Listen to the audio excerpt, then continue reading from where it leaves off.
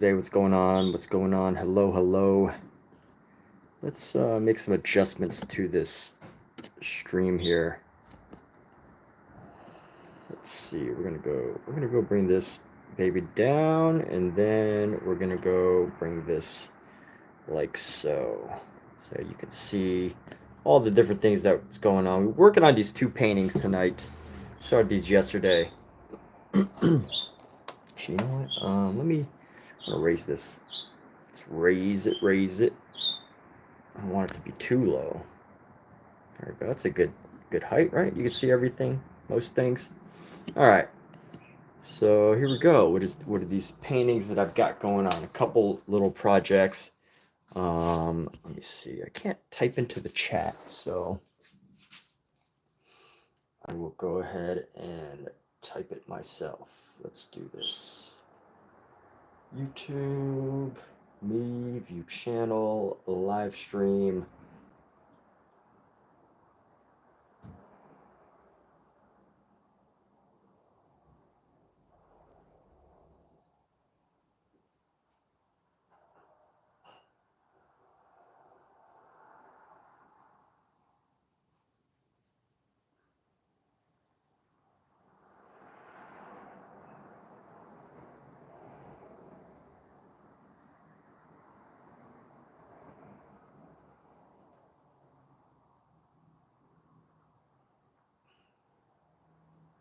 All right.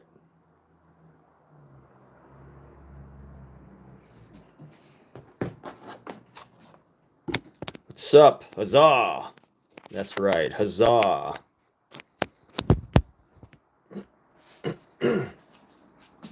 Wants to see my cats. There's one of my cats right there. She is one of the best cats. In the morning, she likes to jump on my face. Right? In the morning, she likes to jump on my face and bug me for food. And that's probably about the worst that she gets, is she jumps on my face in the mornings when she's hungry for food, and she just looks at me all cute. You just want to pet her. No? Is that right, Boogie? Her face is really maturing very nicely. We got her as a tiny, like 2-week-old kitten, or 3 weeks old maybe. And now she's almost a full-grown cat now. Got the full face with the really cat face. She's getting stronger than ever. Super strong now. Can barely hold on to her when she wants to get out of my arms.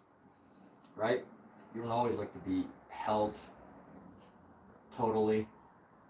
This live stream is as much about cats sometimes as it is about painting. She is adorable. Yes, you are, Cookie. Yes. All right. Some good luck kisses with the kitties. All right. If you were expecting something else, something less wholesome than enjoying time with the kitten, then you came to the wrong place. But sometimes it does get less wholesome, so prepare yourselves. I usually have my settings as not made for kids. Not necessarily because I always do. Occasionally, we as artists, we paint various contents. And although I do paintings, I don't do like digital anime figures, stuff that could get pretty outrageous. Some of the stuff that I do could get outrageous. But anyway, enough chit chat. Colton Paulson. Can you get help with your homework Friday? It's biology. Yeah, what you got going on? Let's talk about biology. Let's hear about your homework. What's your assignment, dude? Or dudette?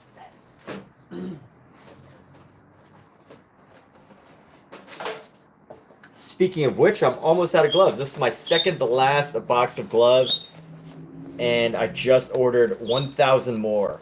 Can you believe I go through 1,000 of these every 6, maybe less than 6 months? I go through 1,000 of those pretty quickly. 1,000 gloves, which obviously that makes about 500 gloves or 500 sessions.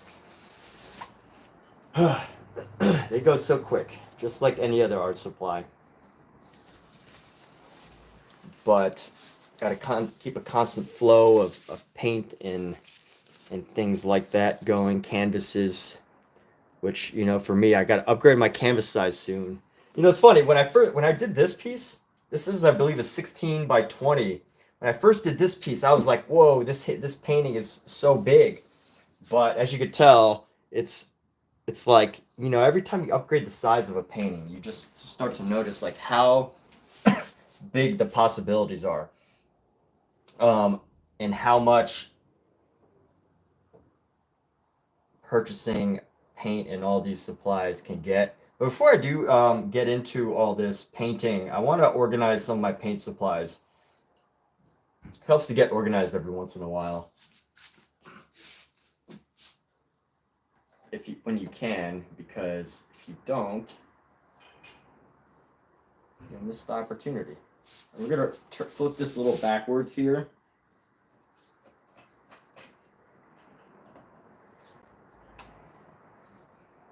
I tilted it forward so I would have less reflection so I could take a better photo of it. But we're gonna organize some of our paints right now. So I try to keep my white paint towards the front because I use so much white paint here. But look at all this black paint I have. This is just the small tubes of black paint that I use. But I've got 4 tubes of black paint, just the small tubes, because I pretty much rarely ever use them. What am I saying? I rarely ever use. I use them all the time. What am I saying? Or I try to. I have to make an effort to use my black paint because, you know, black paint can be really challenging to use because if you don't use it just right, it's like it just filters throughout all your paint, your thing, your entire painting. So I've got actually these 6 tubes of black paint plus a big tube of black paint. It's interesting because every paint, oh no, one of them is actually Prussian blue. But whenever you buy like sets of paint, they almost always tend to come with white and black. And you know, I use white so much, but not quite as much black. So popping open some supplies here, getting myself organized. You got to do that every once in a while. Let's see. So Colton does never share anything about his art homework. Hunter B, really nice artwork. Thank you. We're doing some organization here for the next few minutes. Organization, inventory, whatever you want to call it. So let's see. How do I organize? I typically keep my blacks together, or my neutrals together. White and black are not neutral at all, but I try to keep my like grays and browns together. So, you know, get the main colors pretty much close. Let's see, this is a gray, so I gotta remember to have a gray. A French ardoise gray, ivory black, perfect. Okay, so this burnt umber all goes together pretty well. Let's try to keep our grays. You know what? I'm gonna keep the grays up closer to the front this time around because just because. So organizing our white, gray, umbers. I keep our blues and greens together. What color is this? Here's the one thing about Dale Rowney. I love the texture of Georgian oil paints by Dale Rowney, but they really got to figure out their like labeling system because the labels always fall off. Almost all of my Georgian oil paint. Look at this. All of my Georgian oil paints by Dale Rowney. All the things have fallen off, and I can't figure out what they are. Now, I think on the back, let's see, does it say the code for what the ingredients are? It's supposed to say the code, but it doesn't. I think it's actually on the label, so unfortunately, you can't even figure it out from looking at the tube. So let me try to figure this out. This one is either a black. It's hard to tell. I can't tell if it's black or like a really dark Prussian blue. I'm going to take a bet and guess it's probably black. So I need to keep it with the rest of my black paint. That's one gripe I have about Dale Rowney. Can you please, if you're watching this, Dale or Rowney, figure out a way to make your Georgian oil paints more obvious of what's happening on the tube. What kind of blacks do I have? So I pretty much have all ivory black. Ivory, yeah, pretty much like 4 brands of ivory black. I probably have like 4 brands of ivory black. This is just like my set here. I might as well just go make a black square painting and call it the black square. All right, those of you that got that, congratulations. You are very familiar with art history. If you are not familiar with that, I'm sorry. It's worth looking up. All right, so I got these reds. Let me organize my reds, get my blues out of the way. I ordered some purple today because I'm horrible at mixing the color purple. I'm very, very bad at mixing color purple. Somehow I always get into like a gray zone when I try to mix purple. I end up with some form of gray. So, you know, that's just how it happens. I don't know. Can't explain it. Just how it happens. So let's see. Got my cad red light, my alizarin crimson, got my blush. I don't know what this is. I'm gonna guess that this is probably a cad. This looks like a cad red. Looks like a cad red. No Malibix here. Yes, no Malibix. Quinacridone rose. So I got a good set of reds. I like it. Let me reorganize. So I got my blues. My blues back here. Try to keep my greens with my blues. Let me see. I try to keep my yellows. Now that I'm saying it, I'll aim to keep my yellows with my neutral browns, like my ochre. I guess ochre is a really good color to have with my yellows, right? Because yellow ochre makes sense, even though it's like a brown. So my yellows and my ochres will go together. I got a great set of yellows. Can always use more, just in case. But let's see what else. Organizing the blues here. So actually, you know what? I'll actually keep my ochre with my browns, my umbers, because it is a pretty neutral color here. So I'm gonna put this with my browns here. My burnt umber, my small tubes. Let's see. Is this an ochre? This is Italian lemon ochre. So it's like ochre, but they called it Italian lemon so that they could claim their own title.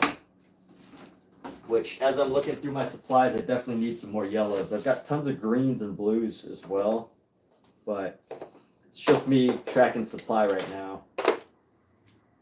I have failed to keep up with my yellows. But we'll get there. So note to self, I need yellows. This is probably an ochre 2.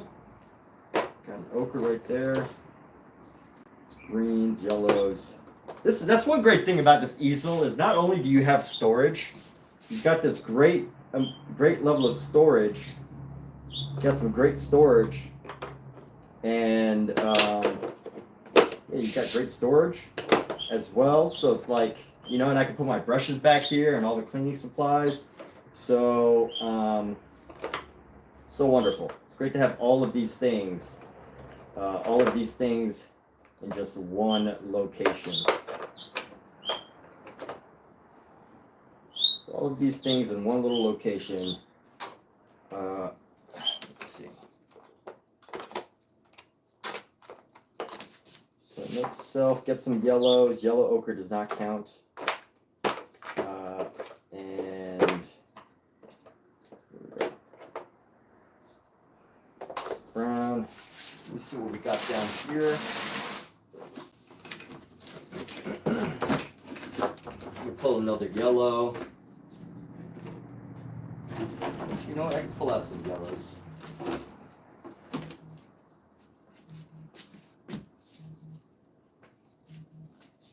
We actually got a couple of yellows I can actually put into our space here. I usually shop heavily whenever during the, if if you want to know a hack for buying really affordable paint that is good quality, and that quality is debatable, but it's called imperfect tubes of paint. So if you're new, you probably don't know what that is. You're not sure. But if you're not new, then you probably know what I'm talking about. But an imperfect tube of paint is basically a tube of paint that was deemed well, not unsellable, but imperfect by the manufacturers. And because of that, they offer the paint tubes for sale at a really, really, really deep discount, like more than half the price. And basically, you just get these tubes of paint for really cheap. And it's wonderful. It's great. It's a great time to shop. But you know what? The companies that do it, like Gamblin, only do it a few times a year. They're not there's not a constant supply of imperfect tubes of paint all year long, unfortunately. So when there's a sale, you got to shop for it. You just got to be ready to press the buy button and get what you want. So let's see what else we got here. Got my supplies, got my greens, my oranges. We're good. Nice little. Got a couple tubes of white, which will last us a while. Let me see if there's any whites in here. No, there's a tube of white. Is this white? Nope, that's not white.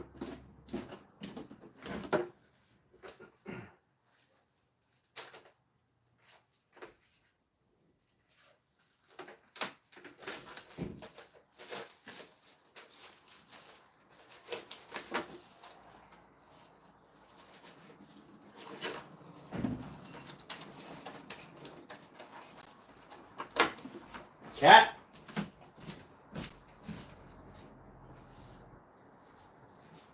When I said cat, my girlfriend's name is Cat. Sometimes I wonder if she's in the back. What's up, Izraya? How are you? What's going on with you? I'm just doing some organizing of my old paint supplies just to check what I've got going on. We're gonna start here in just a moment.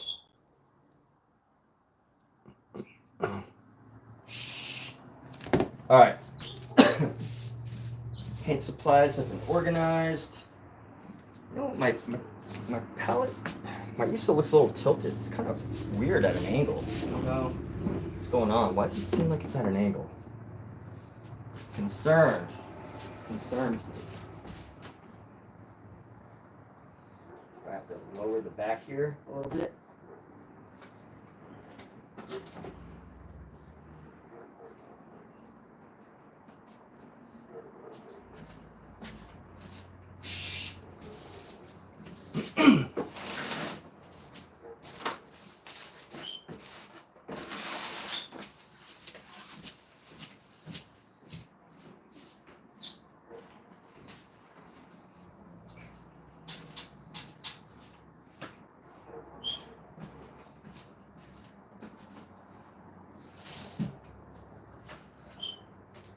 It's amazing what you can find in your paint supplies if you do a little bit of organizing and cleaning. So before I start today, there are a couple more things I want to finish and do. Let's see, this red is no longer useful. Got my ochre here. Throw away some of my trash. I know nobody came here to see cleaning. So hey, thanks, Izraya. I noticed. So Izraya, I saw you doing. I guess you make drawings. You do drawings. Is that a new thing, or is that something you've been doing for a long time? I saw your entire collection of drawings of female portraits. I believe they were all females. I can't remember exactly every photo that you drew, but.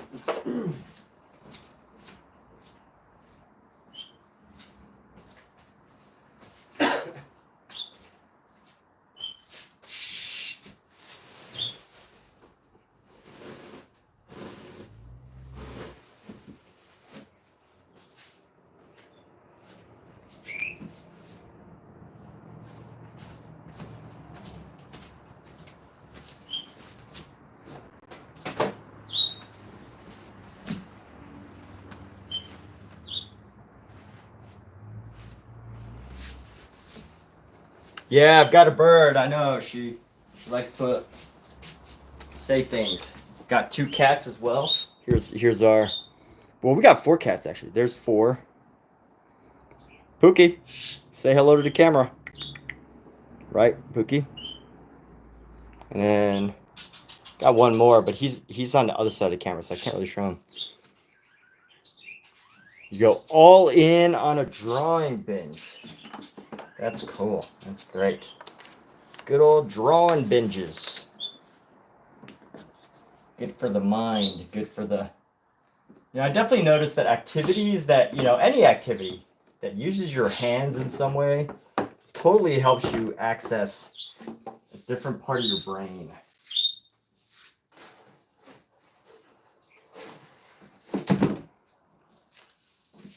Let's go. Let's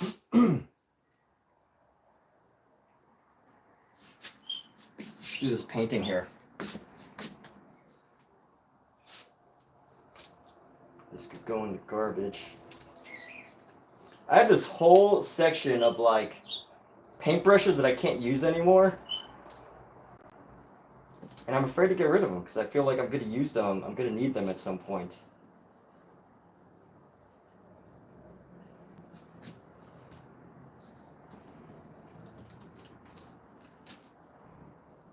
So I need to find a way to organize these somehow. This is actually a brush that I can use.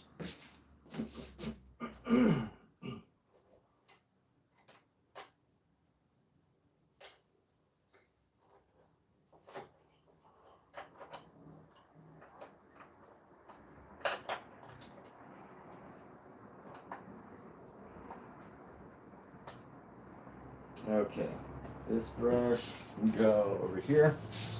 And let's just get started. So we're going to use this pretty rough brush here. Well, you keep building up that talent and eventually it'll be a big talent. Allow your talents to cascade into one another. Very fantastic. By the way, do you have like an Instagram, or do you want your channel? Let's plug a channel today. So usually I pretty much plug Omizu's channel all the time, but let's plug Azraya Scott's channel today. So obviously, anyone watching, you just tap the name on this live chat and go visit that channel. You know, most people say, "Oh no, wait until don't change the channel yet," you know, but why not? Why not go visit that channel and come back later if you want to? But definitely, let's see. Azraya channel. Go to channel. There we go. Inspiration, inspiring information, life skills, freedom, cooking, vegan snacks. There we go. Very cool. Oh yeah, this is some of the drawings that I was talking. So let's see. Here you go. Yeah, these are the drawings that I was talking about. Yeah, look at all these great drawings. Very cool, huh? If you want to learn how to draw in this style, obviously you know who to go to, right? There you go. If you want to learn how to draw in this style,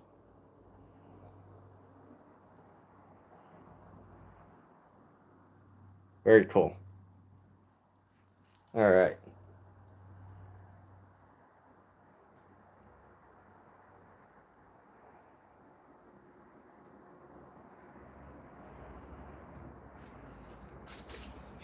All right, so it's about 25 minutes. It took 25 minutes to organize my supplies. Am I procrastinating from painting, or is that really just how long I needed? You know, sometimes I don't know, right? Like, sometimes it can be hard to know whether you're just procrastinating or whether, you know, the time that you took was absolutely necessary for yourself. That's the hard thing about doing activities, doing work that, like, you know, doesn't have, that you don't have like a boss or like an organized schedule. I mean, you can make your own schedule, but, you know, what kind of artist does that, right? Like, what kind of artist makes up their own schedule? You know, artists are supposed to be spontaneous and undisciplined and, you know, just go freely by the the seat of their pants in spirit, right? Isn't that how artists are supposed to be? I don't know. But anyways, that's the hard thing about when you don't have like someone telling you what your schedule should be, and you basically have to figure it out on your own. So let's see, how can we organize some of these things? I think one thing I wanted to do today was to build up some of the animals. So let me start building up some of the animals. How would what color would a classical artist paint their animals? That is the question I have to answer for myself. But maybe, you know, I'll just have to make it up myself. I don't actually know the color of a turkey's tail. Maybe there are lots of brown with some reds, some browns and reds. So let's start with some reds. And we're going to go... what color would a turkey be? Let's see. This is the body. This is the face here. So we're just gonna guess right around here is where they're gonna have like a little the thing in front of a turkey's neck, whatever that's called. I don't know, but it's gonna go right on the side here. Add some colors on the side. A gullet. Is that right? Alexa, what is a gullet? A gullet is a large canal or a ravine. The term can also refer to the esophagus or the throat. In some cases, a gullet is a water channel. The word gullet... Alexa, what is the name of a thing under a turkey's beak? According to an Alexa Answers contributor, turkeys have a growth of skin below the beak and along the neck called a wattle. The wattle. Alexa, off. All right, so it's called the wattle, actually. That's the word I was looking for, was the wattle.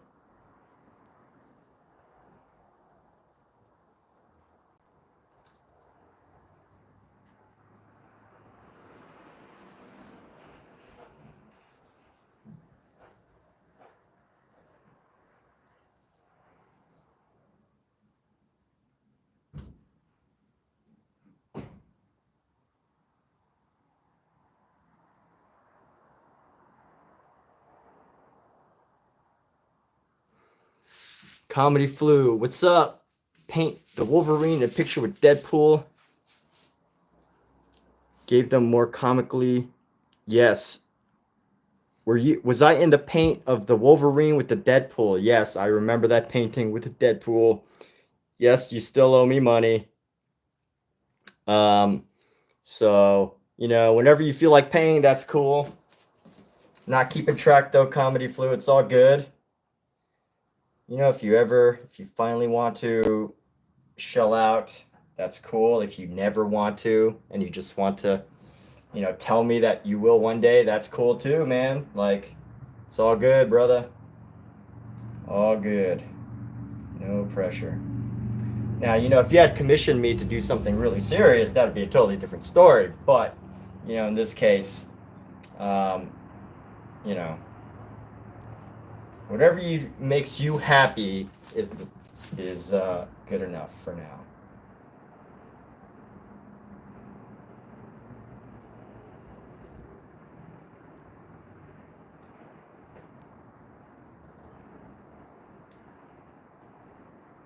All right, so here we go. We're gonna go up with this turkey head right here.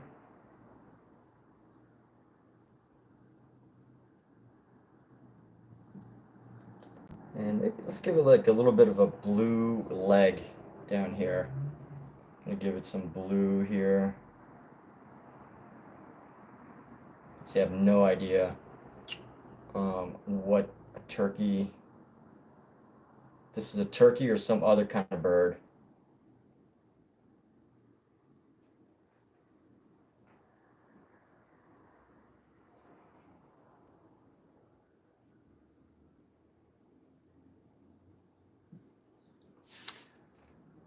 Made promises and your word, you just can't pay yet. It's all good, man. Sit by a bonfire, have a drink. You want a commission, you want Deadpool, Wolverine, but you don't want, because of Wolverine's increased stealing, he gets, yeah. All right, man. That's cool. Great. Awesome.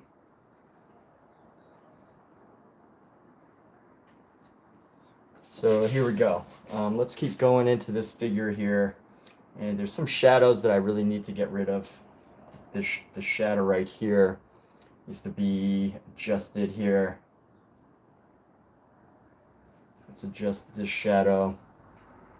Go into the hand here.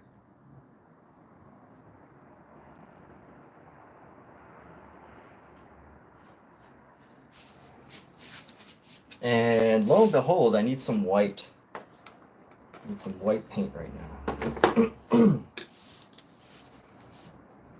I am always in need of white paint.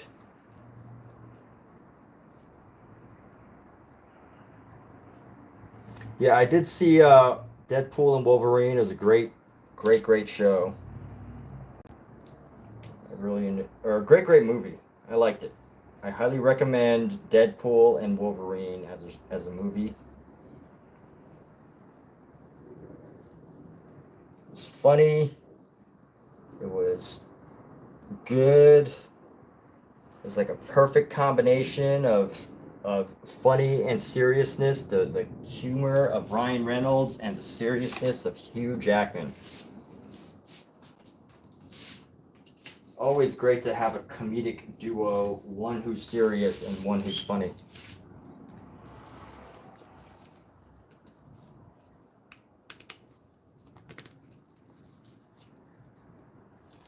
But I will say, though, Comedy Flu, is I can't do another commission for you until you pay up for the last one, the last project. So, you know, we can't even begin discussing our next project together until you're able to pay for the last one.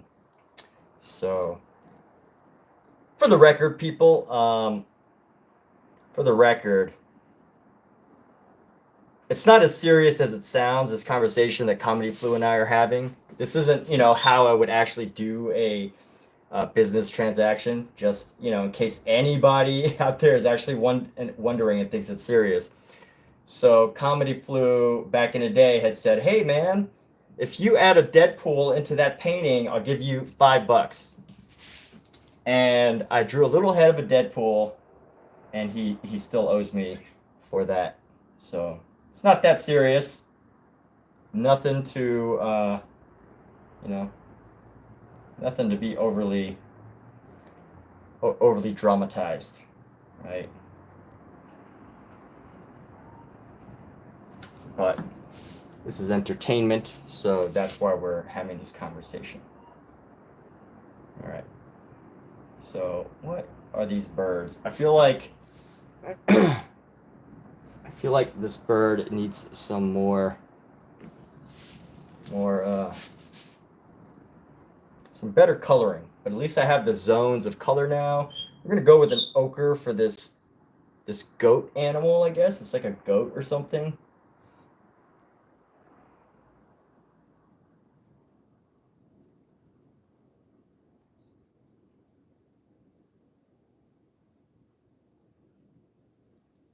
And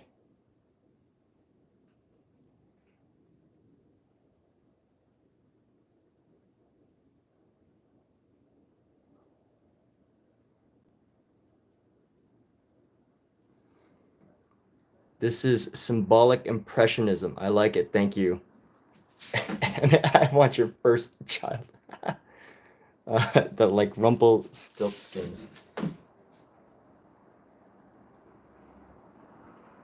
But either way, Comedy Flu, it's all good. It's great that you're here. You are welcome anytime to be here and share this story with people. This time that you made a request and I did it for you. Like, how many artists have actually done a request for you on live stream? I'd like to go out and venture and probably say 0.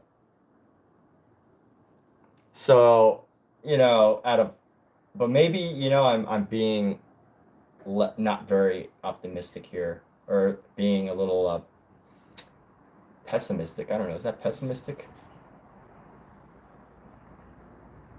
Because I don't know of too many artists that would that if you're just like, yo man, paint me a Deadpool on that painting that you're doing right now. I don't know too many artists that would just go out and do it. It would take a very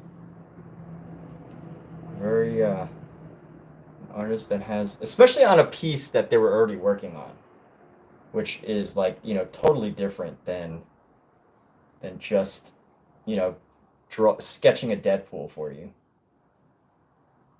But that is what I do, is I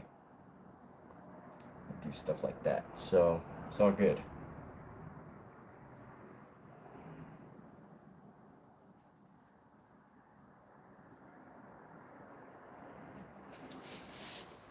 The symbolic impressionism. Yes, that's right.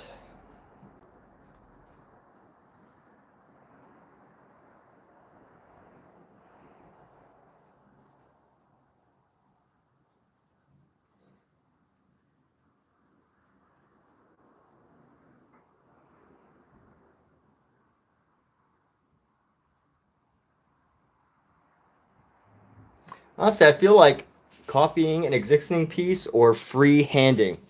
No, so this is oh yeah, I probably should have put that in description. I had it in the description yesterday, but not today. So this is actually based on a sketch by Crispin Vandenbroek.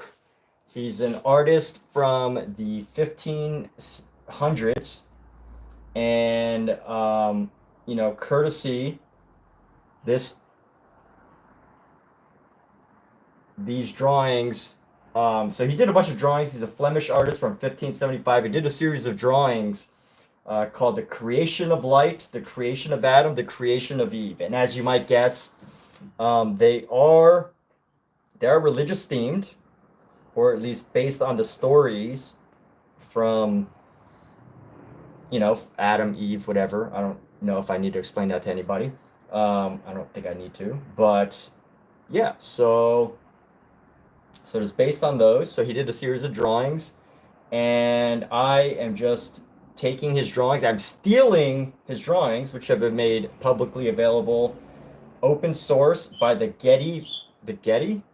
So the Getty is for those of you that don't know, it's a really famous museum in California, and they have this entire database of just like all of these open source artworks that you can literally take them and like make posters out of them and sell them if you wanted to. I don't do that. I prefer to just steal them and turn them into paintings myself. But if you want to steal them for other purposes, I mean, that's up to you. You know, no judgment here, as long as you do everything legally and you're prepared for consequences if you mess up. But for me, I'm just Crispy Van Brokenberg.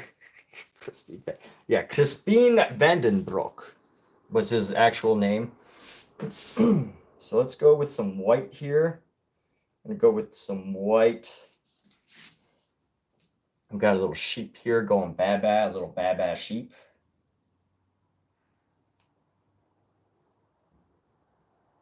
Ba-ba. Sheep right here. You can't have a scene featuring a religious subject without sheep. So of course there's a sheep in this sketch here.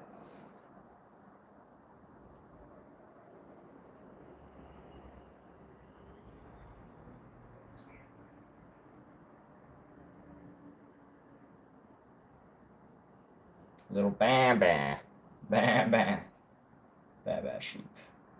Ba-ba. There we go. We're gonna go just bring this down like so.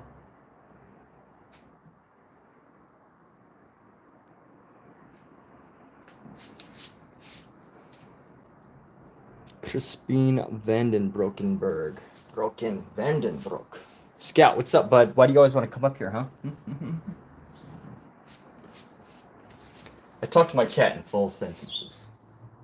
It's just something I do. If that bothers you or makes you feel weird in some way, just letting you know ahead of time. Let's see. So I've been looking at this arm, and I'm like, this arm looks really small. So there's something up with this arm that I have to fix, so I need to adjust it. And I think what happens here is this needs to come down. Let's see how we can adjust this arm here. And I don't paint in the same style that the old masters would have. That is not where I got my training. In fact, my training is from digital art, which is totally different. So if something bothers you in the way I paint, it's probably because this is not how the traditionally trained painter would paint.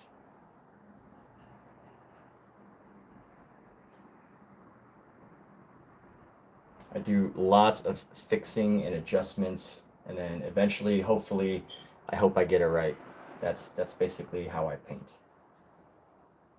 But that's the one thing that's great about oil paint is you can just mess around for hours and hours and days, and after it dries, mess around some more, and eventually you come up with something. Eventually, you know, it all works out somehow. I don't know how, it just does. And you know, that's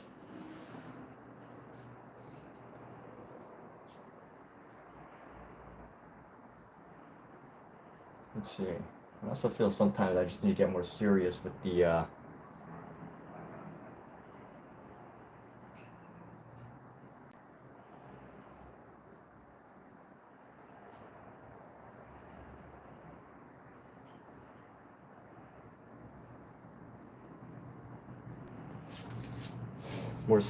brushwork. Let's see that. Let's try that. Let's do some more serious brushwork. What can we do?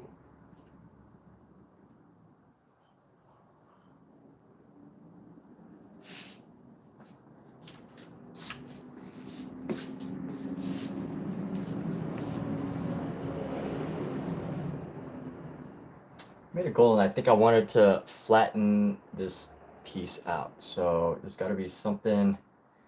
Do a better job of establishing some of the regions of color. So this is going to come right above his leg and then come around like so.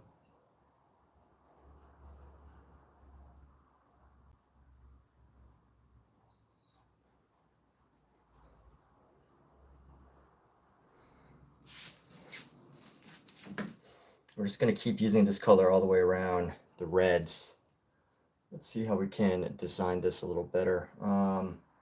This area with the highlight, I think we can go with, try to flatten out this red here.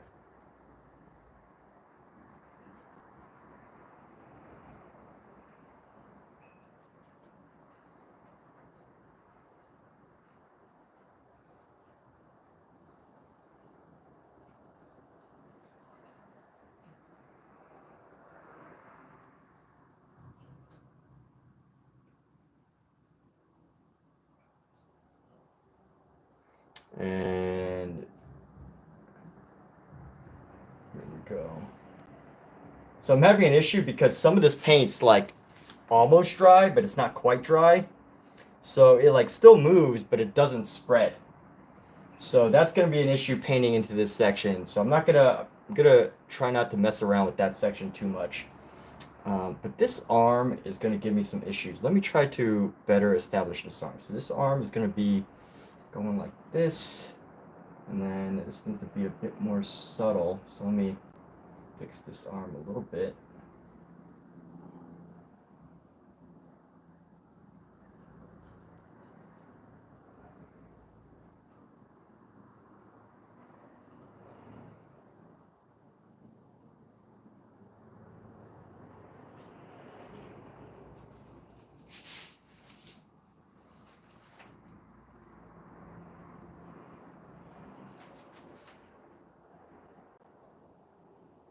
Let's see, where does these all come from the center pretty much. So I can go like this down the side here.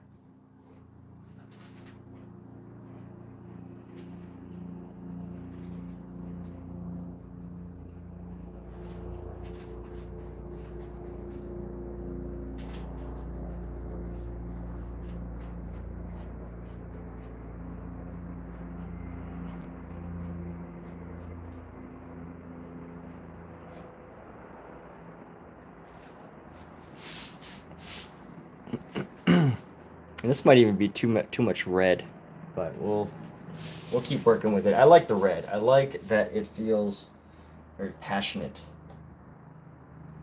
It's this bright red color and then a little bit of blue into the background. But this arm is going to give me a headache. What do I need to do about this arm? Let me just paint over it, and then we're going to figure out. So this arm, this hand is going to come around like that.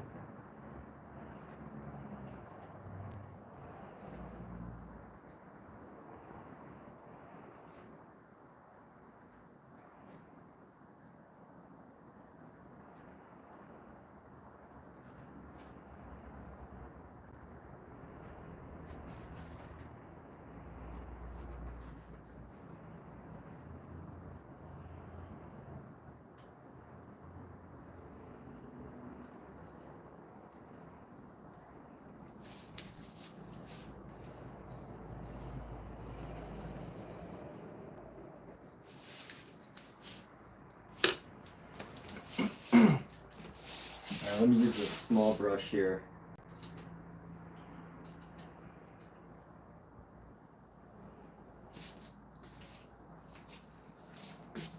We're gonna make our way into the body to add some blushes. Let's add some shadows and blush into this body here. So let's go with these purples.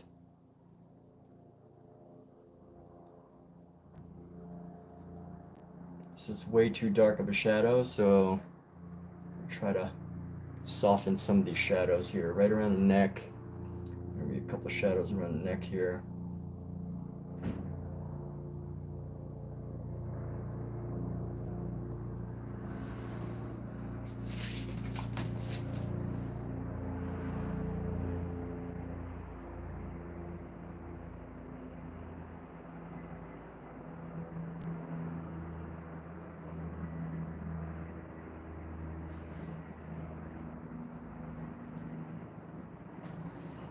Let me see, and then here we go. How do we want this back to look? We're gonna add some of these shadows around the back. Definitely around back towards over here. I mean, you know, I guess I don't know the actual story of the creation of Adam and how he was created, whether he was created from the ground, but I'm gonna guess he was pulled out of the ground. And you know, if you look at the actual drawing, which you know you'd have to look up yourself, but it looks like he's like being pulled out of the ground. Like his leg is still part of the ground. So let's just assume that he's going to be more brown. He's going to be more brown than pale white, which is pretty typical of almost all of these like classical drawings. But I think he needs some more brown, you know, to show that he is of the earth.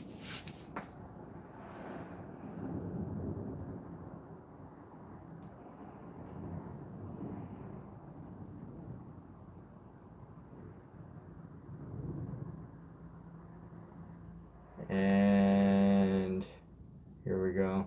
So I think these colors actually work as shadows. We're going to go ahead and, you know, build him up this way.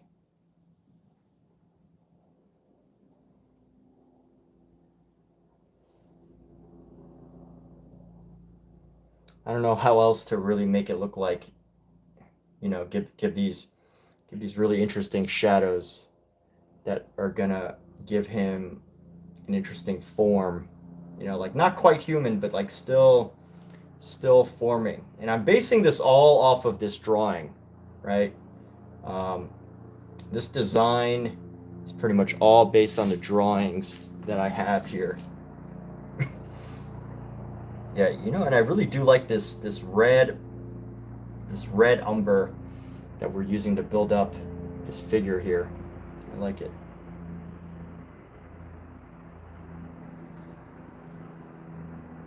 It's nice, it's pleasant. Let's see, we're gonna go in here and let's give a little bit of a muscle group here. Give a bit of a muscle group.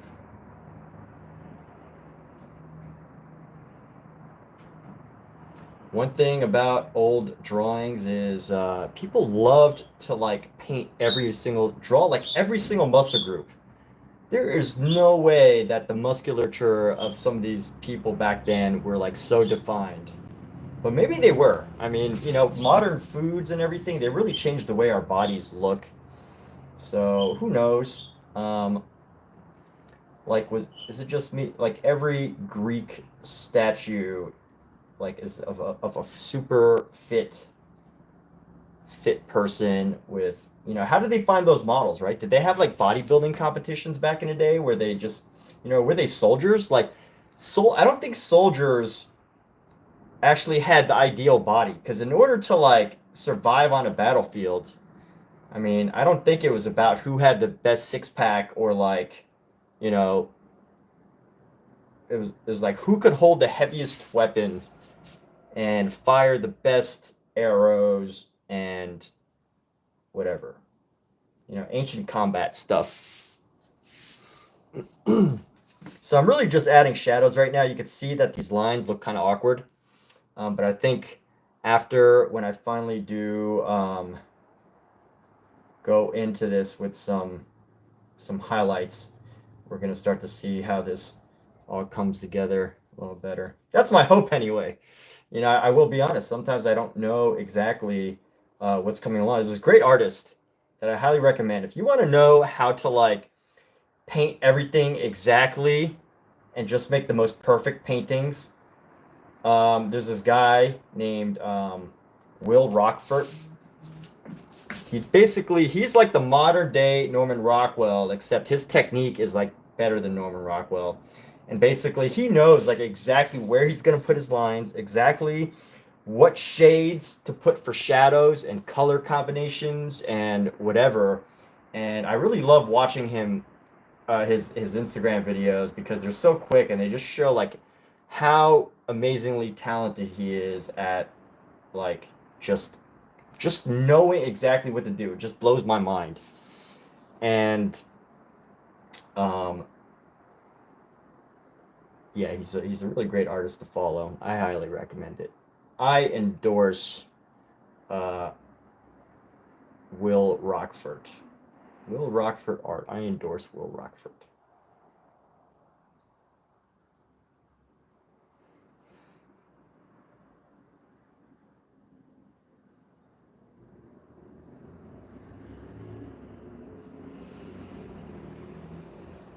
And you know what? He tells great stories too.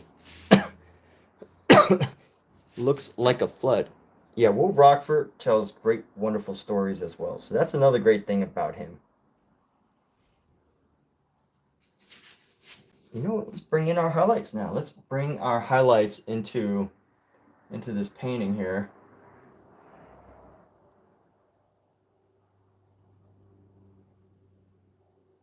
I'm gonna give our figure here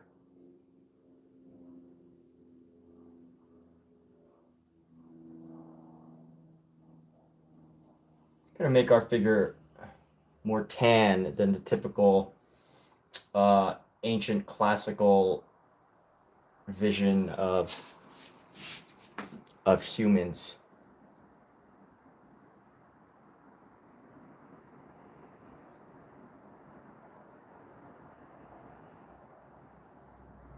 As some would say, maybe give him some melanin.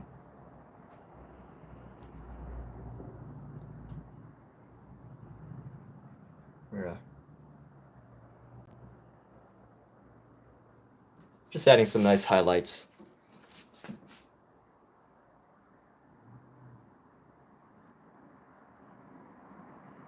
Like this guy literally was just pulled out of Adam was literally just made out of the earth. How can he possibly be this angelic ivory white elephant tusk color? I'm making some interpretations here that I hope don't offend anybody. It's just, you know, it's just my thought process. I guess artists are not allowed to share their thought process sometimes.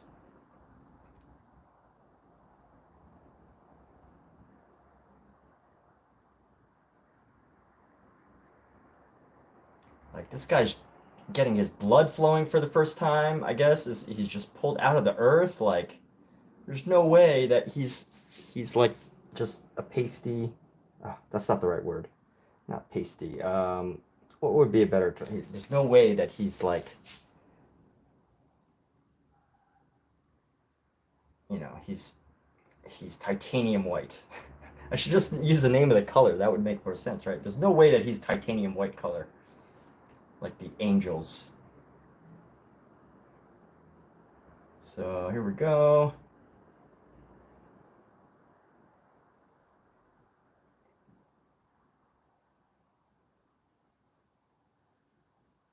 Make it look like he's got some.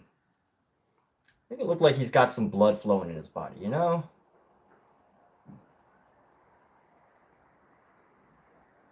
Soften some of these edges, round them out. Maybe add a few sections of highlight.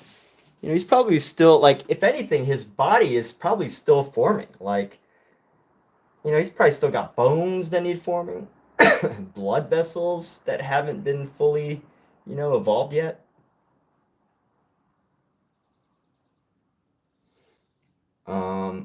You know, this is my interpretation of Adam coming out of the ground. My interpretation of Vandenbroek's interpretation, which, you know, in Vandenbroek's interpretation, you can clearly see that it seems like Adam is being pulled out of the ground, whether it be grass or of the earth, of earthen soil or whatever. You know, it's not exactly clear, but it's very clear that, you know, he's being created, which is pretty cool. That's very interesting.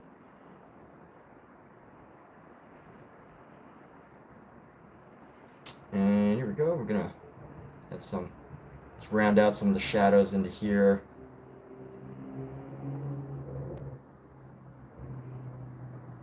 It's gonna just blend in some of these darker areas, and then hopefully it provides some cover up.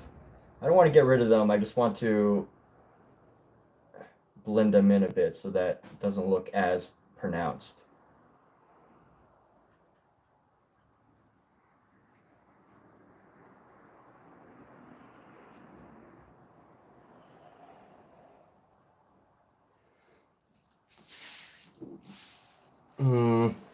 What if I used a little bit of blue, like a little bit of purple? Let me see what I can do with grabbing a hint of blue, and just dabbing it into here. Let's go. We're gonna grab like a purple here for some of these shadowy areas, like right there. Maybe a little bit too mixed in. It needs a bit more. Let's get a bit more blue here.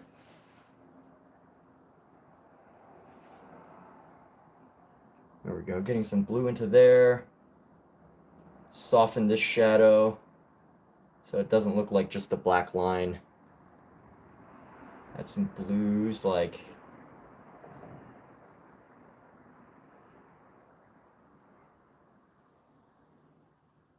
round out some of these spaces.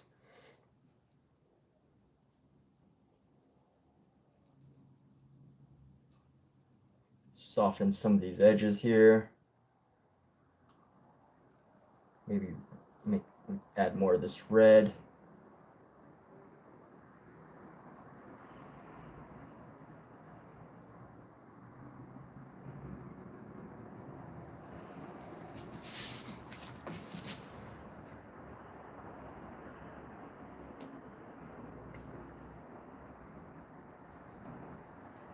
Need some more of this white.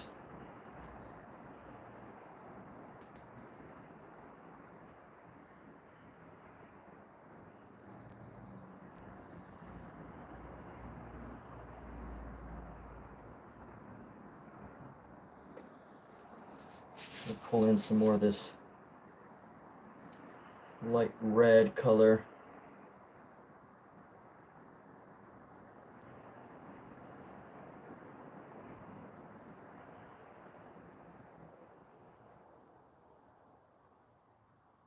Soften these edges, because we all know that edges are soft around corners, or around curves, I should say. We all know that. Everybody in the world knows that, right? If you're ever wondering whether to make a hard edge or a soft edge, if you're going around a curve, you leave the curve, the edge soft. If you're going around a corner, then you could go ahead and make that edge hard. That's how you do it.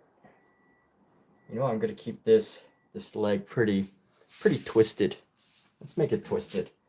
I don't know. We're gonna keep this twist into it. Let's go. I like that he's got like these really deep shadows here. Now let's figure out this hair. Alexa, what's the most common hair color in the world? Here is an answer from an Alexa Answers contributor that I translated. The most common hair color worldwide is black. Alexa, off. All right, so we're going to go with the black for his hair. Let's see.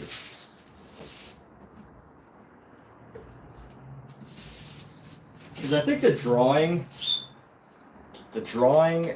shows that this guy probably has like white hair or blonde hair. I'm going to guess that I'm going to make him have black hair. Really dark brown or black hair. That's what we're going to do. Let's see.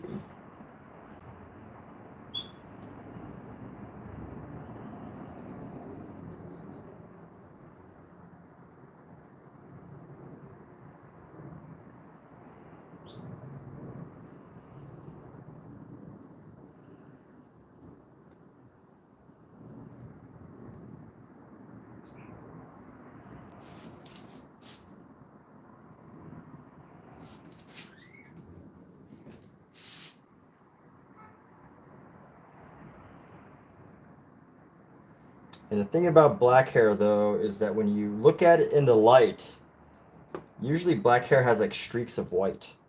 If you ever look at black hair in the light. Like, see, I have like streaks of white coming down. I guess that's like streaks of white, brown, but you know, who's tracking? Who's really paying attention to what I'm saying? Nobody, right?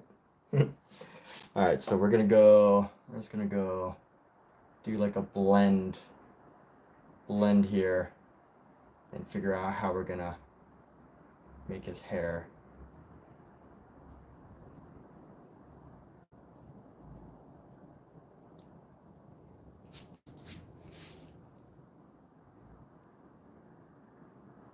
We'll eventually go in with the black and figure it out, but he's got facial hair, so you know, let's go down here, come right down around the side here,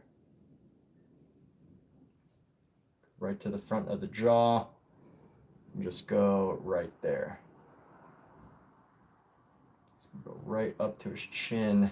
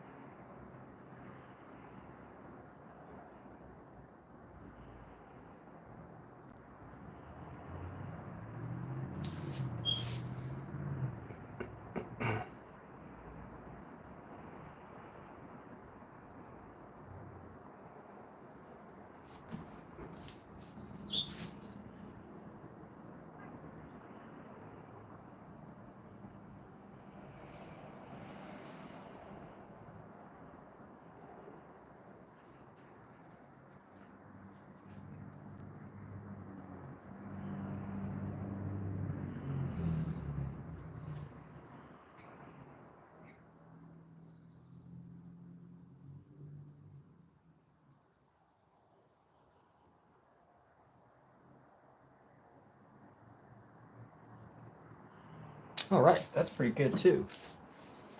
I like where that's at. Hairless man. And let's see what else. Oh yeah, you know what? We can actually go into this elephant. There's an elephant back here. I think we could create a nice light elephant. Finally have this elephant right here.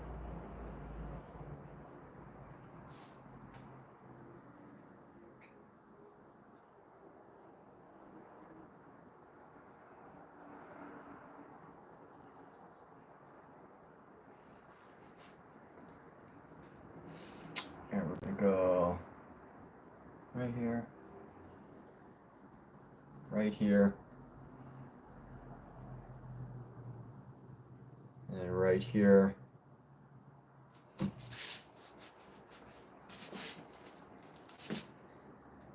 gonna add some white highlights to this elephant. They got an ear coming out right here. And then add some highlights along the top here.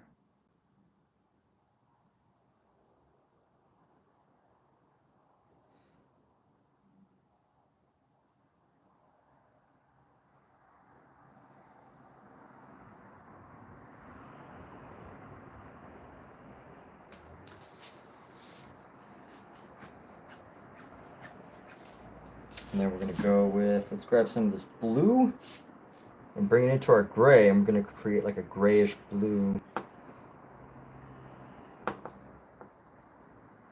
A blue gray. And we're gonna go into the body here. Make sure that we establish the body of this elephant.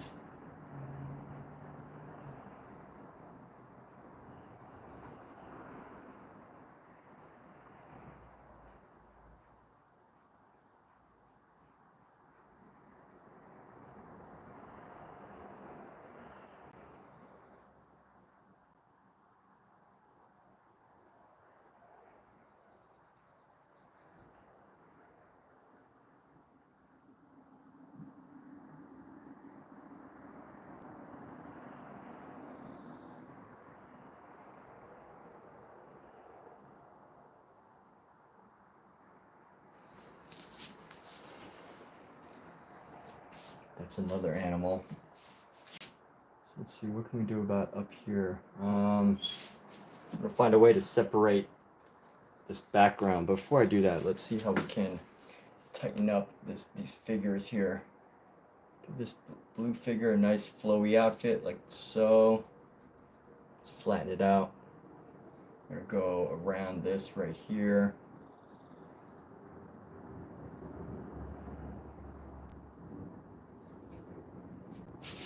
Let's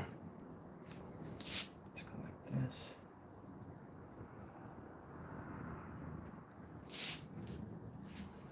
I'm gonna grab another brush now. Grab another brush for this other leg. Let's see, how do we want to do these figures? I need a good color for these figures, which, let's just go with this tan color. Just gonna continue on with this tan color that we've got going on. It's gonna have one leg here.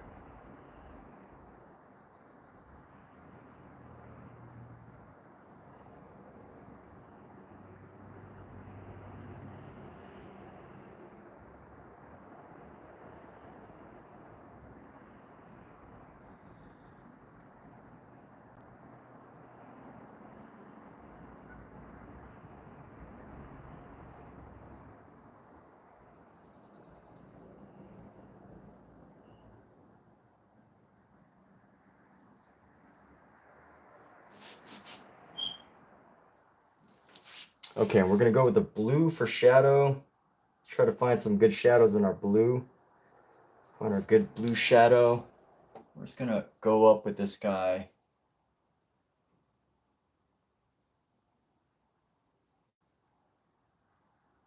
Paint that shadow right there. Go up into the neck a little bit. Down the side of the arm here. Grab this blue again. We're gonna go around the side of the body.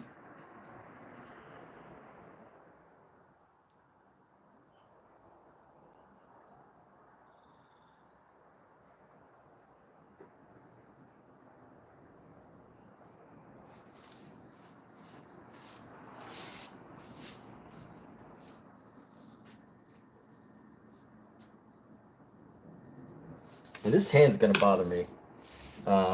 So I need to paint over this hand right now. Paint over this hand, and we're gonna work this hand a bit later, at a later date.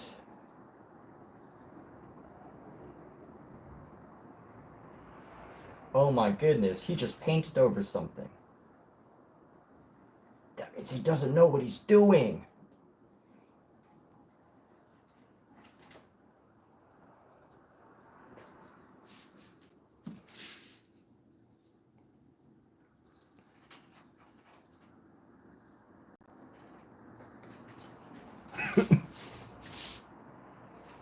Here we go.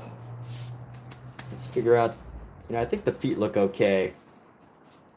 I think the hands over here, let's try to define some of the hands. Need a nice thin brush.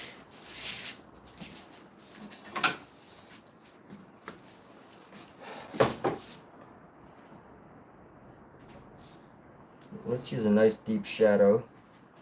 We'll go purple, brown, purple, red, red, brown, blue, brown. Let's go.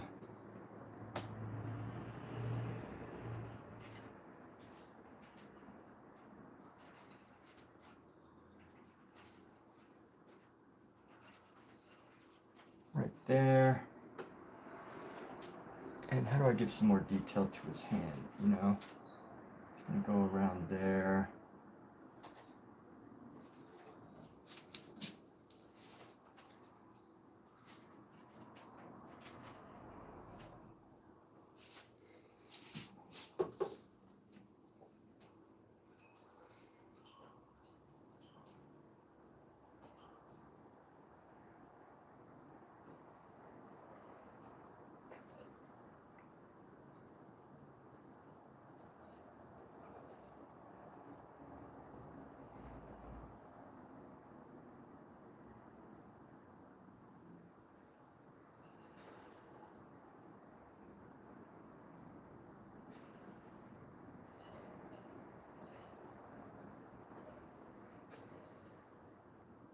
Use some gnarly fingers, and let's see how we can adjust these fingers a little better.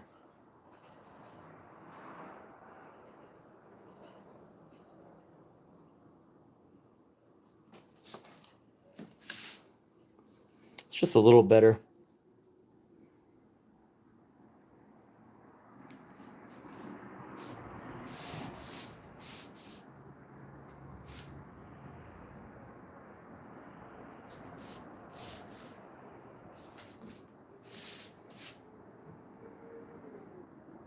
And let's bring in some of this blue shadow for our lion king, our king of lions here.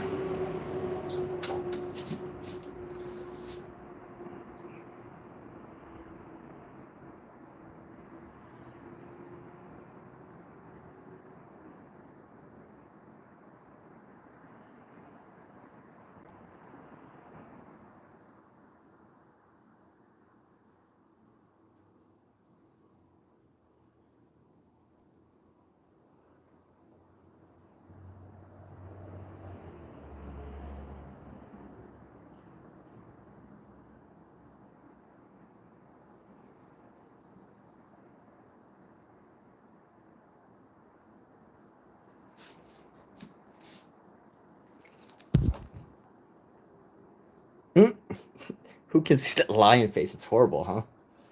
Let's see. That lion face is so ugly. It looks like a mash between a human face and something else that is really unusual. All right, let's see. What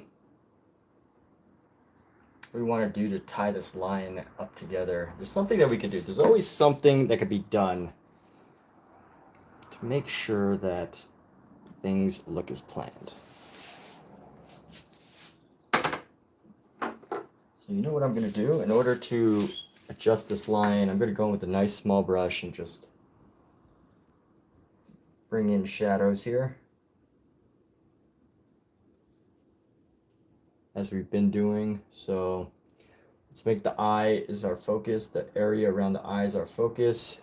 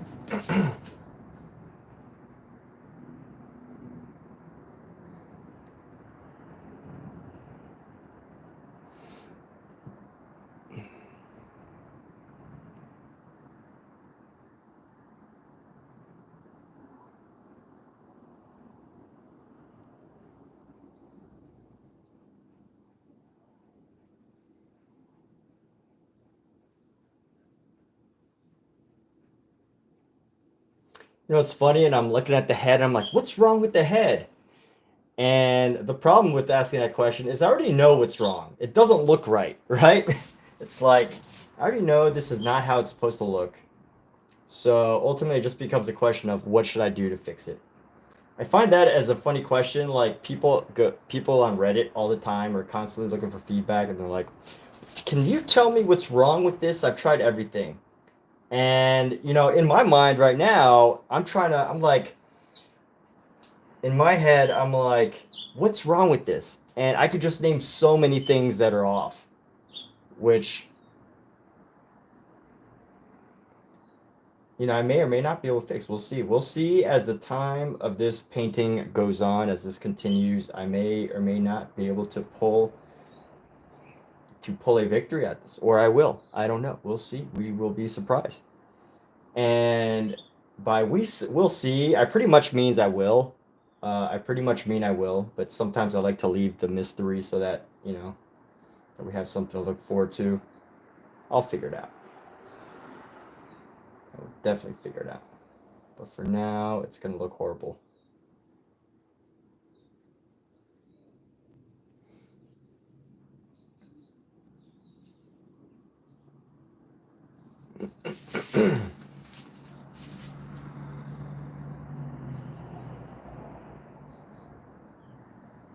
Now this lion is going to look like a confused cartoon. It's like a cartoon in the wrong show.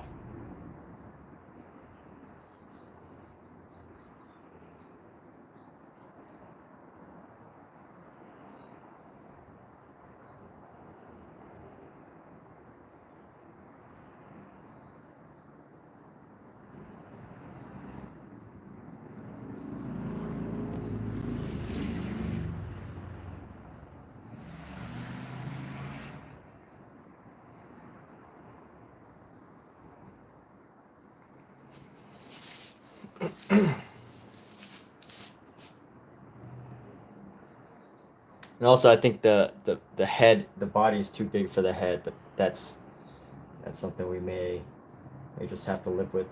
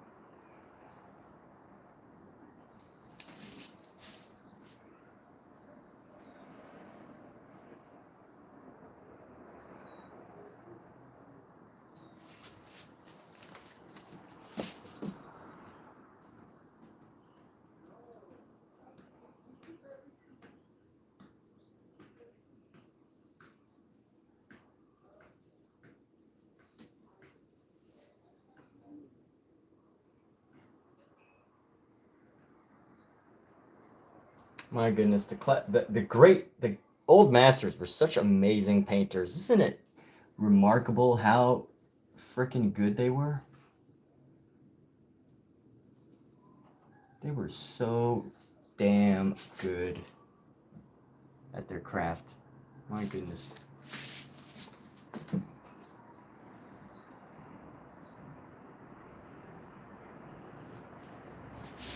All right, let's figure out this lion thing. What are we going to do about this lion? How are we going to give this lion its ferocity?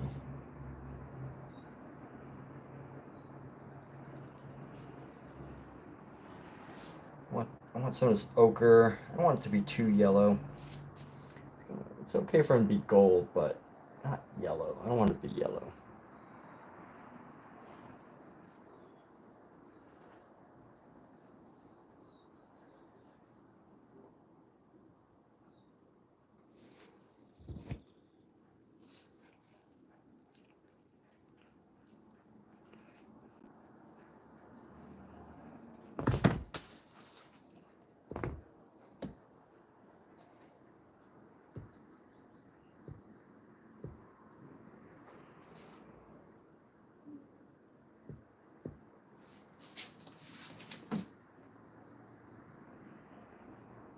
What's up, dude? My cat is patting at my leg while it's sitting under this table here. And I think he wants attention.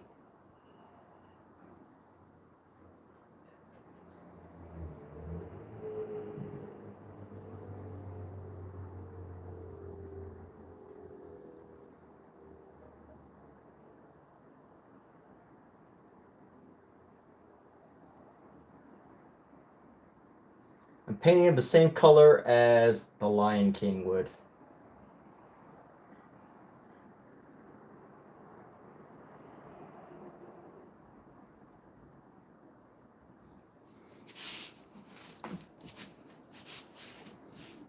What's up, dude? You doing all right down there, huh?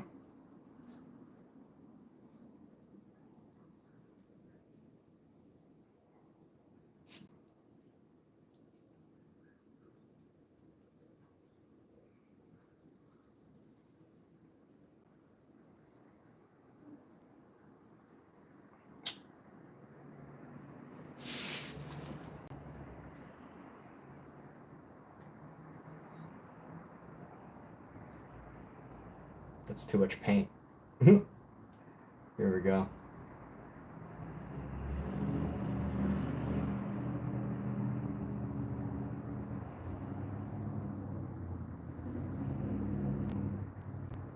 Just paint over it.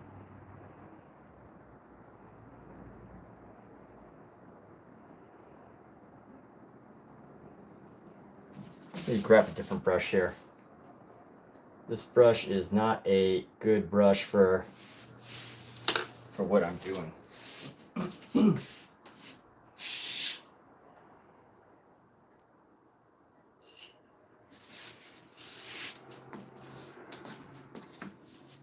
The golden lion. There we go. This should be a better brush. Just basically want the shape of the face.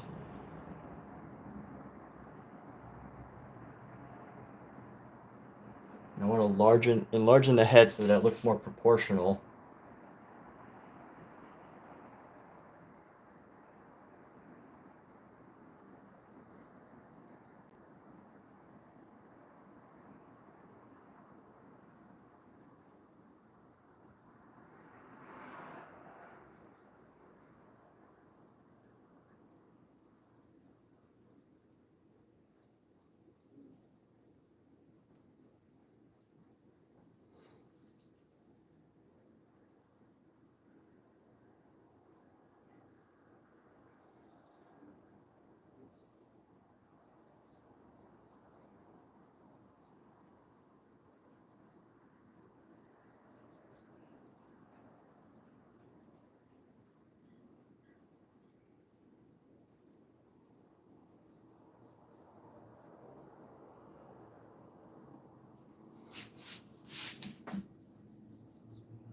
Not a bad color.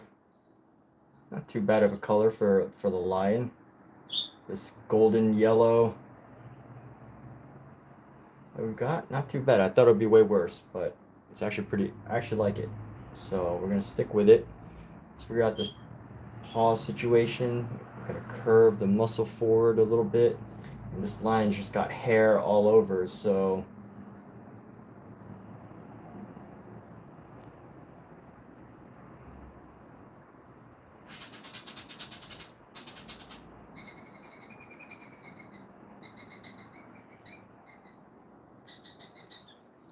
I think we're getting better with the lion. Got the initial, like, a good like flat color right now. So eventually we're just gonna work this area. Try to nail down the dimensionality of it, all the different, the hairs and everything.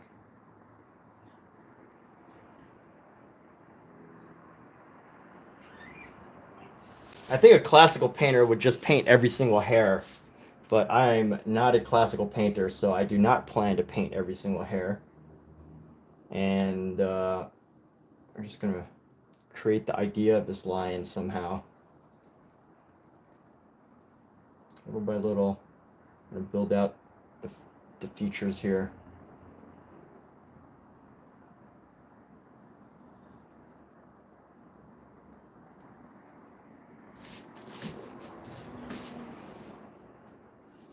All right. That's enough of the lion from me. Let's see what we could do about building out this background. So I think that'll really help to establish some of our space.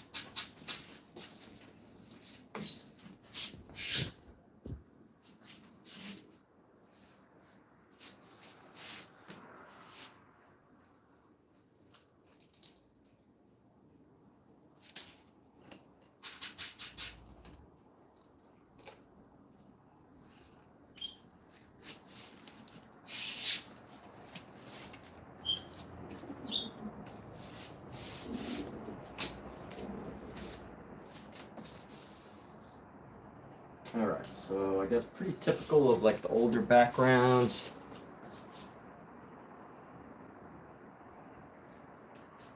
It's gonna be some clouds, of course. So let's build up a cloud. I'm gonna use our blue.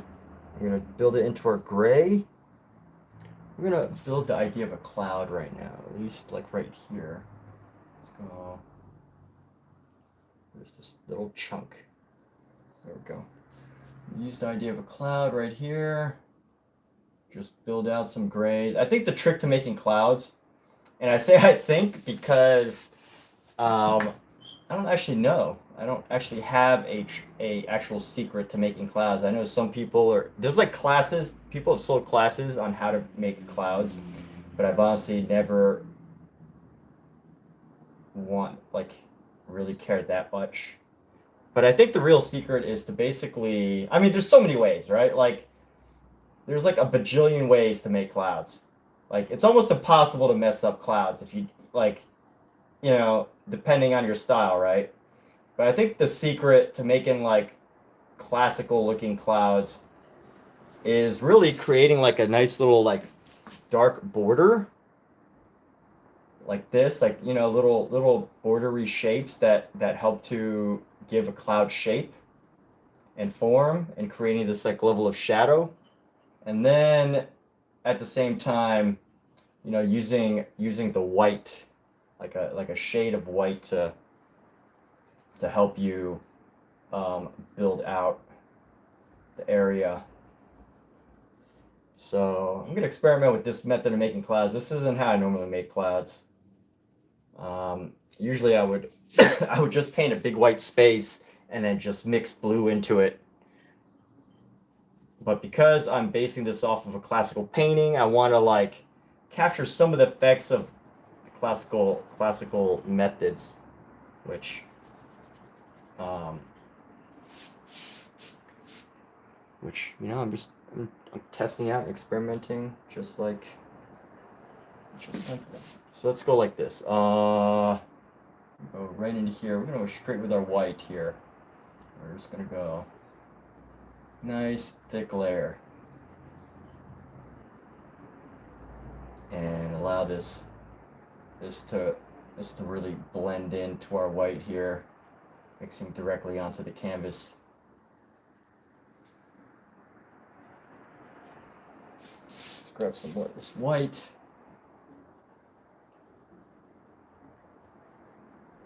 And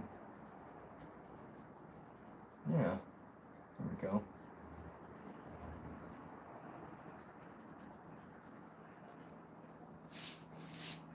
Creating like an atmosphere.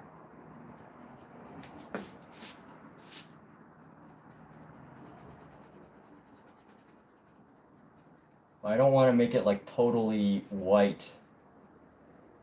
You know, get some blue into here. Blue into clouds. Maybe some yellow. Let's add a hint of yellow. Just right into here. I'll get some of that good old yellow light. Just add some color separation. And bring back this white, and we're going to paint over that to reduce the the yellowness of it.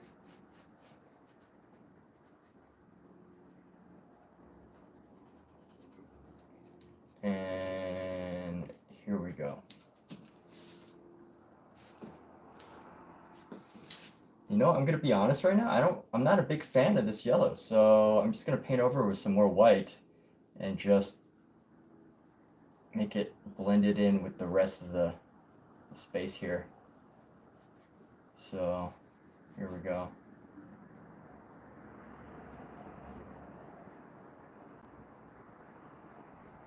That's actually kind of a cool cloud right there. I like that one. That's my favorite cloud out of all of them. Let's add some more of this ultramarine blue here into here. I have this yellow really cramped the style up, so I have to do some adjustments here.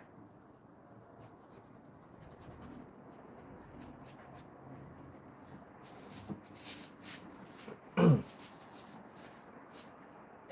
let's see, this animal is probably the highest.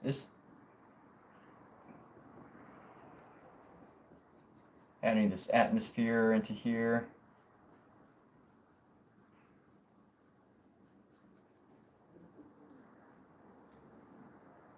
And then just looking back,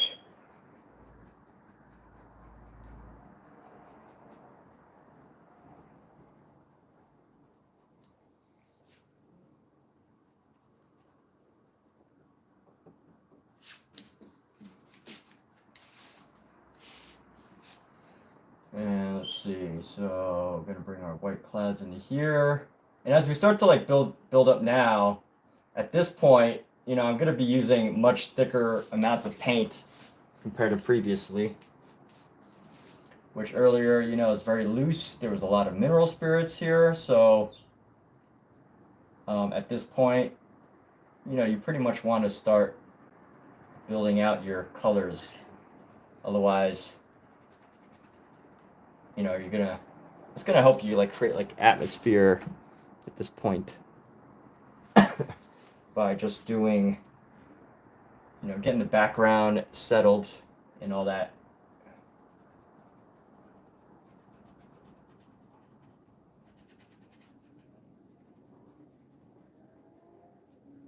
Let's go with some more white, and let's just make a round area here.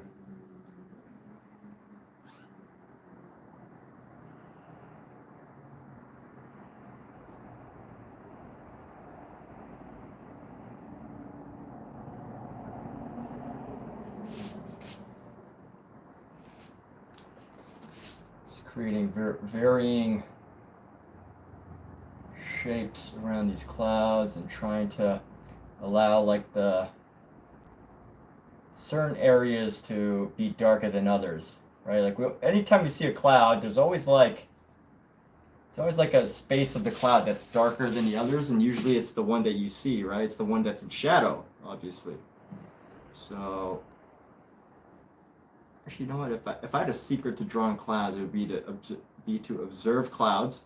And this is like a general lesson. You know, anybody can use this, even if they don't know how to draw clouds. They can just say this: is look at clouds and just figure out how you want to draw them.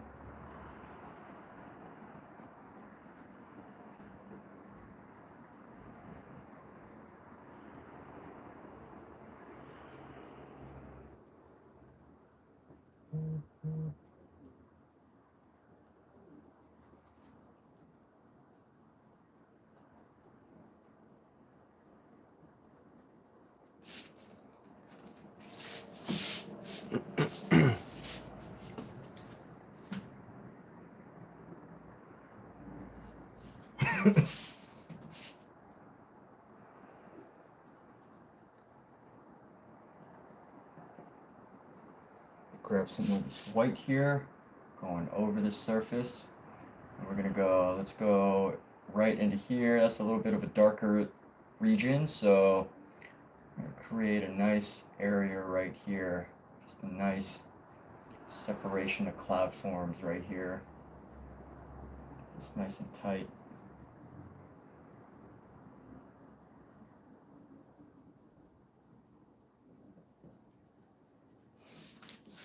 Now, I need a good brush that will help me line this.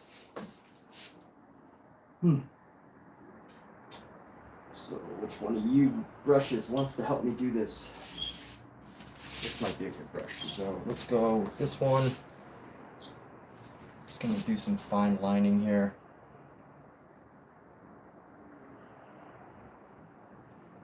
This figure has an aura around them, so I'm gonna just create that aura.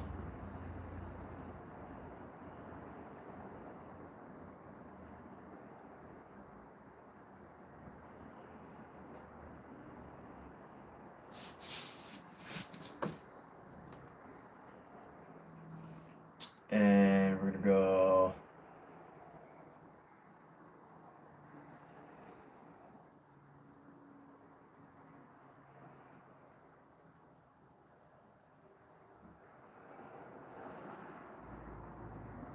curve our way around this section here.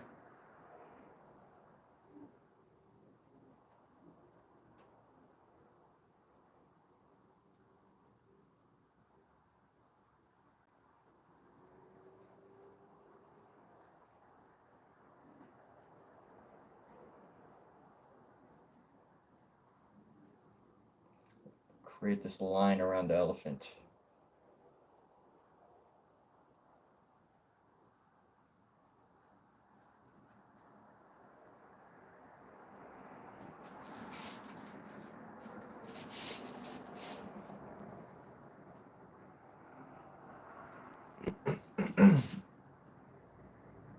Just this little activity has already helped us create a lot of atmosphere in this top right corner.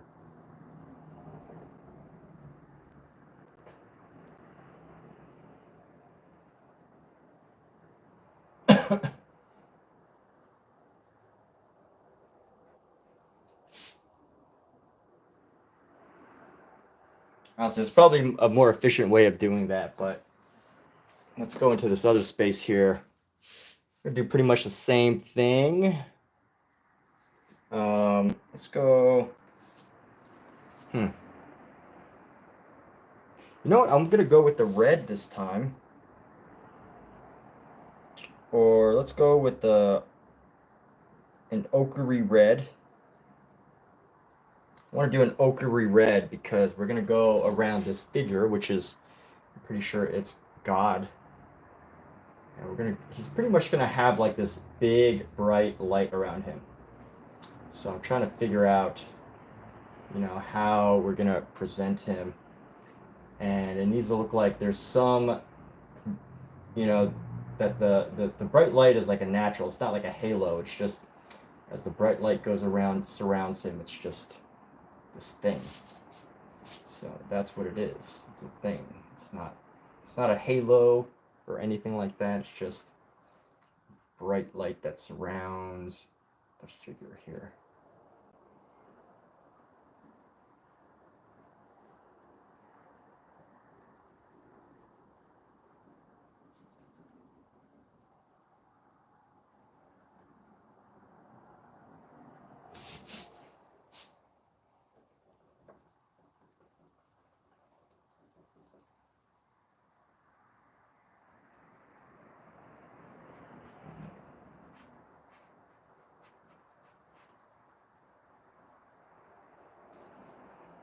So I should come down into here.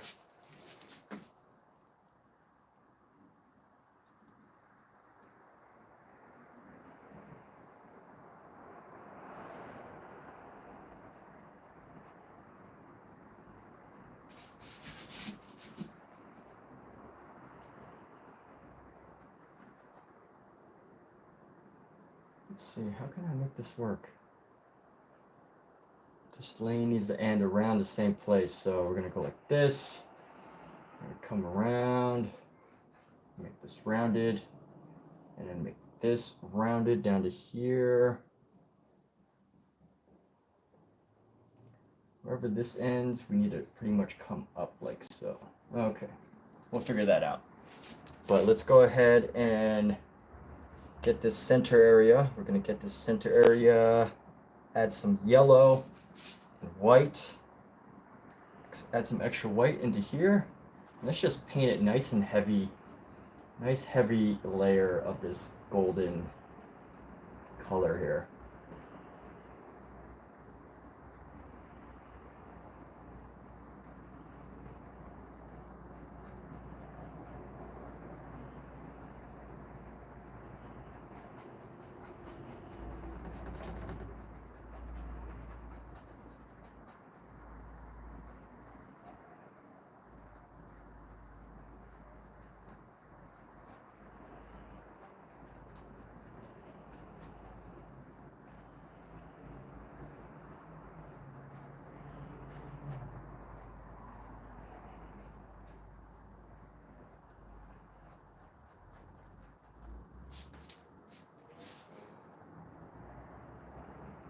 El Greco, proportion or distortion? Not sure exactly what you mean by that. What is, I mean, I'm sure if I just like proportion or distortion, I'm sure if I just like analyzed those two words together, I could figure out what you're trying to say. But, you know, I'm really slow on getting things. You know, I'm usually like the last person to laugh at a comedy show. Like after everybody's laughed, I'm like, oh, ha ha ha ha. Ha ha ha ha ha ha. I get it now. Or I might just like reach a point where I don't laugh at all because it's like too late to laugh. That's I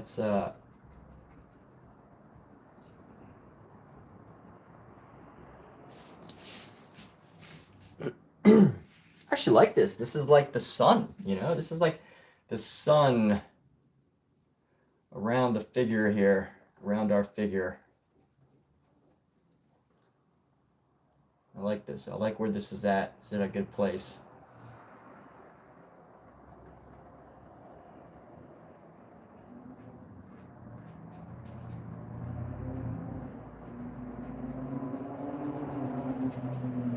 Maybe I'll even surround our figure with it all the way. You know, we all know how this type of art works. It's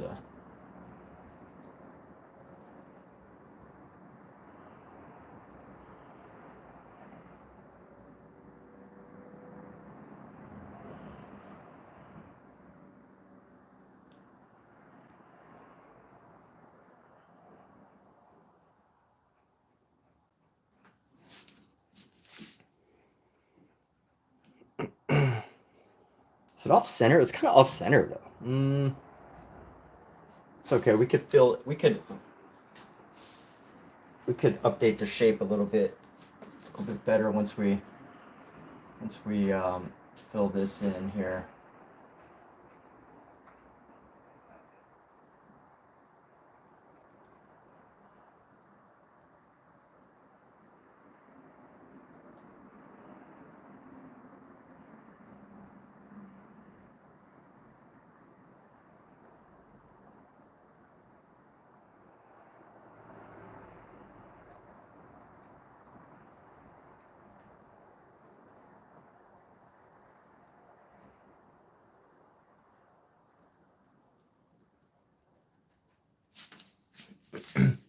It's like a muscle you have to work out.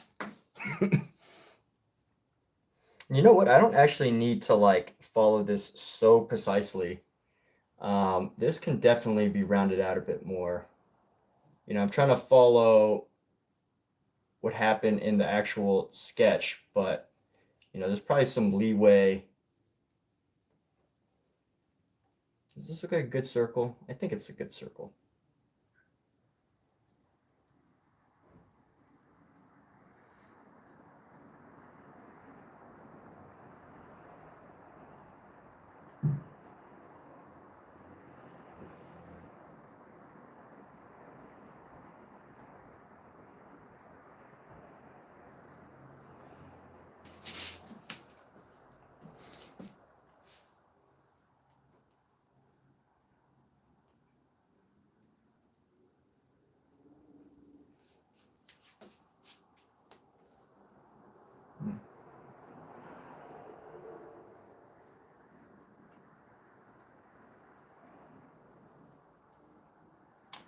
There's just something about this, the fact that it kind of like ends like that I'm not comfortable with. So I want to just give it a bit more.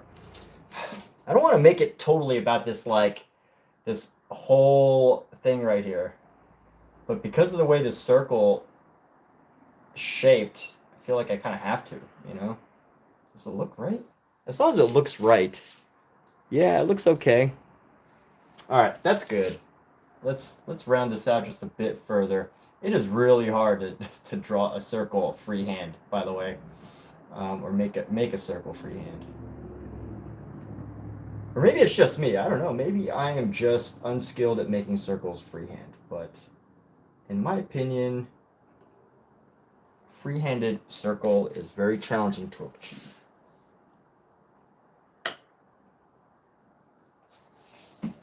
Don't want to overestimate my abilities here. So let's go like this. We're going to go in to the mouth.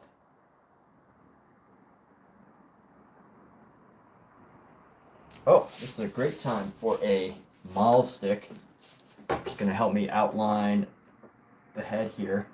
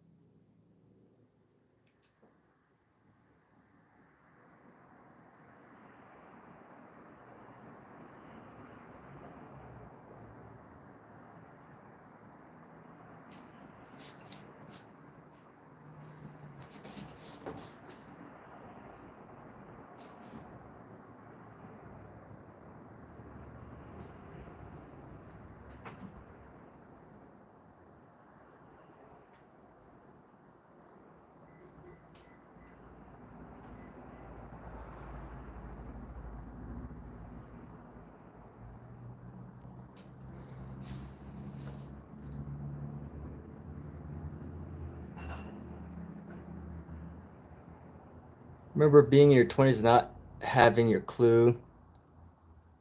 That's pretty round without a template. I don't want to underestimate my abilities either. That's true. I don't.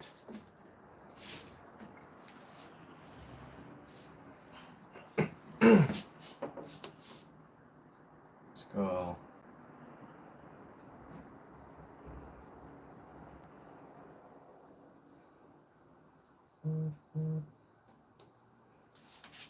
And then let's go into here.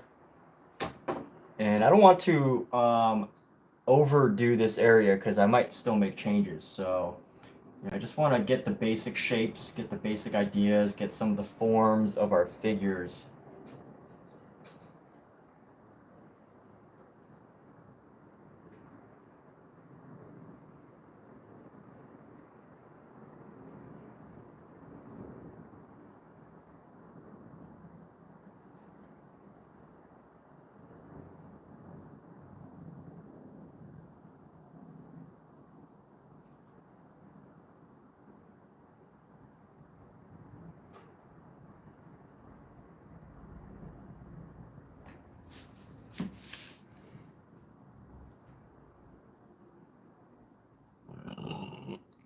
Excuse me.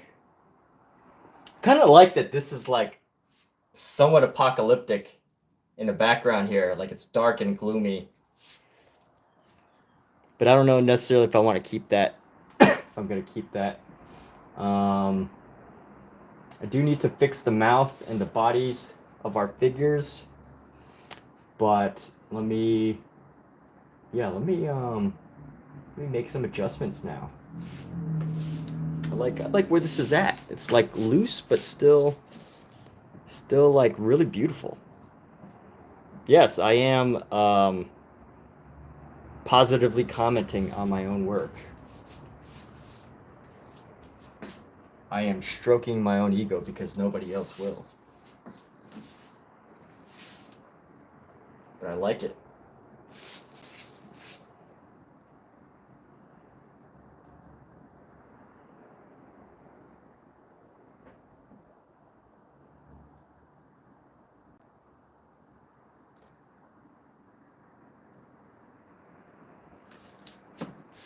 All right, let's not overwork.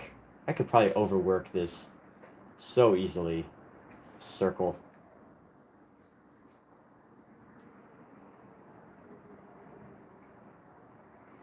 All right, let's keep going. Let's keep moving. Don't just stop because you like looking at your own artwork. Don't let your ego get in the way. So let's go ahead and build up this side with some nice highlights.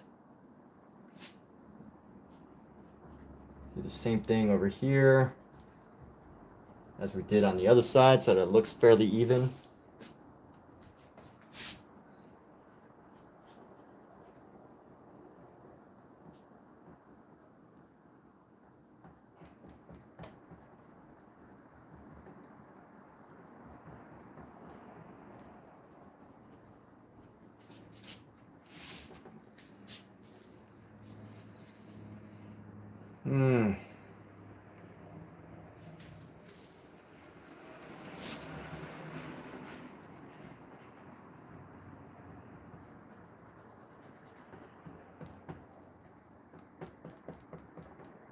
Oh, what's up, music videos? How you doing? Getting high on my own supply. Yep.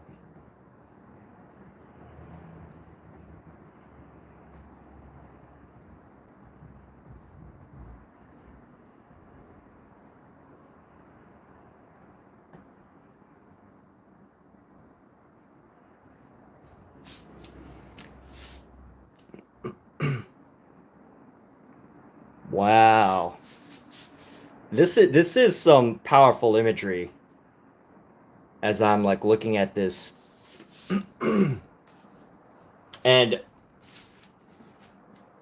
I'm not taking credit for the imagery here because, you know, again, I am pulling this off of the Getty. So this is based on a drawing. This painting is based on a drawing. I know those of you that are watching have probably heard this before, but there's probably some of you that have not. This is based on a drawing. I don't like how this has lost its shape down here. Because this kind of curves down and then, you know, it's a little bit too low. So I have to make some adjustment to make it more even. But ooh, that's not gonna look good. You know what? I could just reduce the size of this mountain. What am I saying? So what I was thinking is like, oh, look, I made this mountain here, but it's too low over here. The balance is kind of off. But the reality of it is I could just change the shape of this mountain right now and not have to worry about shaping this side. See, that's the problem with if you're one-track minded like myself sometimes is you think there's only one way to fix a problem, and it's like the harder way. Whereas, you know, the much easier way is to just change the shape of this section. Honestly, I think I've added too much space on it anyway. So I think if it just goes a little bit higher, we'll be good. Like right here. And you know what? I could just fade in the mountains there. But Raya, welcome. Would I consider this a master study? No, I would not consider this a master study because I would say that a master study would be a copy of the initial sketch, the drawing, right? Like if I was master studying it, I would have to, it would have to be based on this would have to basically either be a drawing or based on the painting itself. And because it's neither, it's not a master study. I mean, it's based on a drawing, but it's not a painting that's a copy of a painting. It's a painting based on a drawing. So I would not consider this technically a master study, but I would definitely consider it an effort that's a study of some sort. All right, let's fix some of these heads here. So if I can fix the heads, I feel like I could bring this up really, really far. If I can establish these heads nicely. Let me go with some of these highlights that I was working with, these body highlights here. I was working with some of these body highlights.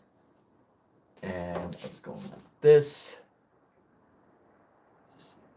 this is going to be a highlight. So I'm going to do a highlight. What I want is this nice pink white.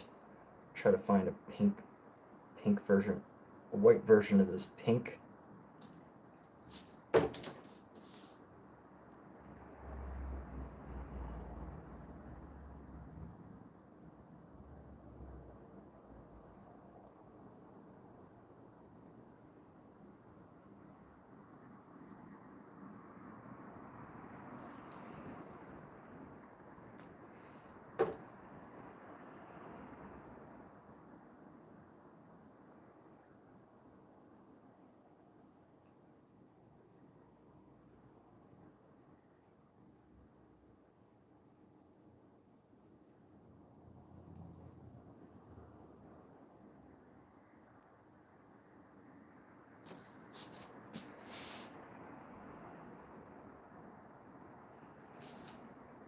I'm gonna get this ear right here.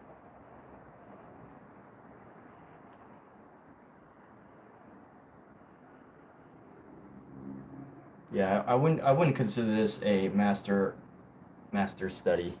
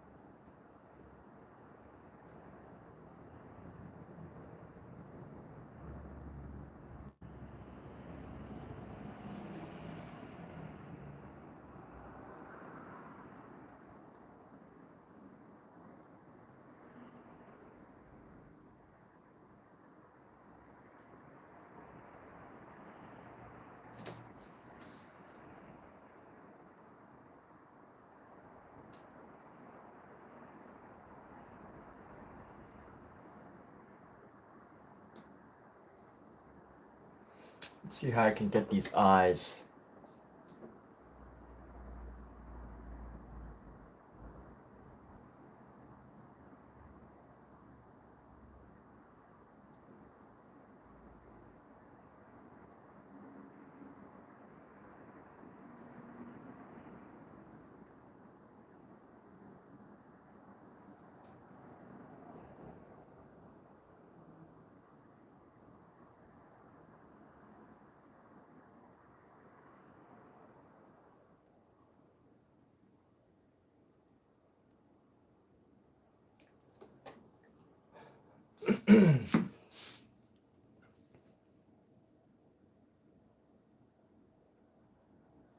As a vegan, you love animals. I love animals too. My cat is here. Although, you know, I don't. Do vegans and cats get along? I don't know if. Yeah, I'd be curious to know because cats, you know, are carnivorous and can a vegan own a cat? Like ethically, you know, now that it's on my mind. You know what? I'm gonna give. I'm gonna give some to our god figure here.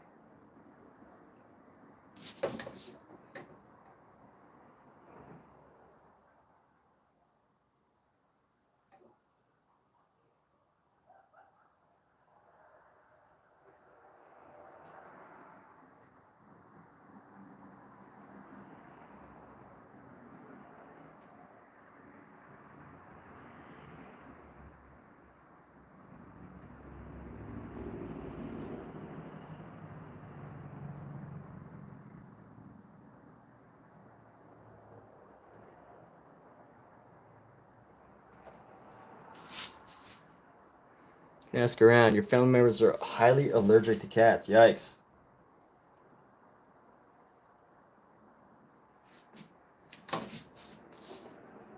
Are you allergic to cats? I guess it's really none of my business, but you know.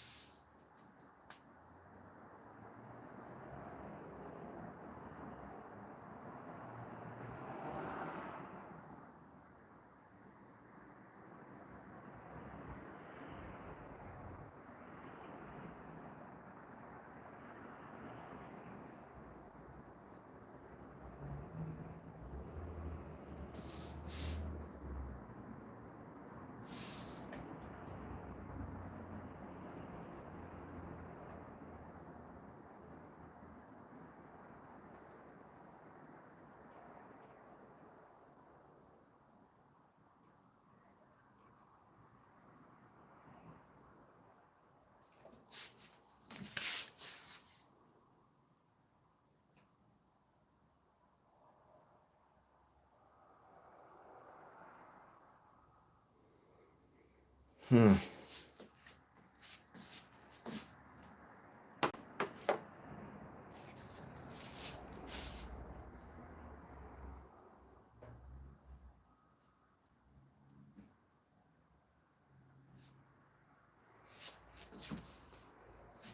Let's figure this out. So this nose is gonna come around like this. So the eye, bridge of the nose.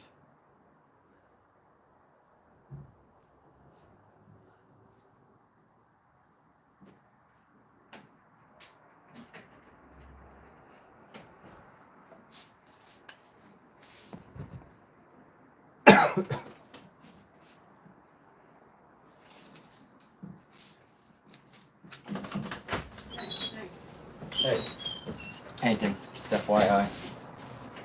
You want to deal with the kittens trying to get out? Hmm? You want to deal with the kittens trying to get out? No. How are you? Good, how are you? Good. Nice. That's great. Thanks. Yeah, really good. Coming along. I think his butt is bigger. Huh? His butt is bigger in that picture. In the picture? Yeah. Oh, you mean it comes out more? Yeah. Yeah, I mean, there's more separation between his thigh and his butt, but yeah, I get what you're saying. How are you? It looks like he has a mullet. Does it? God has a mullet. Mullet. Huh? Nice. This is rock star God. Ah, God the rock star. okay. All right, let's see.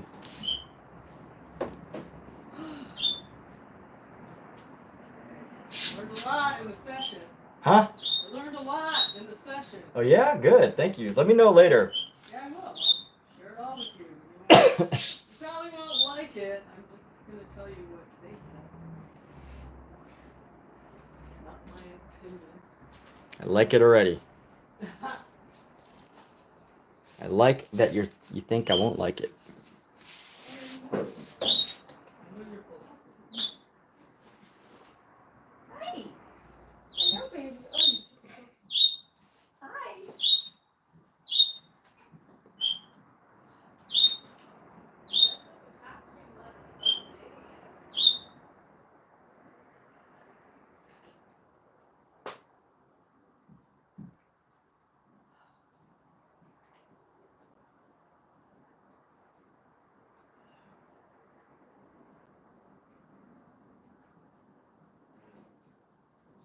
Path of least resistance. When you like to draw.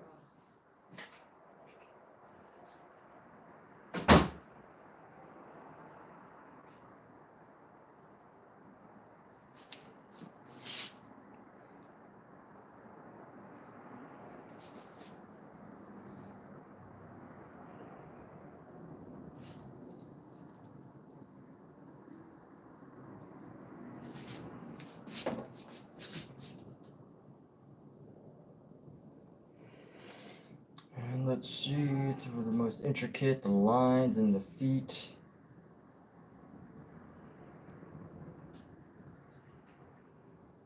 Got like alien feet right now.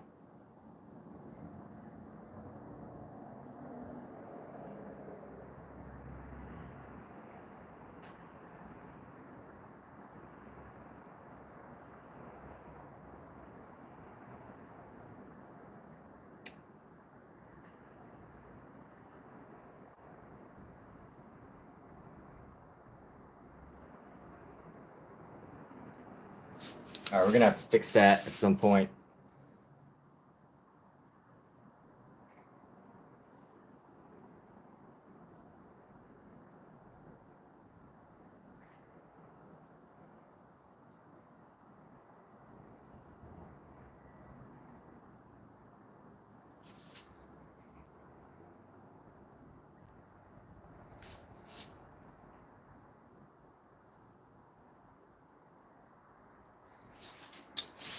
And let me see. So we've got a couple good things going.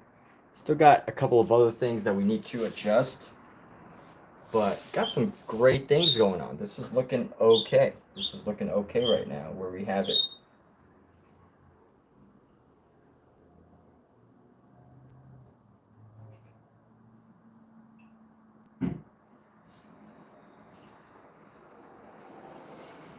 Let me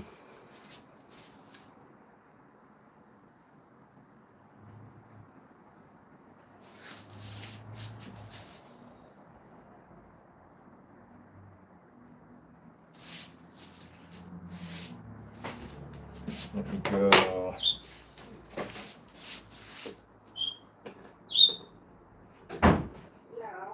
You want to tell me some of the stuff? Here, tell me now. Let me put away my headphones. Is it okay for people to hear it? Okay, hold on. Don't give away too much. Just, don't give away too much opinion. Just, huh? All right, hold on. Let me taking out my headphones right now. All right. What's the verdict? Huh? Yeah. Huh? Yeah, well, I mean, I feel like that's like something doctors, they're like, they have to say it.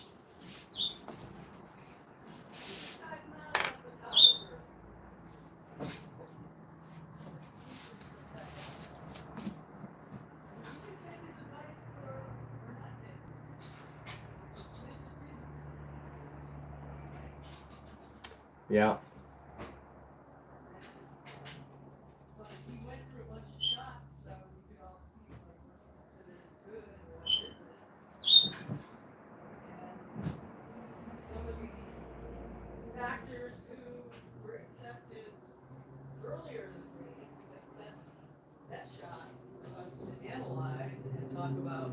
Type. Before you do your shots, you should figure out what your type is. What do you want to project? Mm-hmm. Not just a good picture, but he's talking about your personality, your essence, your type, what you want to project in your acting. Mm-hmm. So your shots should have life to them. They should have something that really showcases who you are. Okay. But you have to figure that out first, and then you consult with the photographer, and you work together to project that image. And if you're a guy who has facial hair or long hair, you want to embrace it and go with it. Yeah. And just use one shot. It could still be, two different looks, but keep the hair, don't shave it, keep it. Right. Both shots.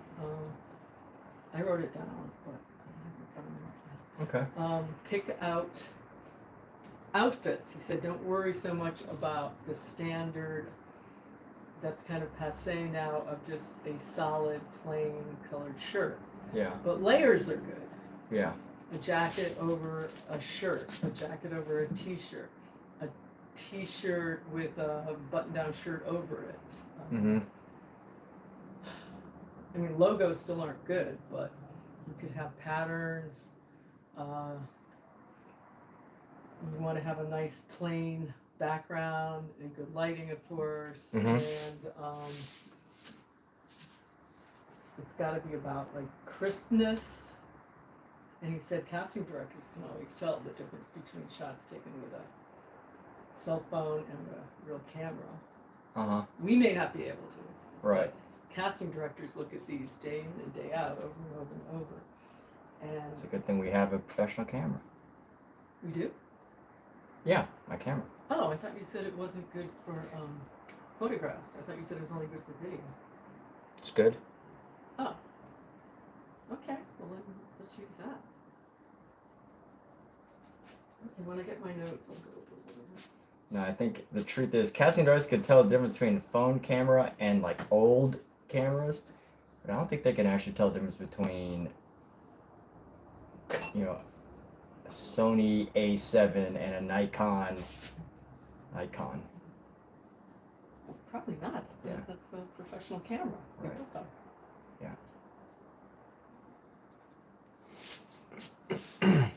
And having them a little off center is more interesting than being right in the center and looking like dead at the camera. Mm-hmm. But I already told you that I learned that from the class that Mhm. taught me the course. Right. Your eyes need to pop.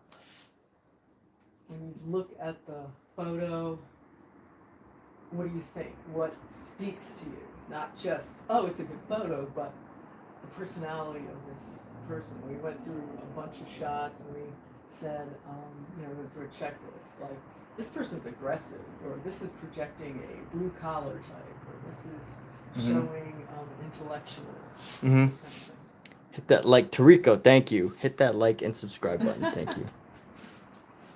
So that's what I learned, among other things. Yeah. He really liked my shots. Yeah, your shots are great. Yeah. This one girl, boy, she had shots that looked like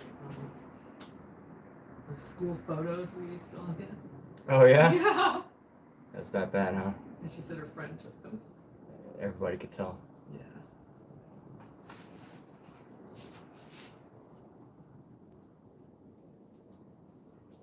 And then one guy, he had 2 different shots.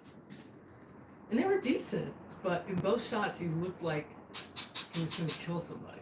Oh, yeah? Yeah, they weren't different at all. They just had this intense look like he will die. If you talk to me. He's probably a really nice guy.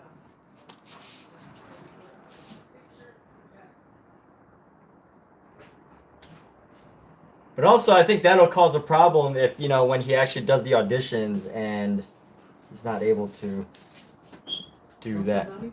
Right. Do that role. Well, that seemed to be his natural look. Oh, okay. Yeah, serial killer. Oh, well. And there's a class on branding that he suggests we all take. Didn't you do that? Yeah, I did, but it's a small session that is going to be better. Like, this was a lot of people.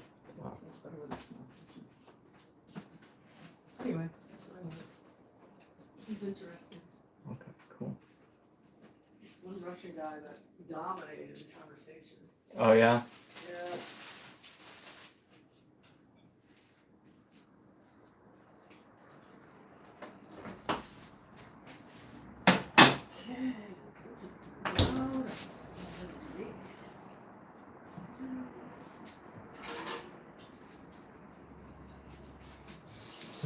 We're gonna grab some of this blue. I don't know why this is all, there's like this black shade here.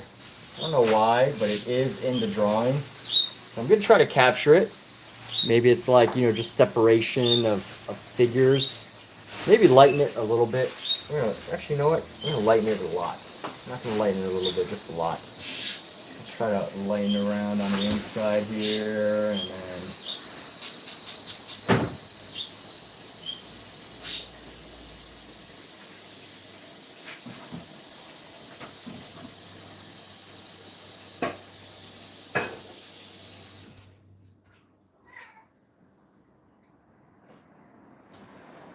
Hello. Quick start.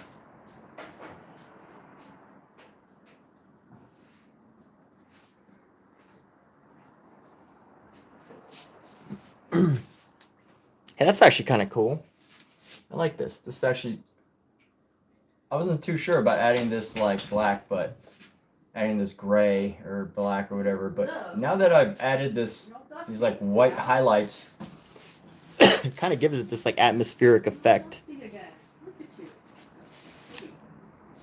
And we're doing good. We are doing good here. All right. So let me see how we can actually, what else we could do. We're gonna go in right into here, just create like a really subtle cloud formation here. Does that do anything? Yeah, that kind of gives the shape to clouds. And maybe a little bit right here, just a little bit. Just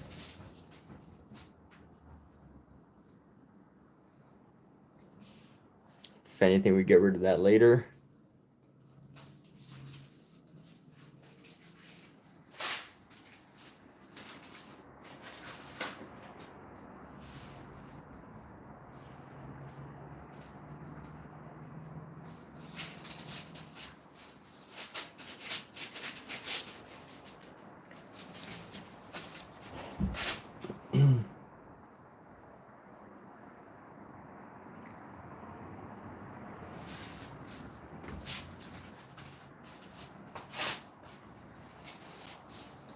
All right, let's figure out this section. What's going on in this section right here? I don't really know. This is a grassy area, I think. So let's try to find a good grassy color. You know what, now's a good time to get in with our grassy color too. I'm gonna go over this again with our grassy color. So let's find some yellows. Actually, you know what? The grass is going to be darker closer to us. So let's find... Actually, how do I want to do this, actually? So much grass to paint. Do I really want to... So much grass to paint.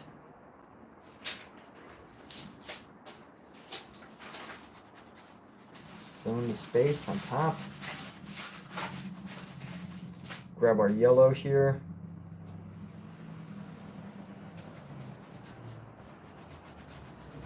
It's a little bit too bright. It's like a neon green. Not too sure about that. Let's go in with some blue here. Hi. Mix it in and see if we can dull this green a little bit. Did she say hi to you? Yeah, she did. She said hi to you. Hi. It's kind of like a pie.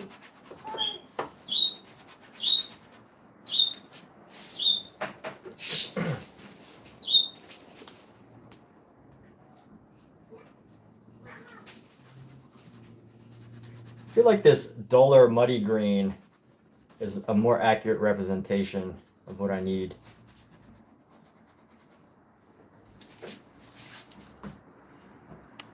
Like this green is just too pop. I feel like it's too pop. I'm trying to figure out like what a good green would be.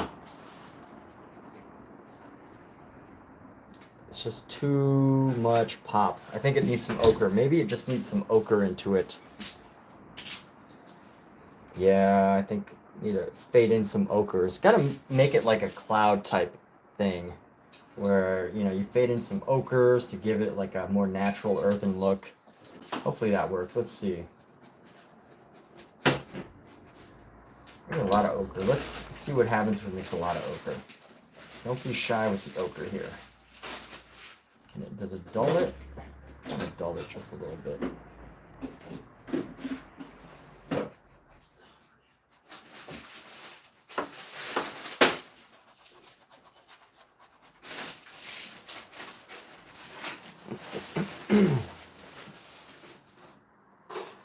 Yeah, you know what? Let's grab some more ochre. I don't use ochre enough.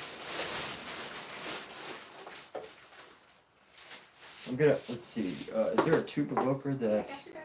Daler Rowney. I want to use up all my Daler Rowney, Georgian Daler Rowney, because it's hard to tell.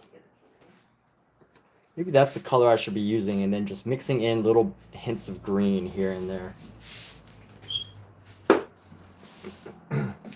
Like this looks like turf green, like golf course green. I don't really like this color.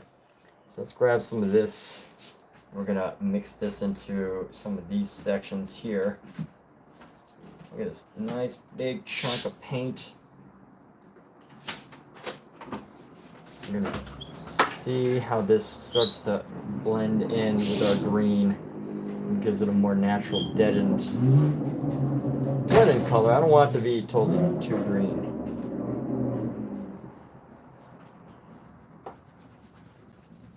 Or maybe what I should have done is like patches as opposed to like just filling in the space, but whatever, we'll see. We will make this work.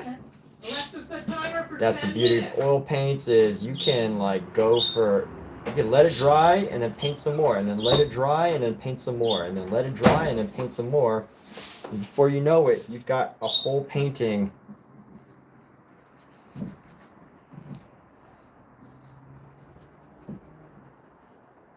with like so many elements. Yeah, I do like this green a little bit better. It's like a golden green. I like this green a little better. Feels more natural. Now, if only I didn't spread so much. So now it has this like, you know, this big patchy green right in the front. But I think eventually I will be able to adjust it. But you know what? I think even like this yellow green tends to go well with, go well against the red. So feeling good, feeling positive about what we've done. And then at some point, I think I'm just gonna go all out and just be like, you know, this is how I paint.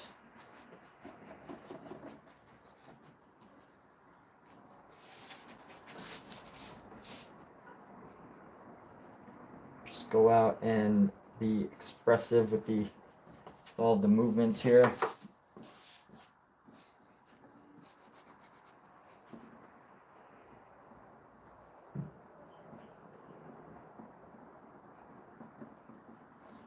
Lion is of the earth.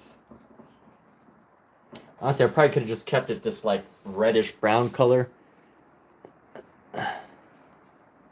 We'll see. I don't know. I'm unsure. I admit I don't know exactly how to proceed.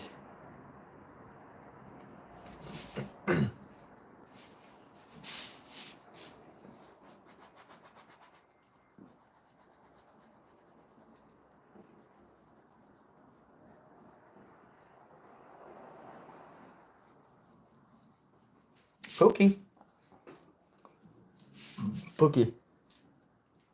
Yeah. Because this doesn't look good with the yellow. I think it blends in, this lion blends into the grass here. The grassy area. But I can make his butt bigger by making his quadricep come out just a bit further right here. Okay, and start to shape his body.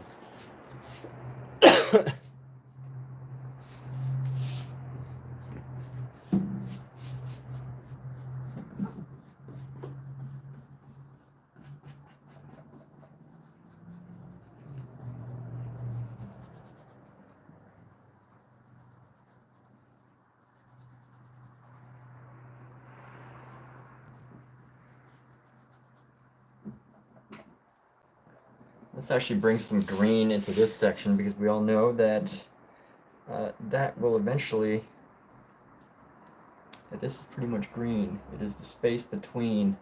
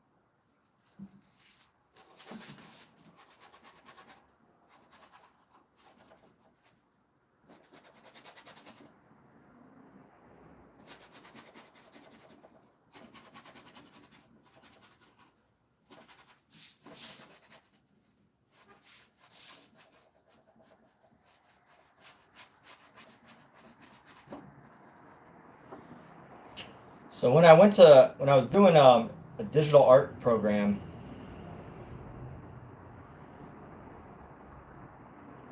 studying to do concept art, the thing that I really noticed of having a live mentor that was really interesting was he would constantly say problem solving when he was teaching me how to do digital painting. And I always thought that was interesting because, when I think problem solving, I don't think, I don't think painting is solving problems, right? This was before I really got serious into art studies.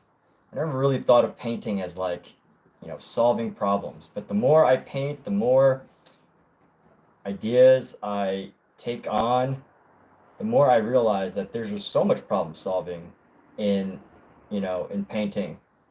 Not quite the same problems that like might take a century to figure out, like math or physics, but definitely, trying to figure out like what exactly you need to do to make the colors look right. What is the shape that you have that needs some modification? What are the designs that you have going on that need updates? What needs to happen to make something look more natural?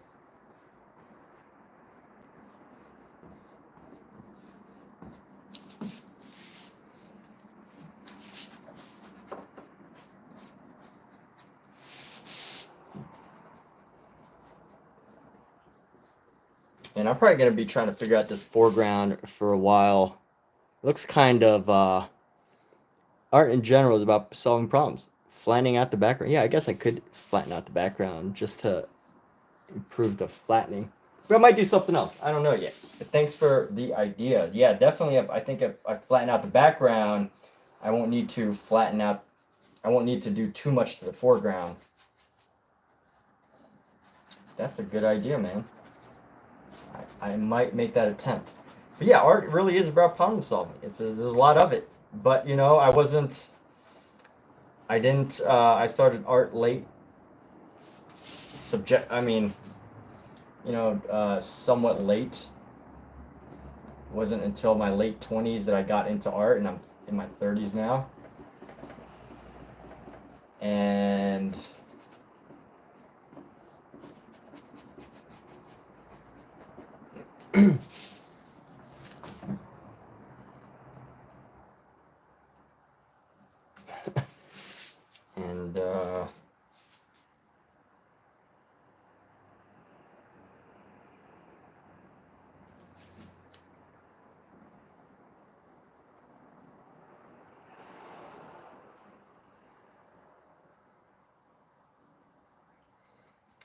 and that language was new to me. This language of problem solving your artwork.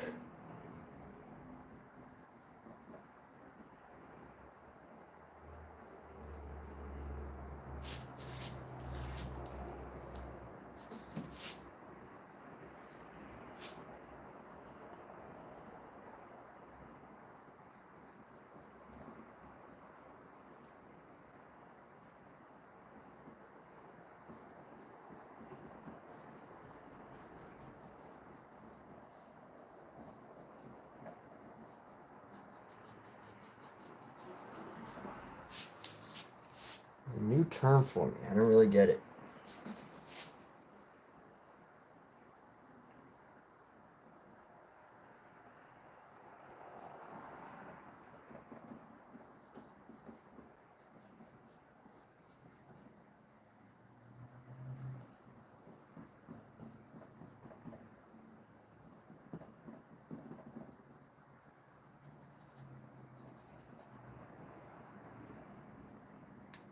But I do now. I get it now.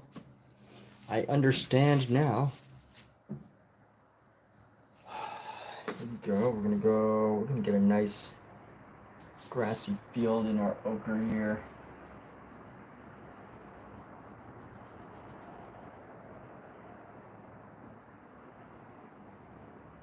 I mean, maybe I still don't fully get it, but I understand a little better of what they were saying.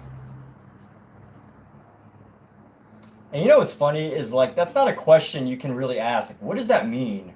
Problem solving. And it's just like, like you're solving problems. It's like you don't really know until you get started. So it's just an interesting experience to could go problem solving. What does that even mean, problem solving, when it relates to art?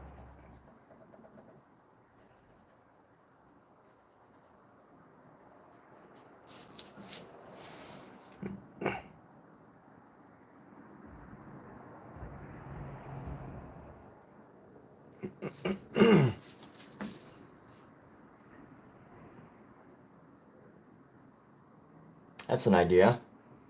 That is one idea.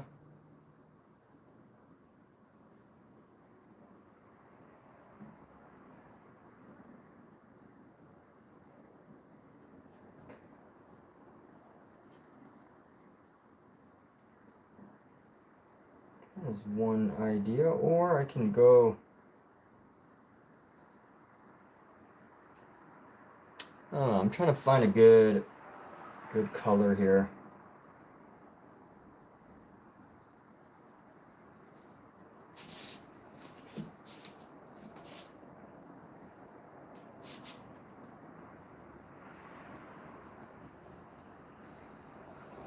Yes, I could go, you know, I feel like if I wanted to go like Japanese wood block prints with this, I would have had to start way earlier.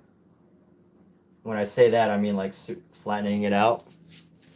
But I think all I just need to do is really just add some shadows around and just see how that goes. Let's go add some shadows. I know shadows are really like old school, like no one really cares about your ability to put shadows anymore, right? Like who actually cares about your ability to put shadows? I don't know, but I'm gonna go that route. Let's go that route. Let's go with the route to add shadows. False sense of shadow here.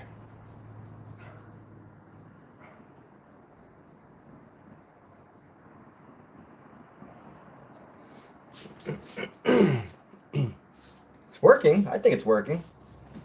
Feels like it's working.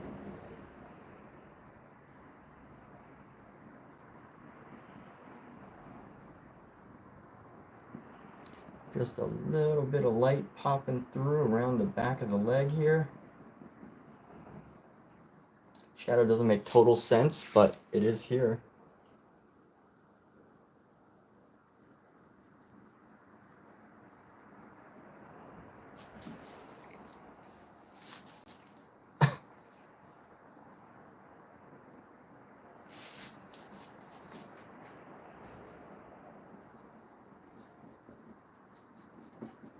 And eventually we'll do something else.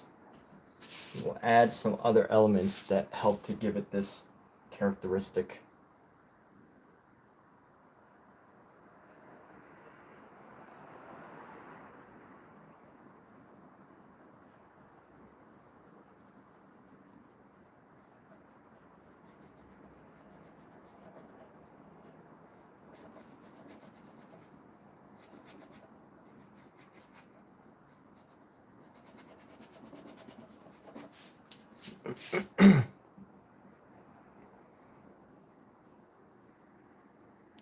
It's like El Greco is having a conversation with Cézanne. Cézanne. Shadow or just brilliant use of color. The debate rages on. But here's the problem: is like I feel like compared to older artists, there's like, you know, you're not allowed to debate things anymore. Like the final answer today is that, oh well, everything is correct and nothing is correct, right? Everything is correct. But I think the truth is that the artists back in the day, Vincent van Gogh, Paul Gauguin, Monet, Picasso, you know, Frida Kahlo, like they could probably passionately argue their views on art, and they would do so. But of course, you know, you don't just argue with any random person, and I don't mean argue like, you know, like argue like fight argue, but I mean like argue as in like passionately discuss their thoughts and views on art. But it's like hard to, you know, find people to do that with anymore. Like even me, you know, I post on, I go on these like groups on Facebook, like one's called Rude Artist Group, and I go on there looking for rude feedback. You know, I want like the harshest possible feedback I could find, and I purposely go there for that. And sometimes when I get feedback, I'm like, whoa, that hurts. This person's like mean. This person's rude. And I'm almost offended until the moment that I realize, like, oh, I asked for this. So I find that funny. But I can only imagine, you know, someone who's maybe not as like conscious of these emotions, right? Who's maybe like, what? How can they be so mean to me? How could they be so rude, even though I asked for rude feedback? And, you know, so I could totally imagine someone being very upset, asking for really harsh, rude feedback, and then getting it, and then being like, that's not what I really wanted, you know? Especially, you know, when I think of myself, I'm like, oh, I even consciously know of this emotion, yet I'm still affected by it. So I find that an interesting thing. Yeah, what's better, right? Like, what? Let's debate. What is the better? Just the deep expression of color across this entire painting. You want the Rude Artist Group. Create the context. It's my conversation. Yeah, so the Rude Artist Group is a group on Facebook. You should be able to find it just looking it up. I don't go on there as much anymore. Because they've gotten too polite. I know that sounds funny, but they've really gotten too polite. They have like, you know, most of the comments are, wow, what a beautiful painting. This is amazing. And, you know, that would be good and all, but like, not if you truly are looking for people to like give you, you know, good, thoughtful, you know, feedback. And not only that, but like all the good comments are like from people that don't even like really post art about their art. So it just feels like I'm gonna be using some harsh words here, but like super amateur, like afraid to, and you know, I consider amateurs people who are literally like afraid to, you know, get or have feedback. That's what I consider like amateur, you know, because I think anyone who's actually been to like a serious school or like serious study has actually sought out feedback from people that they care about. Now, not necessarily like rude commentary, but like, you know, if everything's all nice, I don't take that as a sign of serious art commentary. I don't know. Maybe I'm just overly critical. What is this? This like doesn't even look like a field. It's just a very unfieldy field. So I think it needs some blending. There was never any like real carved paths, right? Like there would be no carved path when Adam was being created, right? There would be no carved path. These look like carved paths, and that would make no sense. No such thing as a carved path when Adam was created. What is this? This is...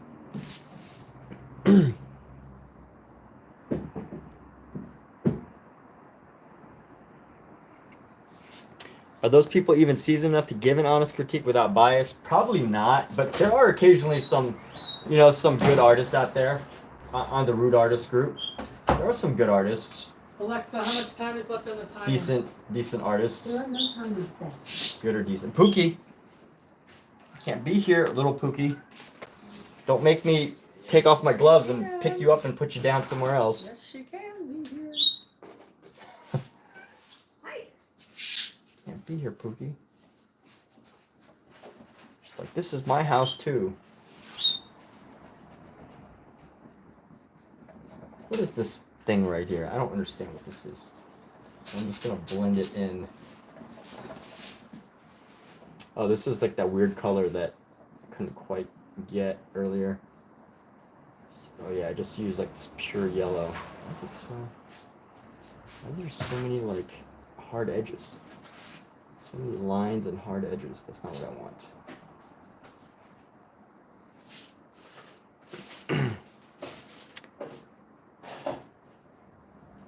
Put a flying car in there. Yes. Let me like, get the main I'm gonna get the main, painting done, and then I'm gonna start just adding stuff. Like Trump riding the lion.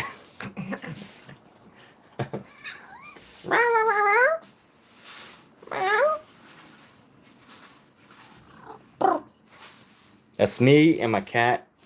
I speak 2 languages, English and cat.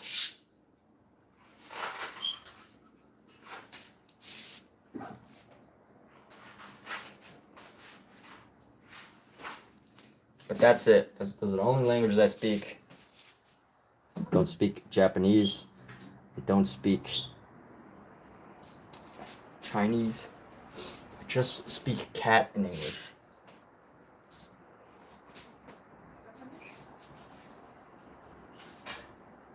I'm gonna darken this space here. And then we're gonna darken this space as well.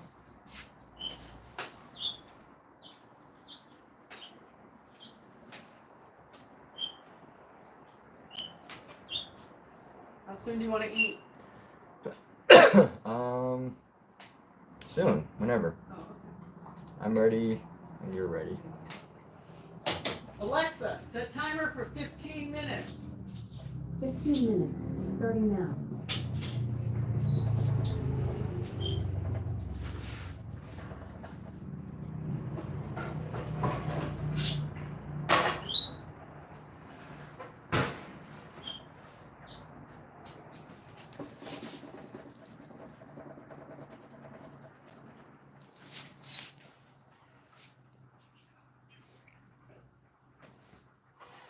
You started Japanese on Duolingo? How's that going? How is the language learning going on Duolingo?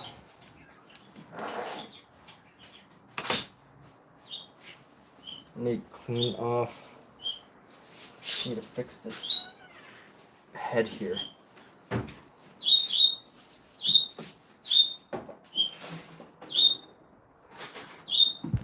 This right here. Add some white.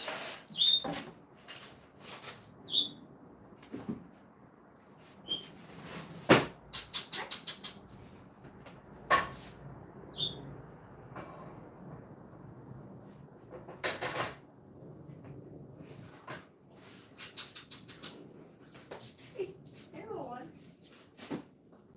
Creatures.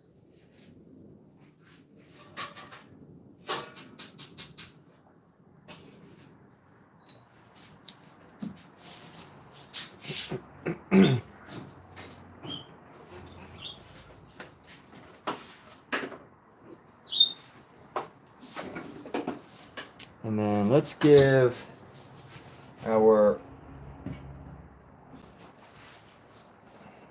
God figure, or the creator figure. I should stop calling him the God figure. The creator figure, I think sounds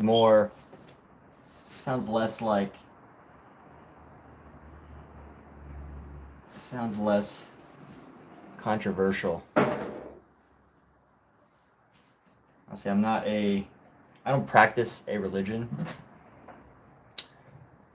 so I don't know if y'all can tell that.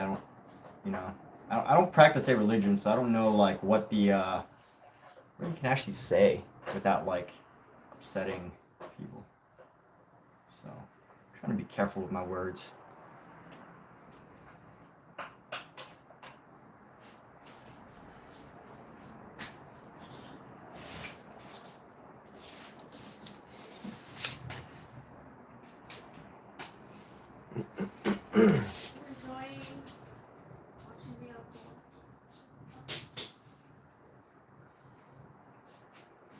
Like I know in some religions, like you're not even allowed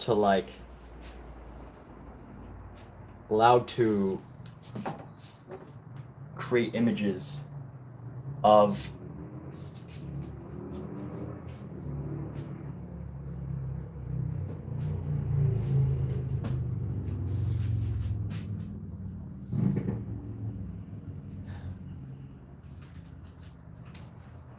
of a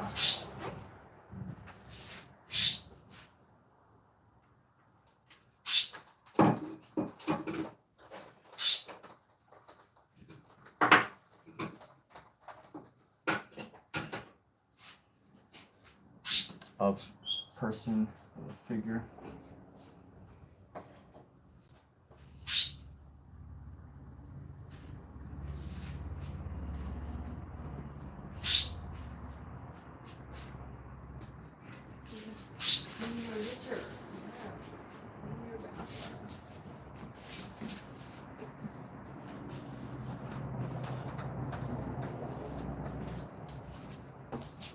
Okay, here we go. We're gonna go, let's go with this.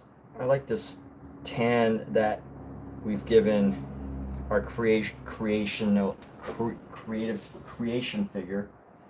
Our figure that created, figure of creation. Oh yeah, and here's what needs to happen. I need this dark brown to go into the beard.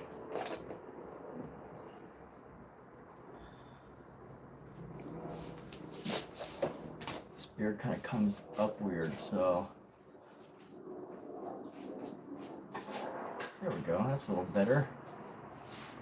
Give him a good full beard that covers his neck.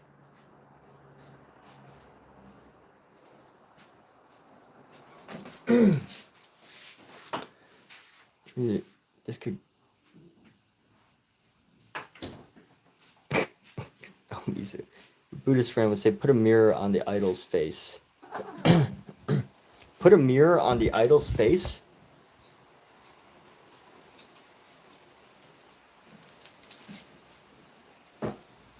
That would be kind of cool. I might, you know what? I might take that idea. Ah, yes, the idol. That's a good term for this. That's a good term. I like the term idol. Need huh? What do you say, Kat?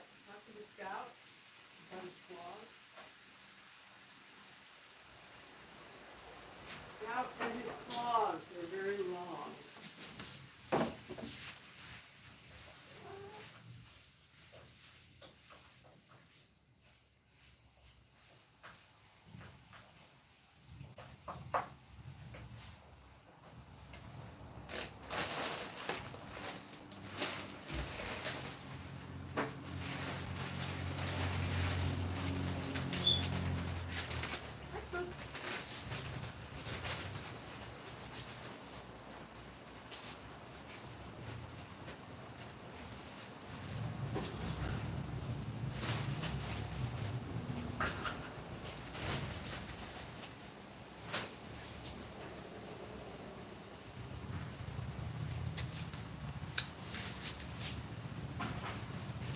Something still looks wrong with his head and neck.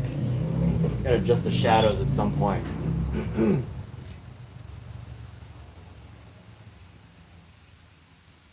Boy, painting classical scenes is lots of work. Why is that surprising? Not.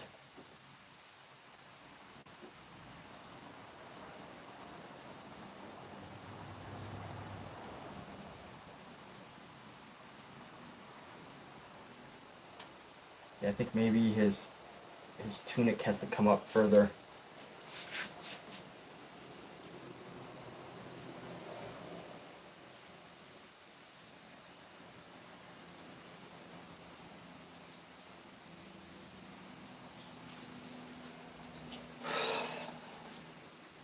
Okay, let's do this elk's horns.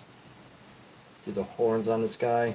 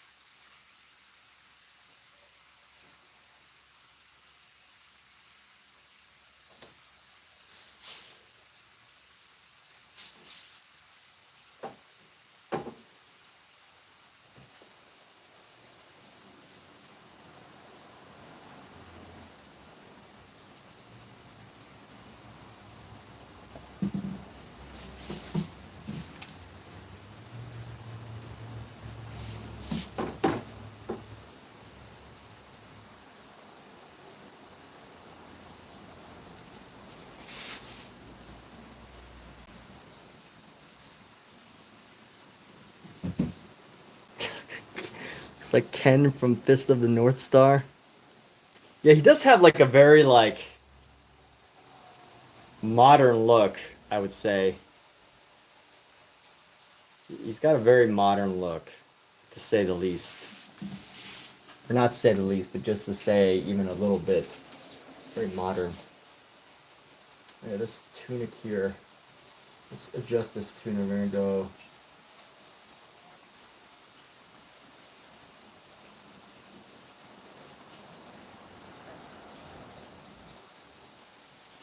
His neck looks so messed up, but we will fix that later. Let me figure out how his arm needs to appear here. You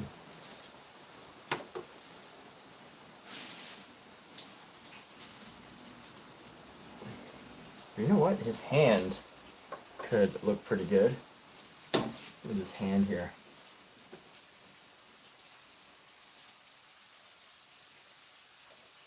Add some highlight white.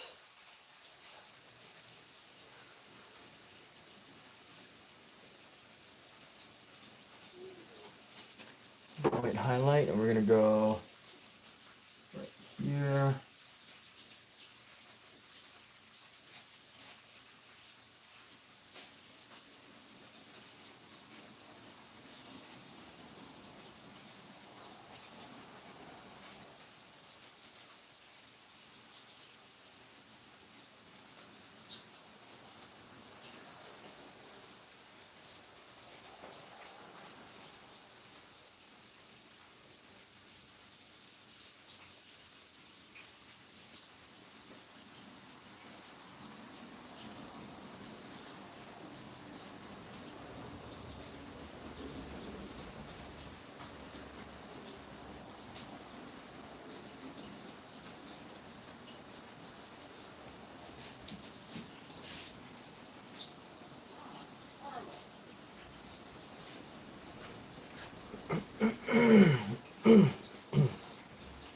Alright, now let's find some way to establish these other hands here.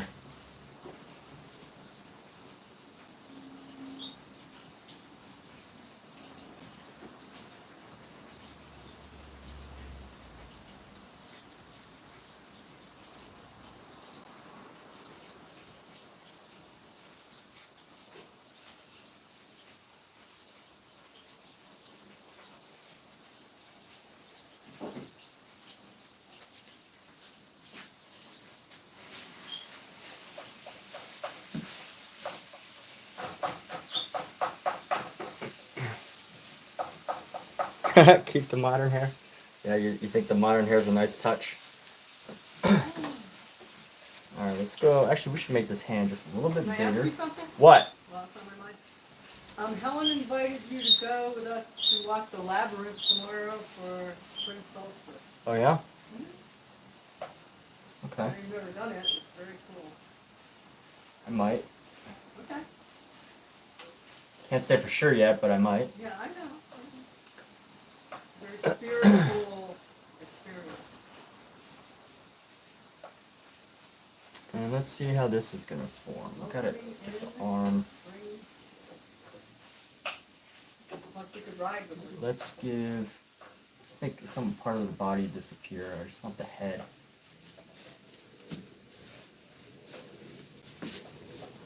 Now let's find the shape of this arm. This arm has been bothering me. Sketch out the arm. So let me try to figure this out, alright? No distractions. Alright, so we got the hand right here. The head, shoulders are gonna be right around here. Maybe I should just like sketch this out better.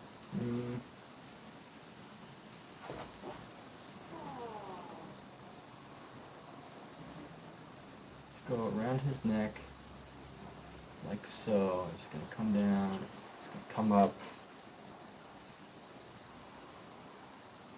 It's gonna come right down to the hand. This is gonna come up around the shoulder.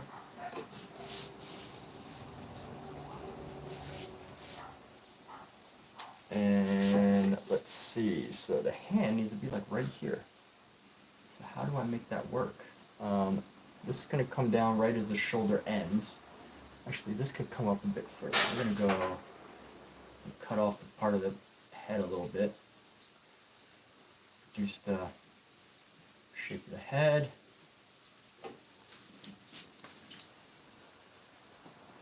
Okay, can't be here. Go. Go somewhere. Don't get your tail on this paint. Go. Move your booty. Hey, psst. Pookie. I'm gonna punch you in the butt. No, I won't, but. Pookie. Pookie. Stop. Go. She can't have her tail on this. Hey, Pookie, come over here. Pookie. Cat. Come here. Pookie. Pookie. Go. Can you wipe off her tail? Come here. What do you want me to do? Can you wipe off her tail, please? Where is she? She's right here. Come here. Pookie.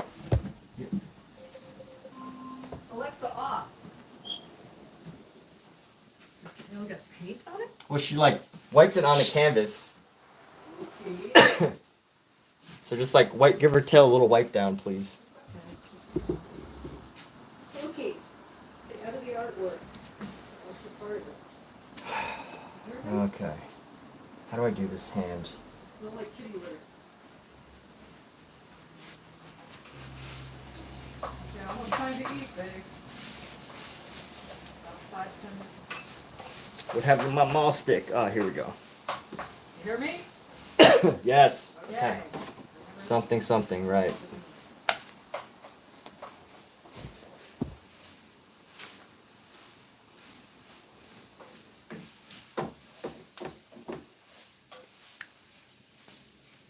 Use her tail as a brush.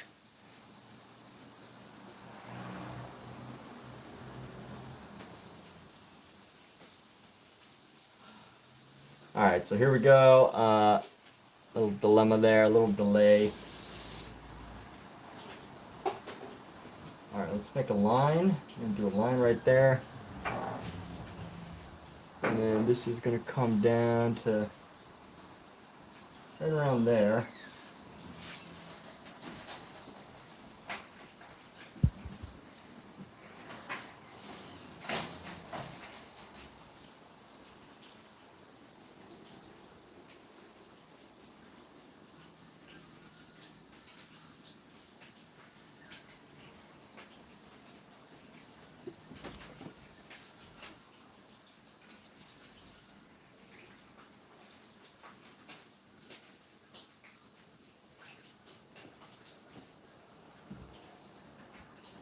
Pookie, did you wipe her tail off?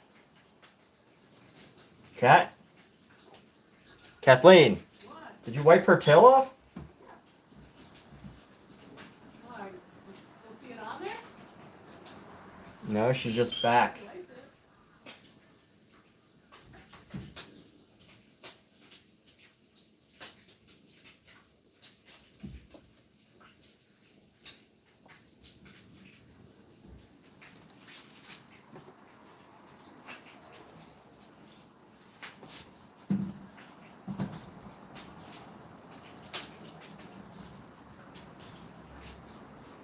Let's go. We're gonna bring this hand.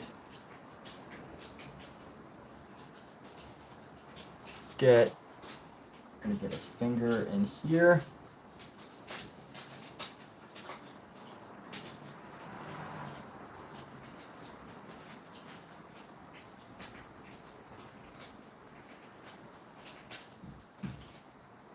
Finger here. And then Did I wipe your tail off? I did.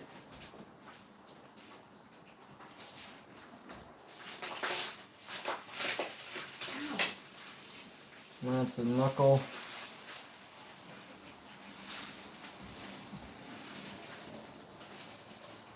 And there we go. Poof! Oh, scout. All right. How's that hand? We're very Is that- curious. There's things going on here. All right, so let's see what we can do about this. I'm gonna go.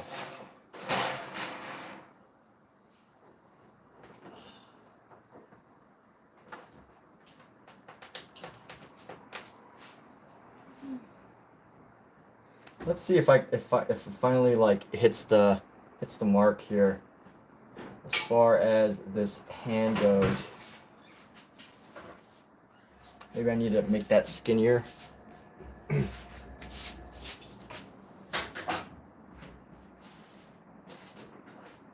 Honestly, this is the hard way to do things. The right way is to like the easy. Well, I don't want to say easy because look how oh my gosh, these proportions are so off. I'm already looking at the hand and it just looks so goofy. It's such a weird hand. Why can't I get this? Because my whole sketch is done poorly. That's why.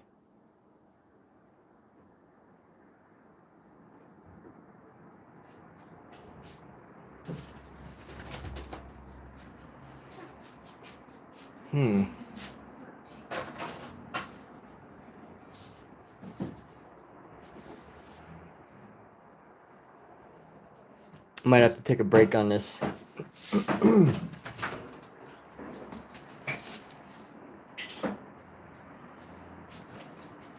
Well, I'm definitely gonna have to take a break on it. Kat, how much longer do you think? 10 minutes. Oh, 10 minutes? All right. Got a few minutes. Let's paint some other things while we're distracted.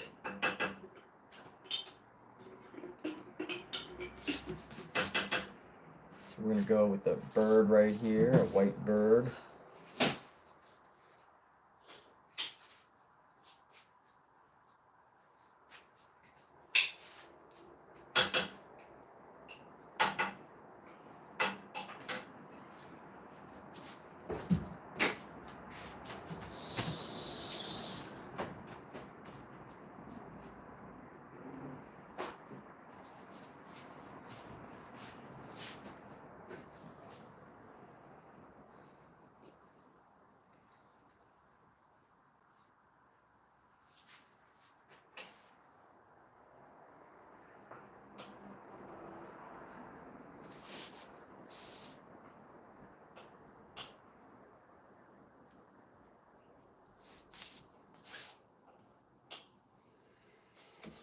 How do we get this cow? We all know that cows have browns and whites.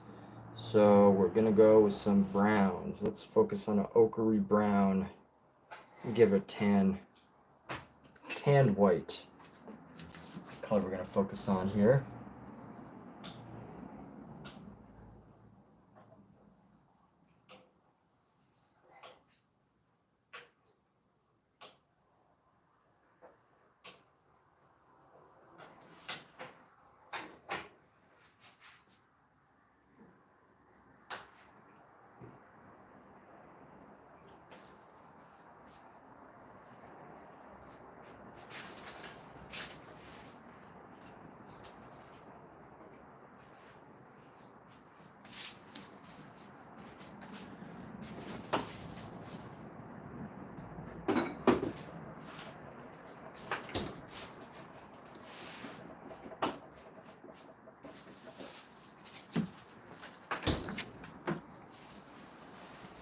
Yes, one day I will use Pookie's tail as a brush, just not with oil paints. One day, Pookie, we will use you as a brush. You'll be part of the artwork.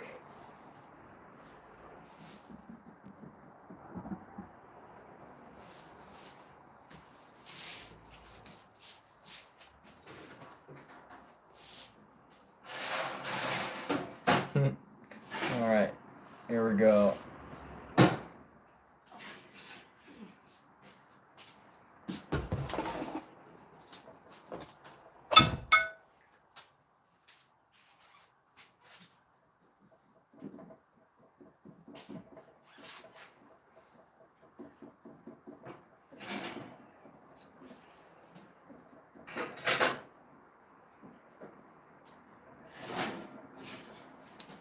I got a basic block into that cow.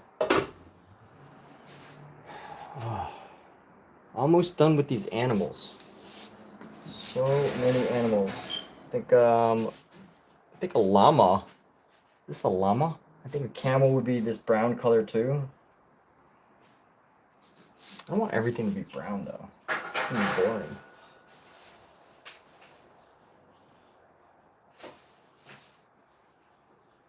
Boring.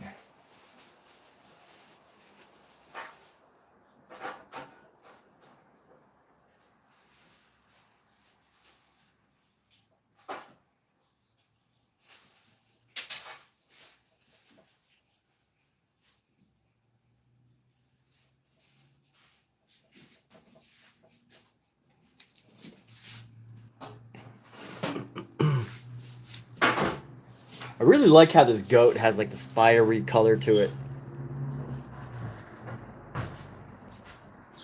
But that's a goat. It's not supposed to be. It's a goat, not a. Goats are white. So we could probably add some white to this There could one. be some brown. Huh? There could be some brown in the goat. Really? Yeah. All right, so we're gonna have brown and white. Talens goats. Okay, so this goat is gonna be brown and white.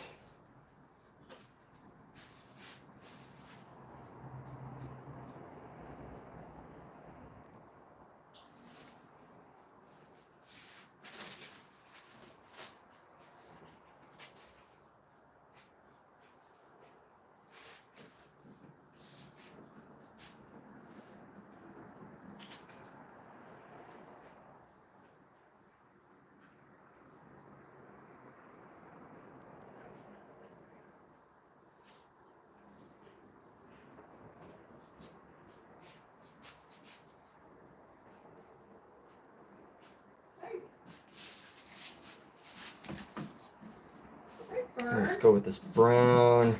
We give her a nice reddish brown here. Purple brown, purple red brown.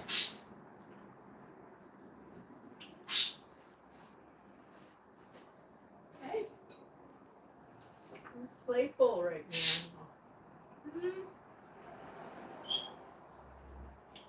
Lions. Who is playful?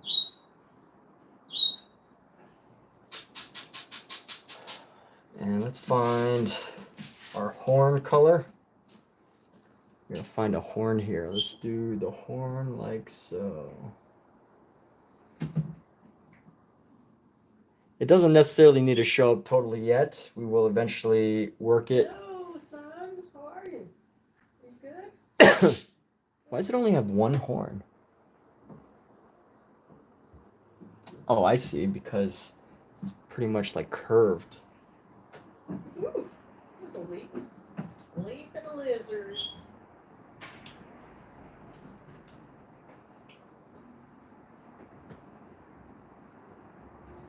There we go. Leaping lizards. Yeah, leaping kittens.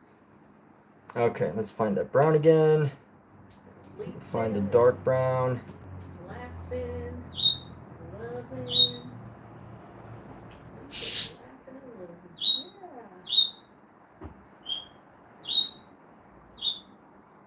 Yeah. Leaping and laughing. Crazy little things.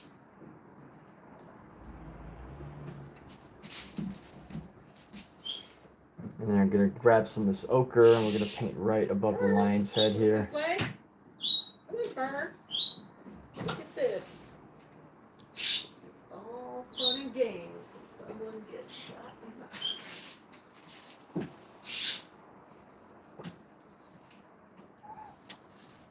the And so many more animals to add. Oh my goodness. I have like 5 more animals. I think once I get the animals, I can really feel comfortable where we're at because I'll be able to like finalize certain details. You're a regular Dr. Doolittle. Hmm? You're a regular Dr. Doolittle. Yep. Or Dr. Seuss. Dr. Doolittle. Dr. Doolittle ain't got nothing on you.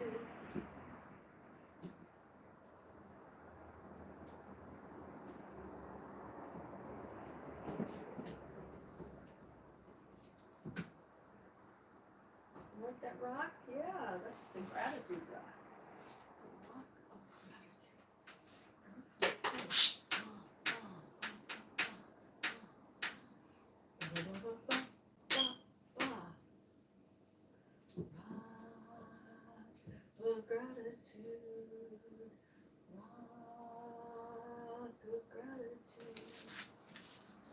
Let's find this little calf. This little calf right here. There's a little calf right by this elephant.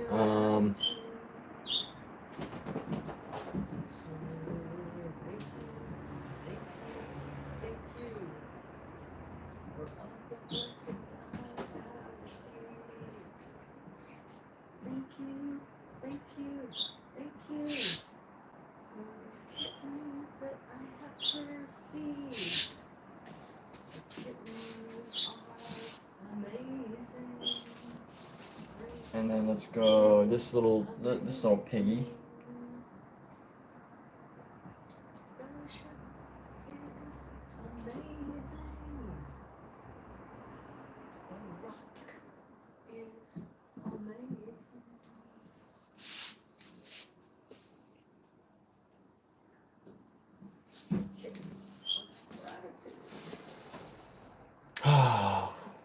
One or two more animals. Here we go.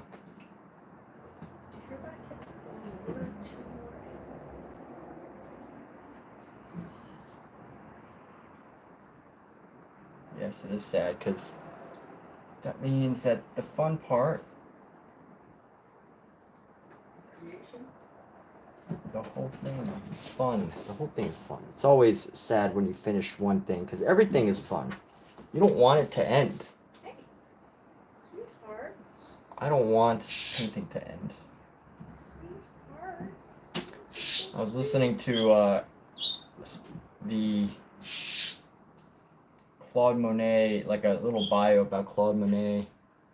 I thought it was so interesting how he, as an artist, losing your eyesight, that's gotta be so hard. He lost his eyesight. I didn't know that. Huh? I didn't know he lost his eyesight. Well, he got cataracts, Well, everybody gets those. which pretty much made him lose his eyesight. All right, I didn't have the surgery. Sad. Yeah, I didn't have to do anything about it. It's just a condition of getting older. Yep. They didn't have sunglasses yet. Those were invented to the 1920s. Did you know that? No, I didn't know that. Indigenous people of the north they invented some sunglasses out of ivory and bone that had little slits Mm-hmm. to look out of Mm-hmm. to help your vision in the bright sunlight, which of course was pretty intense. And it was $1,000 a day. Way down in South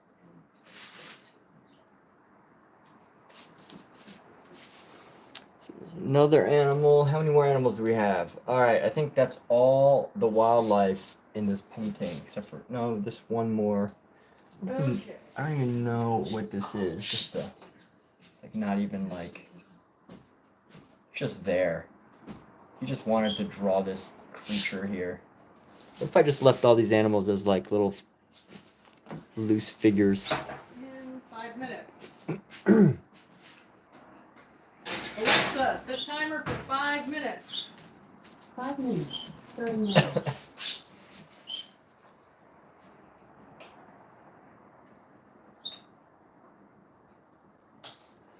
Alright, let's see what we can do about these figures. This guy looks like he has a crown, actually. Kat, can you tell me what these two are doing and tell me if this guy has a crown? Yes. Where do you want to eat dinner? Wherever we have space. This guy, does he have a crown on? That guy on the right? Yeah. Who is that guy? That could be Michael the Archangel. I can't tell if he has a crown. It's kind of blurry. Yeah. Probably my eyesight. It's kind of No, it is blurry.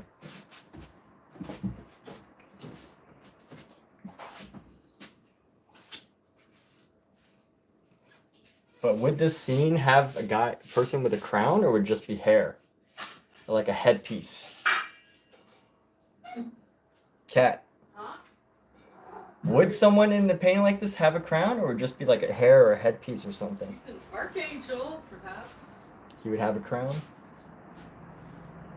Take a magnifying glass. No, I'm already zoomed in. It's just, this is as unblurry as it'll get. Oh. Really good eyesight.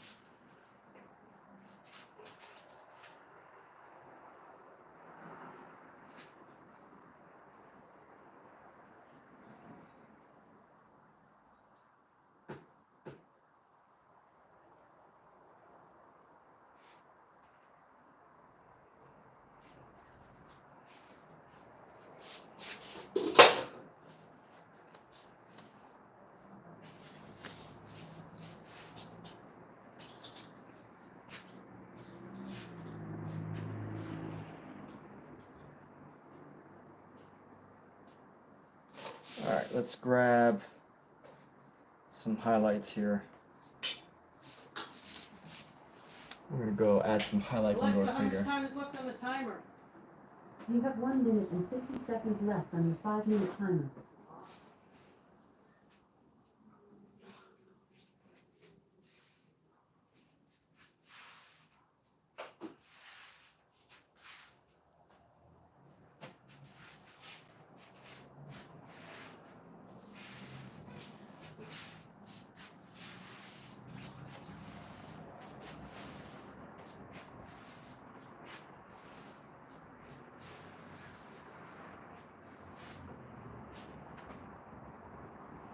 All right, I believe it's ready.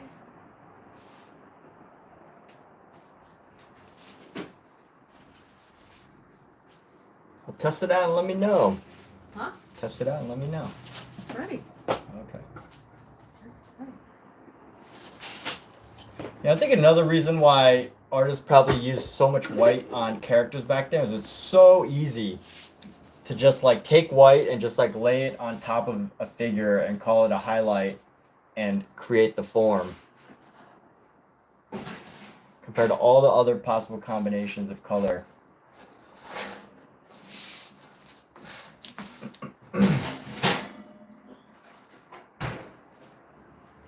Hey, get off the plates with your dirty little paws.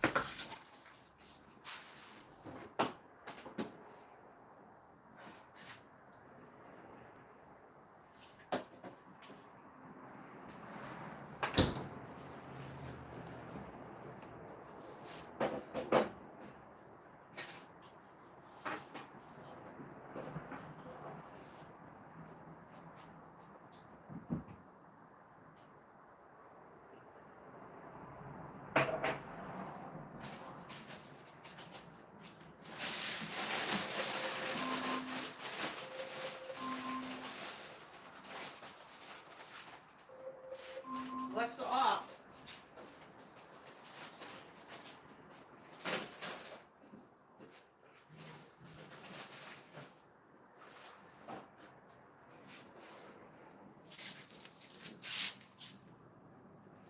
Cat hair brush.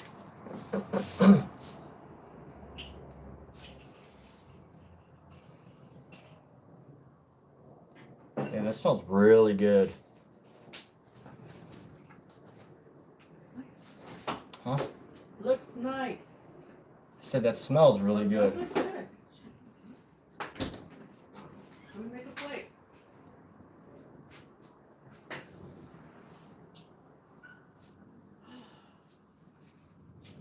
Make a kitty plate. Yes. Because I know you're going to try to eat it, right? I know you.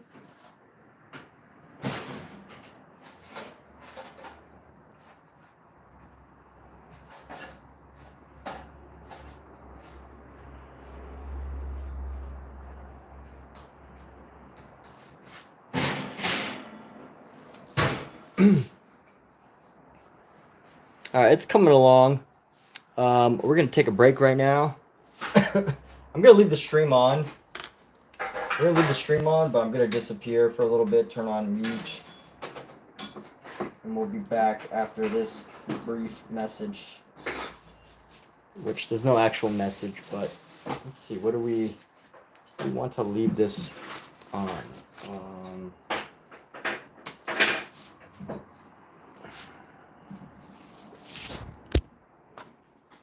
Turn it on mute.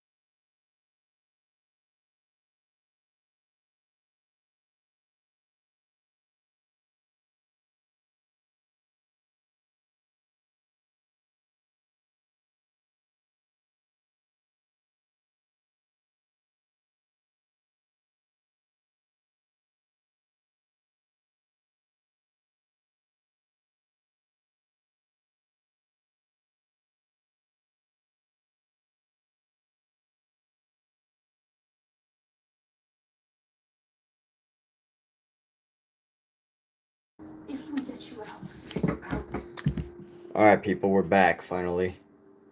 I lost lots of viewers over the course of the stream. However, we are back at it. Let's get back to it.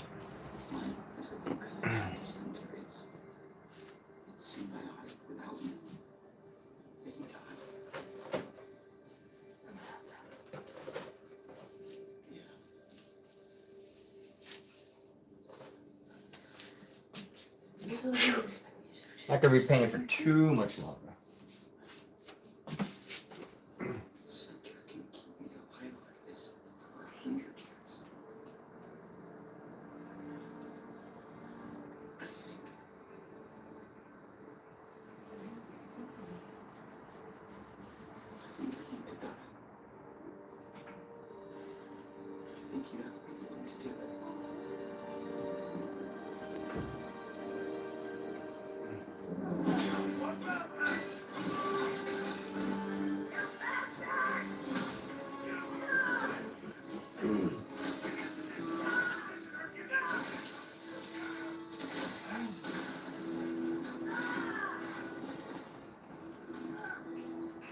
I like how the little body fits in a big body and a bigger body.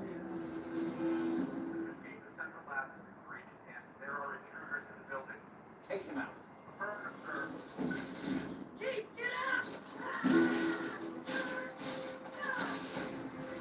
All right.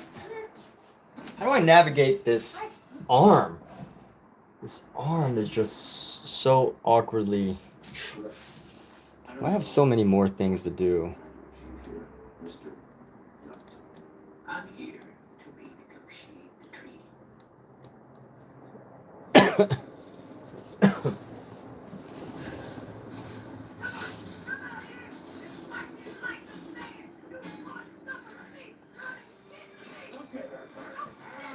All right, let's find different colored things here. We're gonna go with some blue Viridian. You get a big hole in your guts here, buddy. Power save for a little bit. Oh no, hang on. Are you still alive? Still alive? Why? Because of you, bastard.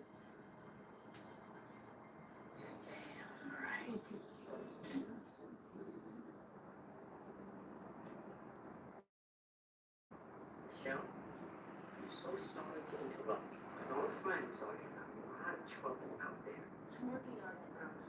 You ran out of time. That's right. I'm not pulling your plug. You would if you had to. I don't have to. We'll find another robot. Can use that. See how that looks. There's no How do I choice. feel about these? Always a choice. Everybody told me to move on, but I couldn't. You were all I had. I held on to you, and it worked.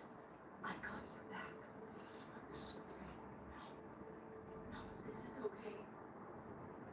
I haven't felt anything in 3 years. When I've been with you, I felt everything. It was awesome.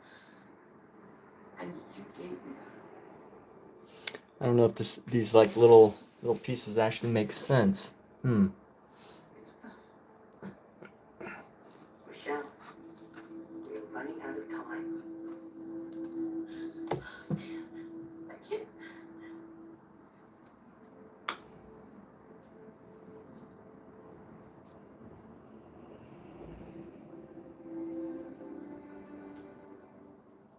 I don't want to lose you all over again. You can't lose me. Michelle, can you hear me? Please answer me. But you can lose them. You're the one who's gonna change the world. You know I never got to say goodbye to you. You never have to.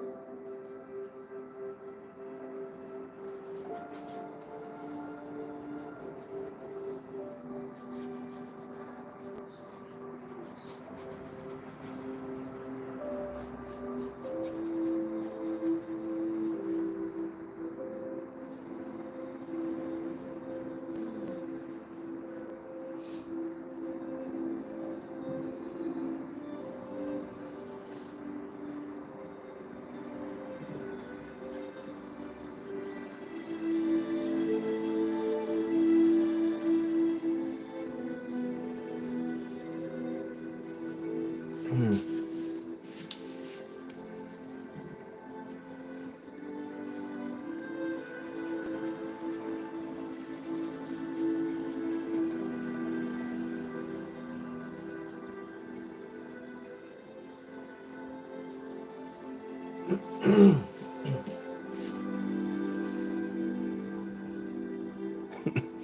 of looks like he has like laser eyes. Need to adjust that. Let's see how we can fix this laser eye effect here.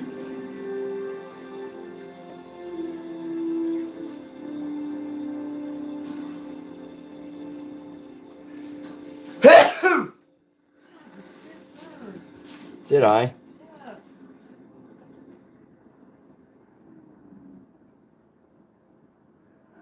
No! Seems like the day is ours. We won! Yeah! We won! No! Hey, Benny! Woohoo! What about? What do you think of trouble? All this loses.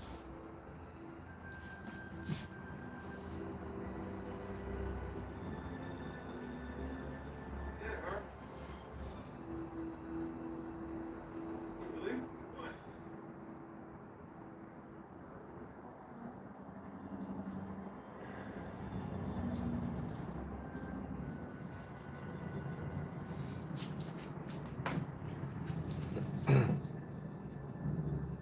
What am I supposed to do without you? I have nobody to do without my best friend. I love you, Herb. I love you. I mean, really.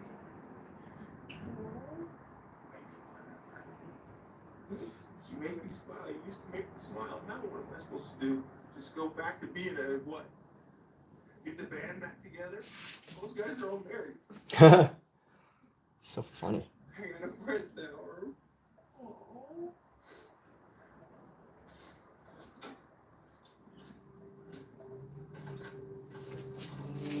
Look, it's a tiny robot. Oh, look at that. One more. Yes. What is this? Tiny. I've never seen this. Ooh. What? You said you were done. No, I said I had to sleep to save power for the transfer. Not my fault you got all emotional and don't get through. By the way, I didn't catch everything you were saying out here. Would you mind repeating some of it? I said we won.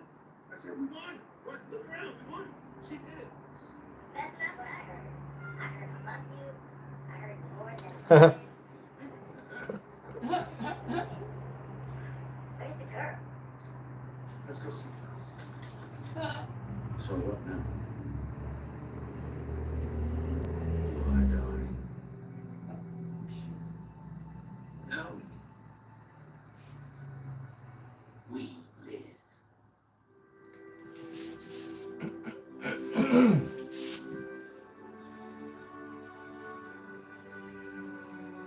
The entire city is shut down. The entire state, the country is at a standstill. Chaos reigns in New York City today as all center zones have gone offline. Across the globe, traffic control is running out of center as no one is getting used to sleep for any work. Any sign of how to get back online. Accusations today is a videotape was released purporting to show center's experimentation on a human child. Congress is readying subpoenas for center executives. Evil Gates arrested in Miami, tried for a private wedding down Brett. Calling city and the boardwalk exclusion zone. Ethan Gate is a sicko. Lock him up, throw away the key, sell your stock. I don't want to waste another word on this guy. But you know who I'm going to talk about? The girl who wants to survive.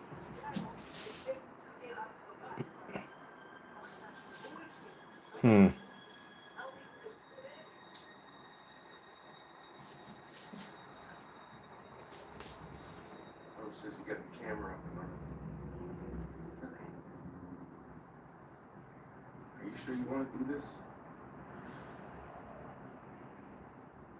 Try to connect those particles.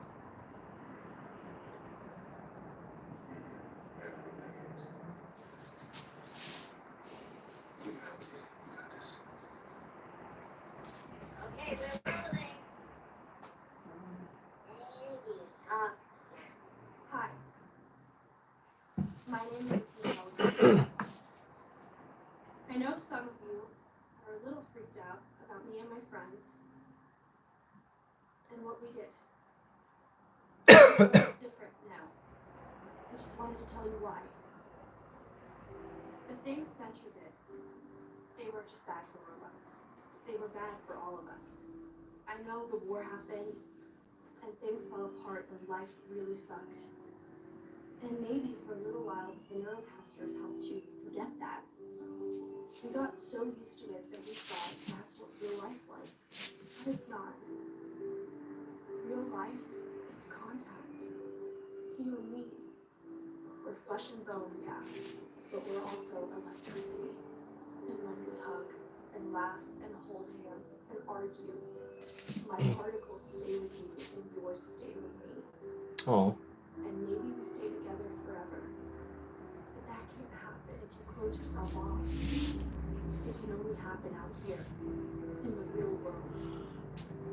Look around. There's someone near you right now. They're real, they're alive, and they need you as much as you need them. And if there isn't, Find you them. don't have anyone, then come find us. Because we're starting over. We're going to do it right this time.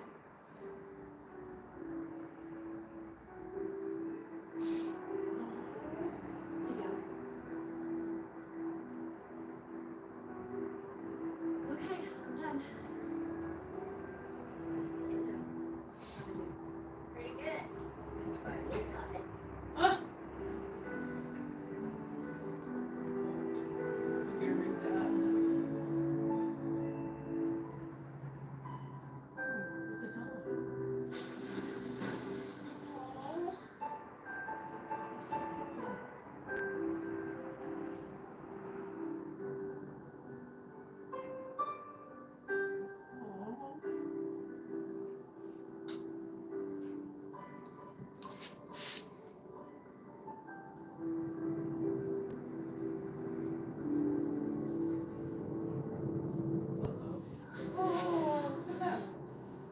What?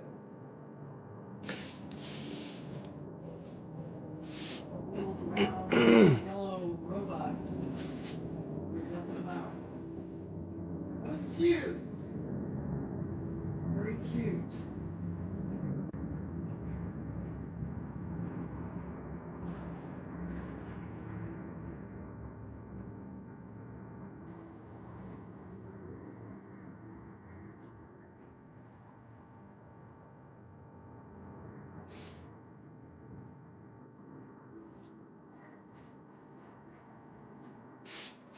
We're gonna take a break on these hands before we keep moving into this.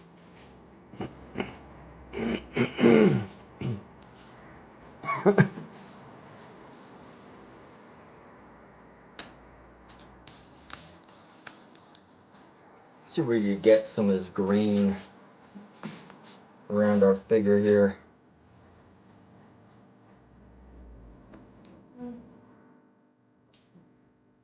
Nelly Tucci. What? Nelly Tucci. Who'd he play? He played the evil, what's his name? Skate. Skate. Oh, that was him? Okay. Azario. Huh? Hank Azario was one of the voices. Who's that? Sitcom actor. Huh? He's a sitcom actor. Oh, yeah? Okay.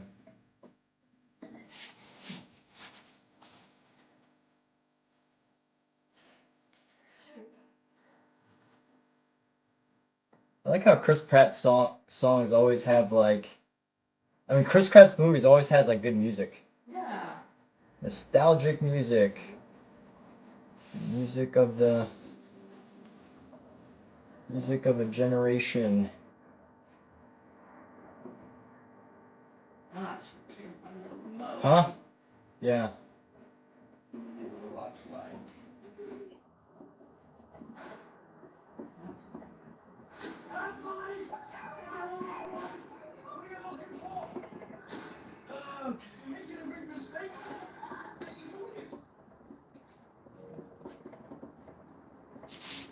Shower? Pretty Huh? soon. I'm gonna do the kitty litter. Oh. And then shower.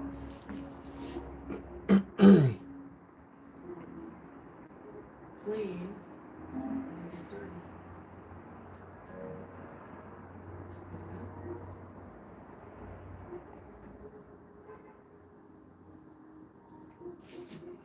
dirty. All right, I think at least for tonight, I'm gonna be done with some of the larger spaces, larger areas of color. So we're not gonna spend too much more time on that.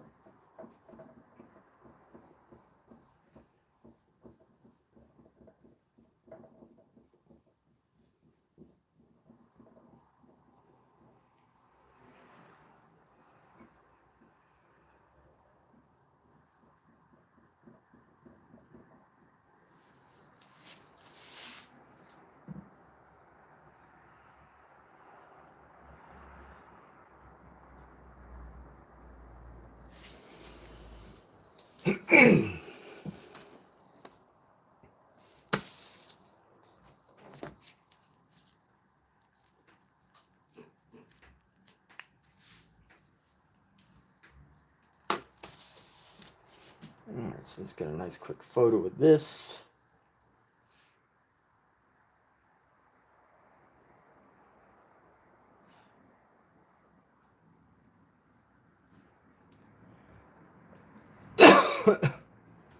Work in progress.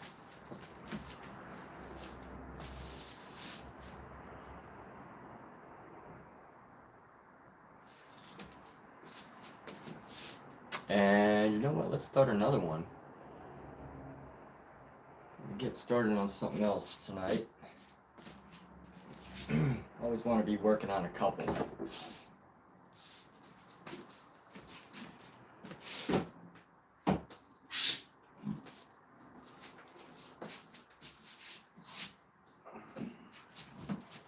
put some of the dishes away. You can do the rest. Okay.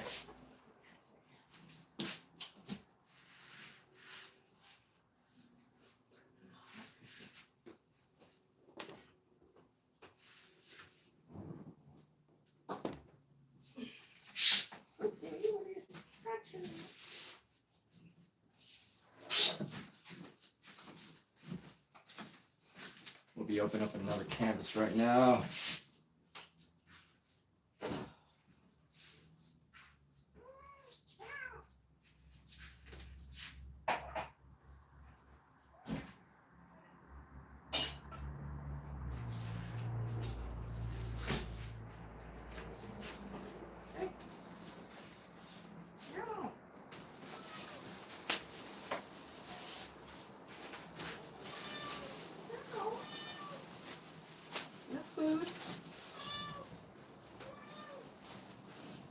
Like you earlier.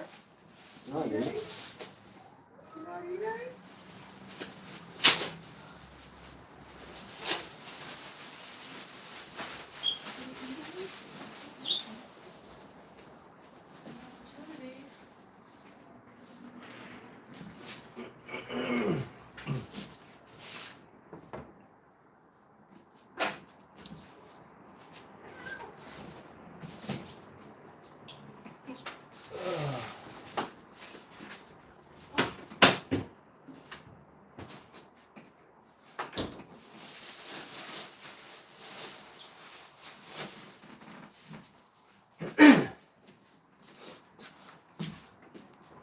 All right, let's start another one. Let's find our next sketch here.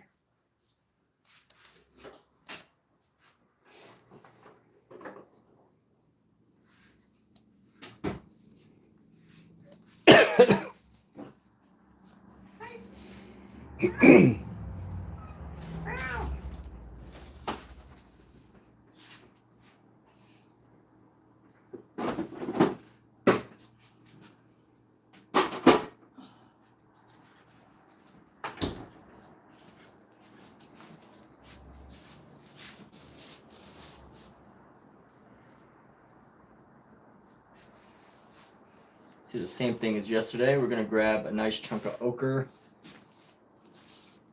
Where is my palette knife?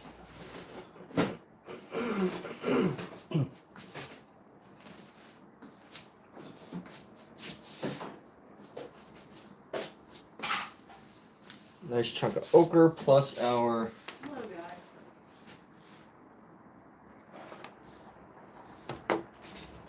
where's that thing? Alright, here we go. Gamblin Gamsol. I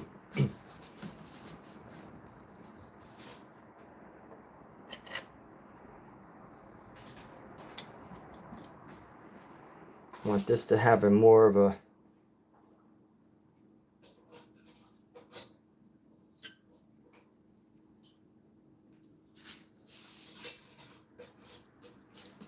green blue hue.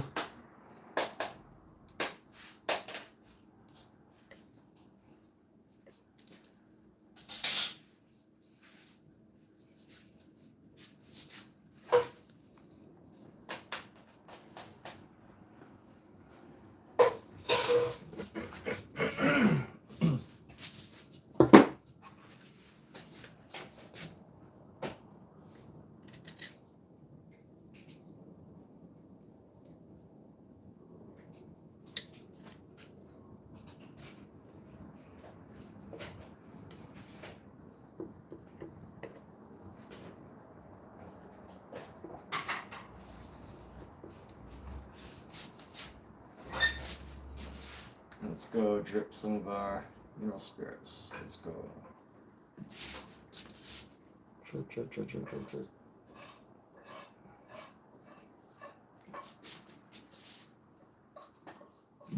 Go mix that in there. So mineral spirits plus Gamsol, Gamblin helps to reduce the, improve the spreadability of everything.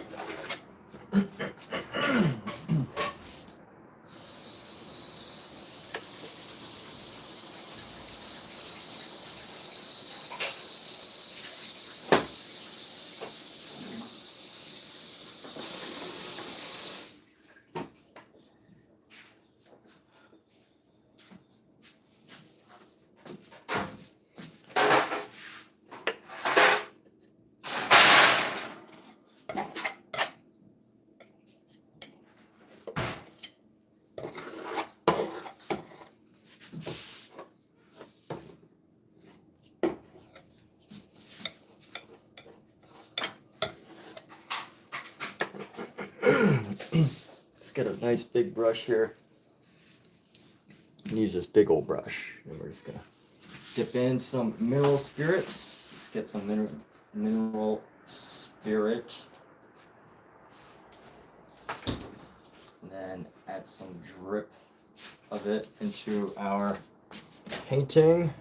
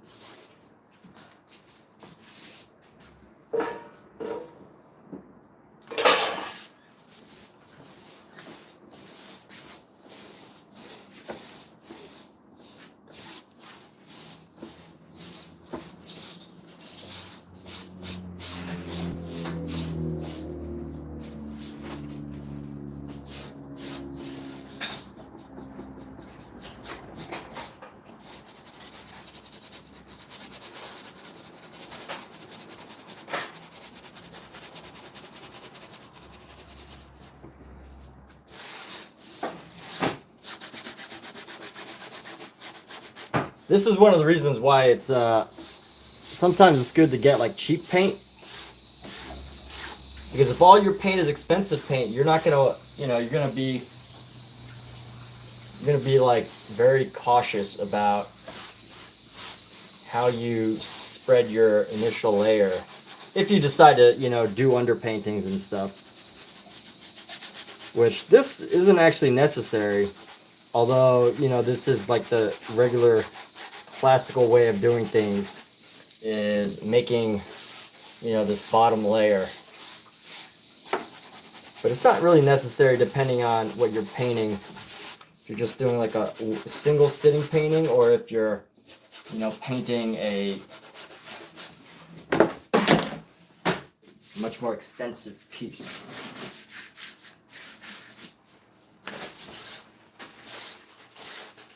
Let's take some souvenirs on here from the...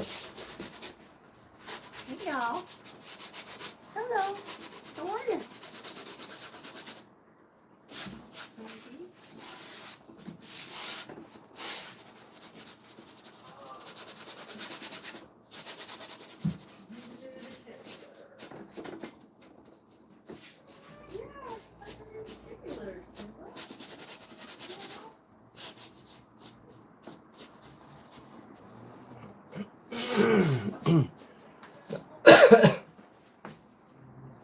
All right, let's see how we can start to organize this. This is gonna go straight down the center. That's about straight down the center. We'll go down the center here. We've got our female figure starting at about the third way. And then there's the male figure who's like coming up right here.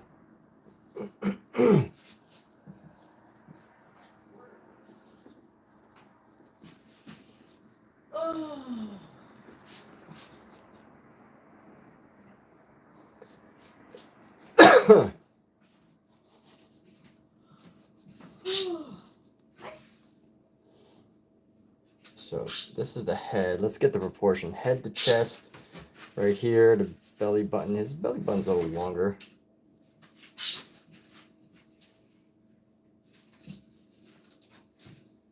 Stop.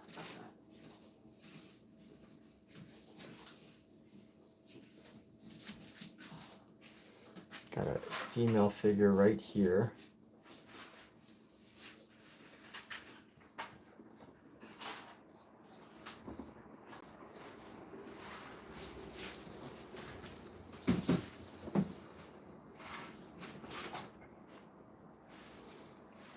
And let's see, we got another idol figure. Ah, the story. There's a story here. I see. Okay. So you're trying to tell the story. And then the idol figure is going to be about 1.5 head length. So 1 and then a half head length right over here.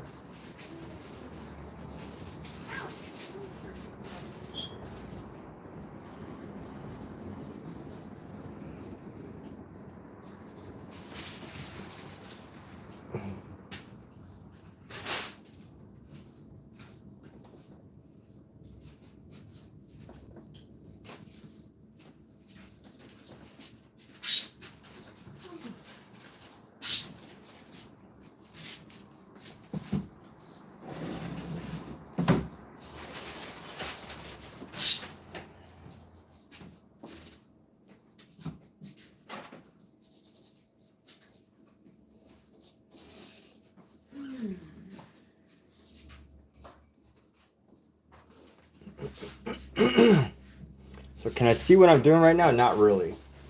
Just sketching out, getting a feel for how things are going to get laid out. A lot of green. Yep.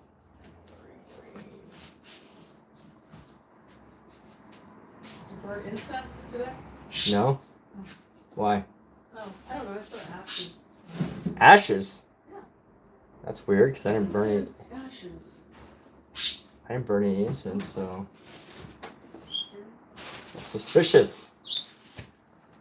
Suspicious. Yeah.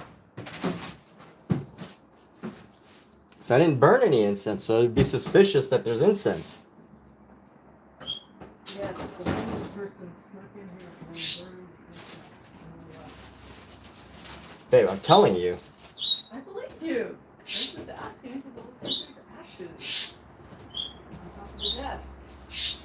And I know because I've been burning some lately, but I didn't burn any today.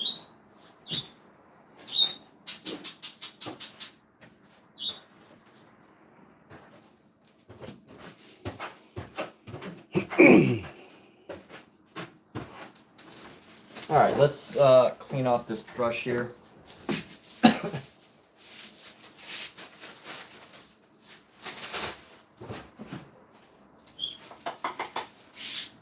Come on, guys. You come and jump in? Come on. Yep, they're coming. No, come and jump in. I want your attention. It's bottle caps, chapstick, and cleaning the litter box. Yep, here we go. Come on.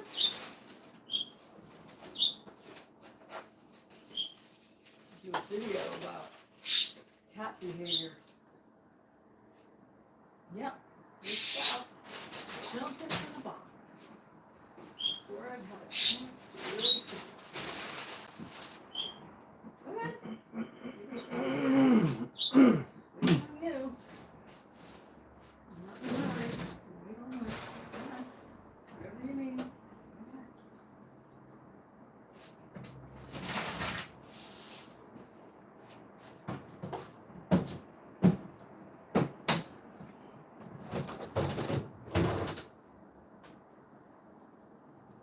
Oh, I gotta go on this one?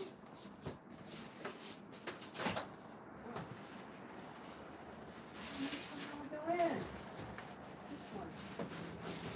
Cleaning off some brushes right now.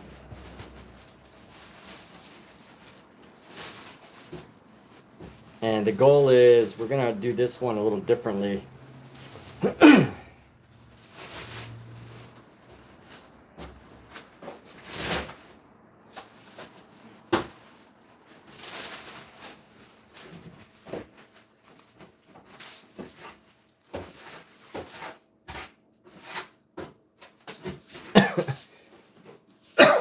This painting is going to be a little bit more loose. I'm going to sketch in our designs. Be very brusque with it. So let's start with our main figure here. That's the male. Actually, let's do the female. The female is the central figure. So we're going to start with her head right here. And everything's going to be based off of her. So we're going to go, just start right here. Some blues. Get the blue on the shadow. The mouth right there.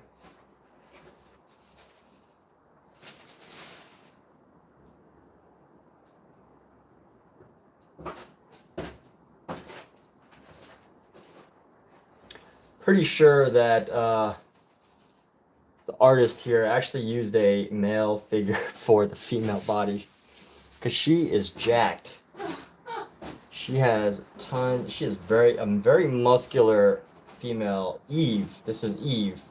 This is the creation of Eve, and this is probably the most muscular figure I've ever seen in a. What was the time period? 1500s, Vandenbroek, Flemish. Weren't allowed to always naked. Okay, well that explains it. So, I think what I've got going on right now is a little too small. So we're gonna go. Let's go sketch this out right here.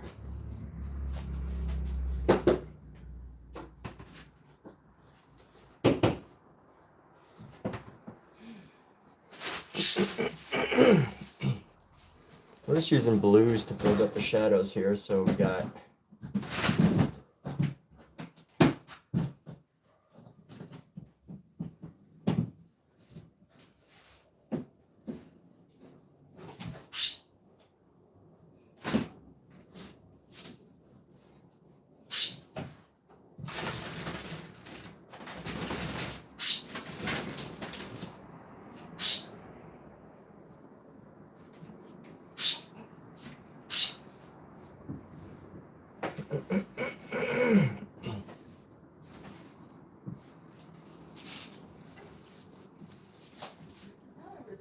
our sketches here, and then our male figure is going to be right here. He's sleeping. She's going to be sleeping on top of him.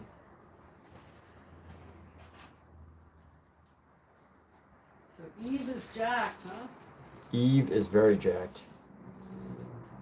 So you don't think God envisioned a wrestler for Eve? Nope.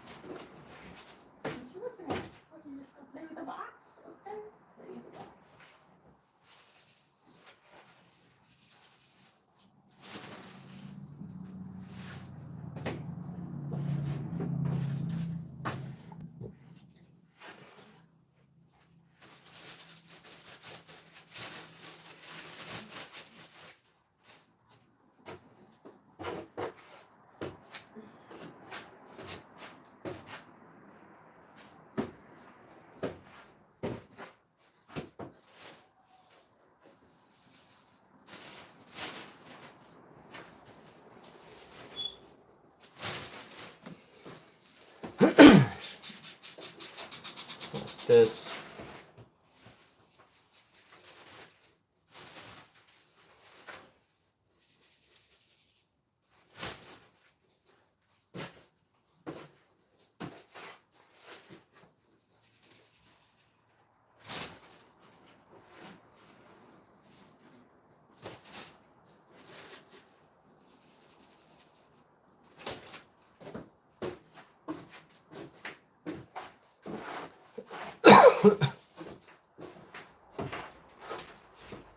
Yeah, I think drawing works better for me as far as compared to like subtractive.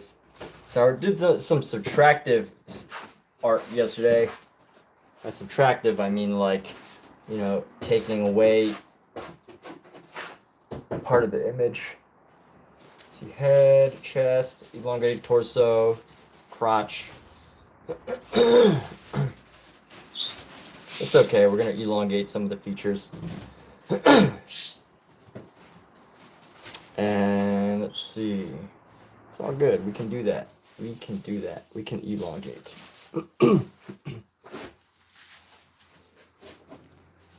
And let's see, we're going to go like this.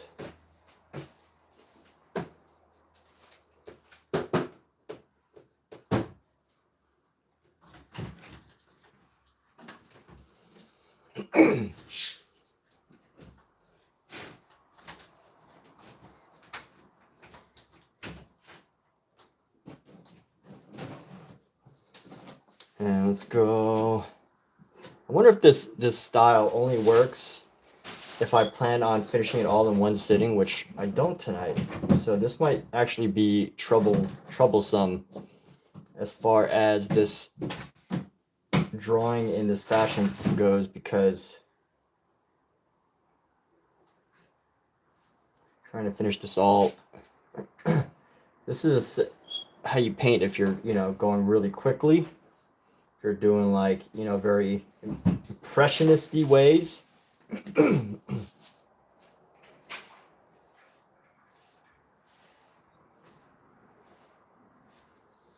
Being very loose with everything.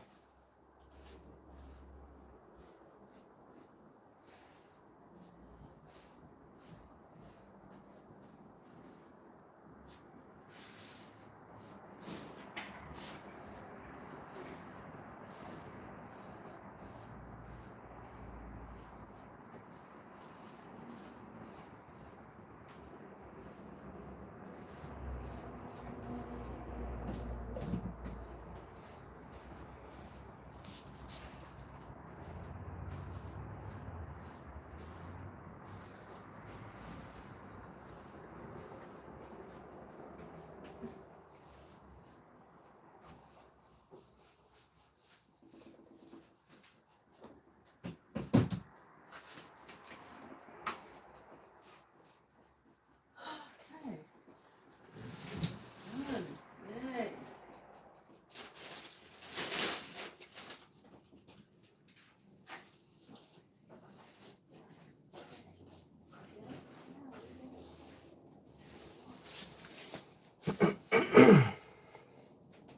Let's figure this out. So, a dog here, finally an animal. Always got to have the animals. There we go. All done.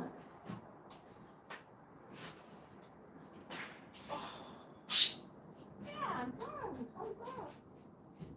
You happy? You're done.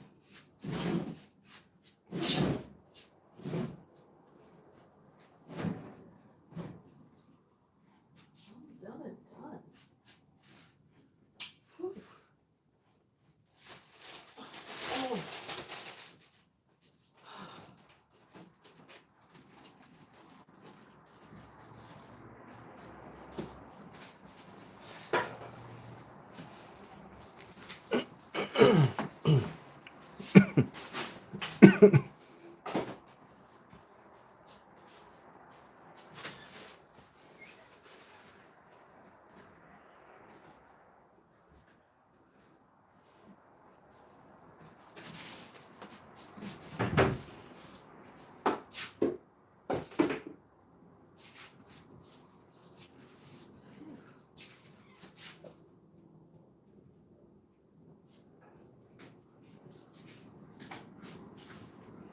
Sort of plant there.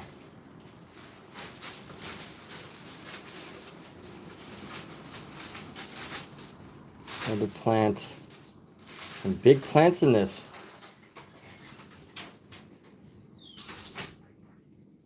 I wonder if vegetables had started to shrink by this time in history, in the 1500s. Because we definitely know, like today, all of our vegetables are much smaller, unless they're genetically modified, compared to back in the day. Honestly, I have a feeling that this one's going to be better than our previous one. This one with Eve.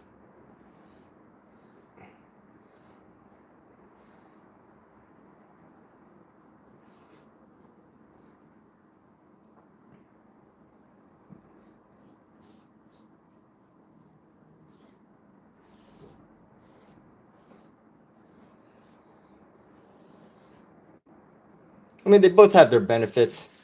But I think this one is going to be nice.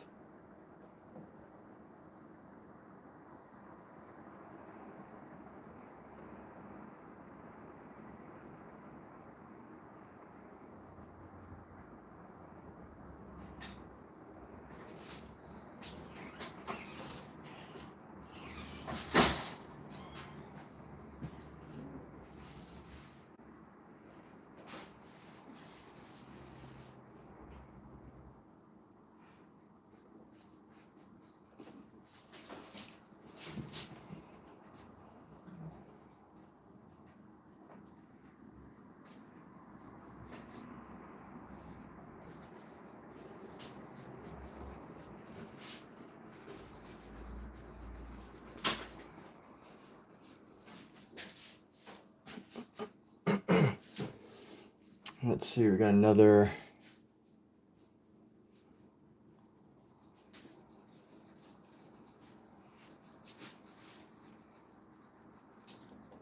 Field right there. Got some fences.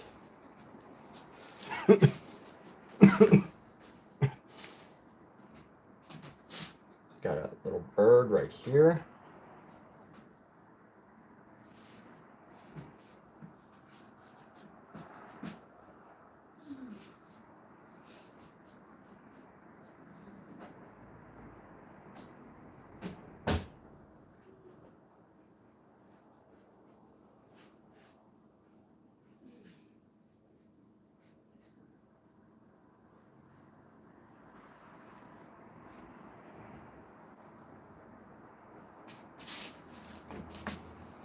And I don't know what kind of animal this is. Some sort of fox?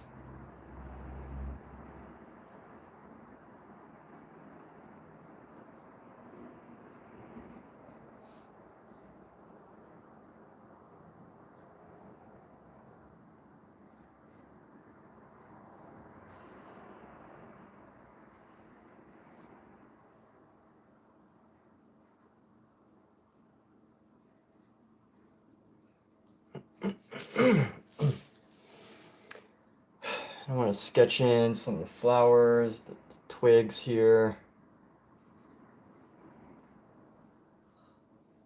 Everything was awesome before they ate the apple.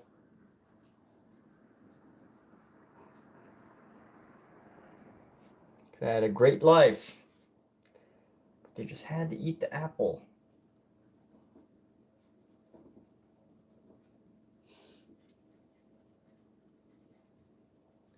Life would have been awesome. I'm streaming, babe. Yeah.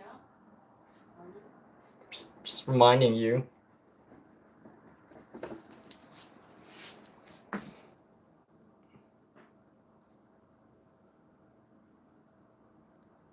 Just reminding you because you're making funny noises. Which, funny noises are fine. I just don't know if you want them to be heard. I didn't know I was making funny noises. Was it like clearing my throat? No, it's like taking a big poop kind of noises.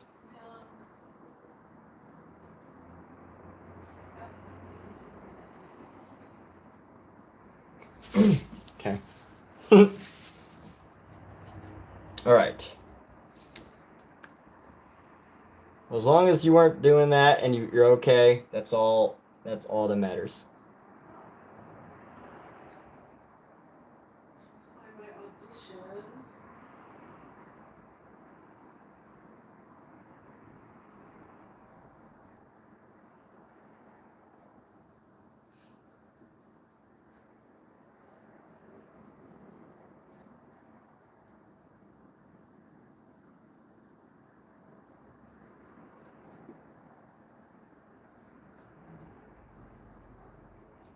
Ooh. 1, 2, 3, 4, 5, 6, 7, 8. So maybe elongate this body a little bit.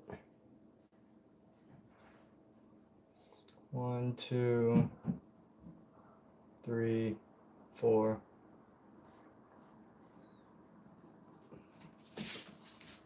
Just using stick figures right now. Stick figures. Yes, stick figures. They're the best.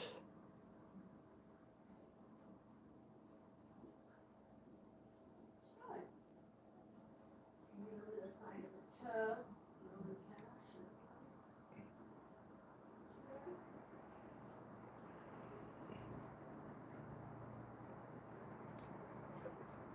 tub.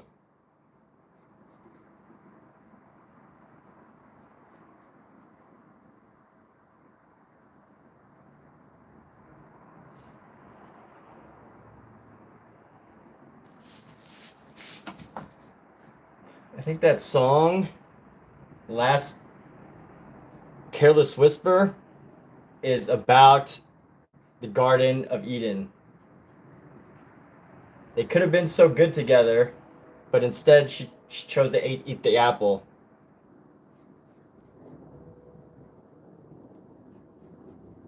because somebody whispered into her ear to eat the apple.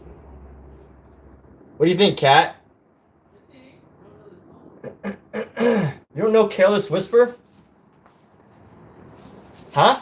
Not that I know of. If you heard it, I might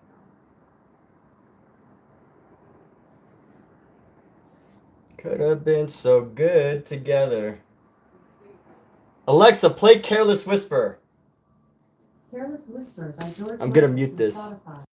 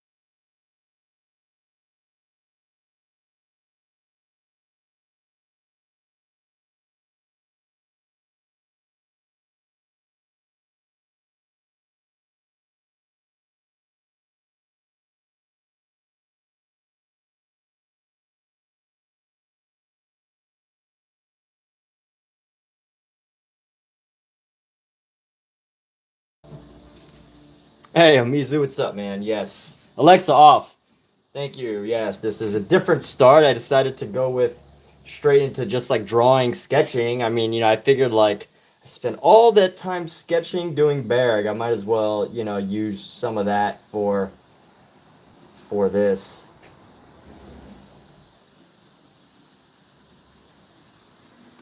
Figured I might as well do it. Might as well.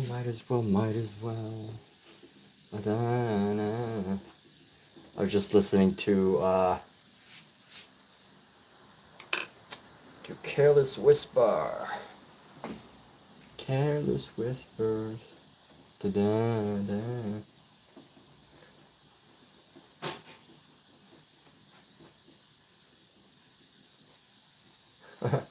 Yes, that's the sound a Careless Whispers sound like. Da-da. Careless Whisper. I know I'm never gonna dance again. Guilty feet have got no rhythm. Alright, let's grab some white. We're just gonna go around here. We're gonna capture this green here. We're just gonna capture this right now. Go in with this, and we're just gonna capture all this just right now. Just go boom. So I was just thinking, the reason I played Careless Whisper, for those of you wondering, I didn't play it on live stream because I get copyright violations.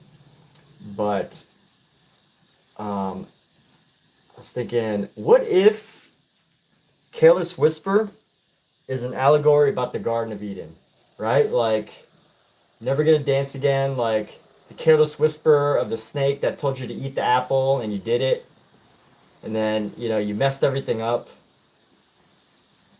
etc., right? We all know the song Careless Whisper by Michael, is it Michael something? Alexa, who made the song Careless Whisper? Careless Whisper is sung by George Michael. It was produced by George Michael. It was written by A. Ridgely and G. Michael. A. Ridgely and G. Michael. There we have it. Let's grab some reds here. I'm gonna insert some red into our fruits here. We're not going to be too shy about our colors. Be confident with our colors here. I wasn't really confident painting the other way because that's not normally how I paint, the subtractive painting. Which, I think I was probably, I was using a very loose version of subtractive painting.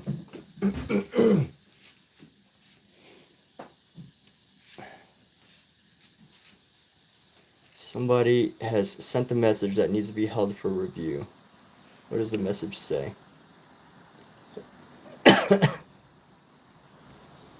Babad. Babad has something to say. Babad, welcome. What would you like to say, Babad? What would you wish to say in our live stream here?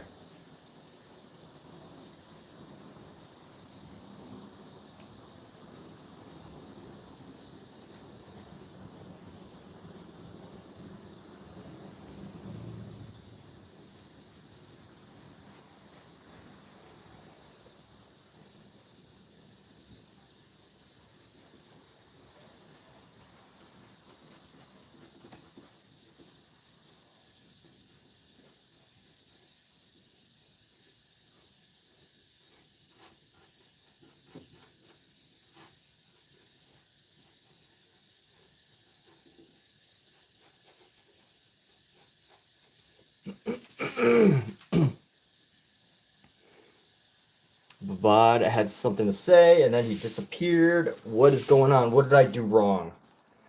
Why would someone just come in here, pretend like they have something to say, and then just, not say it? What do I do wrong, people? I love seeing people say random things.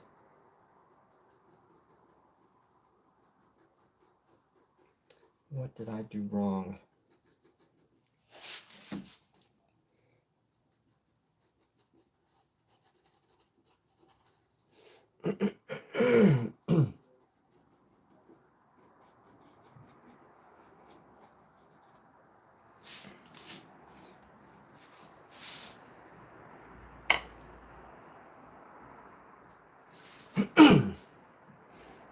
Let's give Eve golden green hair. Or I guess this is Eve, right? This is supposed to be Eve.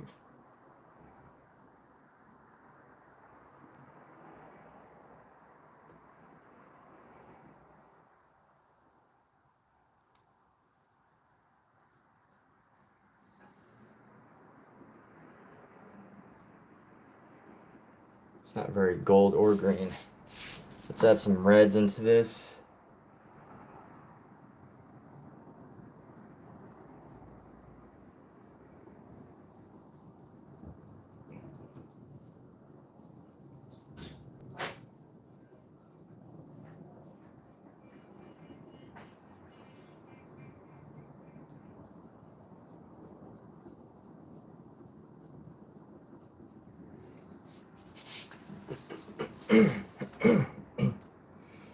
And let's go all the way down. Her hair is just gonna come all the way down.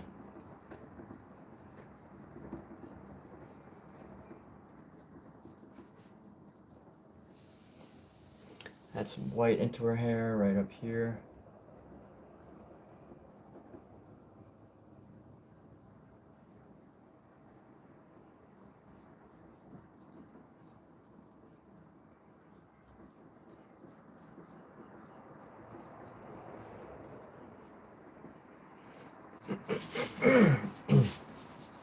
We're gonna get it nice and dark. In this, I guess we'll grab some blue and dark green. Let's get this dark green here. Nice dark green on the inside here.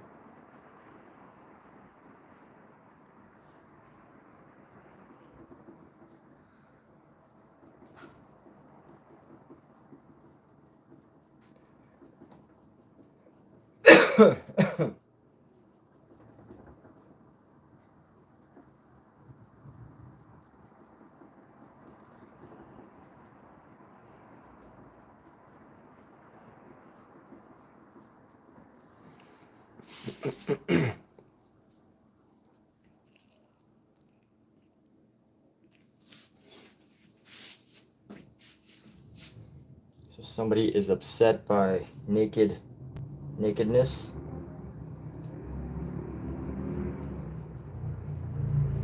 I feel bad for anyone who is so easily upset by nakedness. Nakedness is just such a natural human thing, you know? If you're offended, I believe you can report my channel, but because it's considered fine art, I will probably continue painting.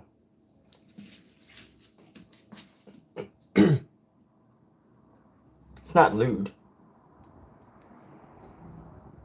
Maybe it is. I don't know. I mean, my definition of lewd is probably very different than most people's, so.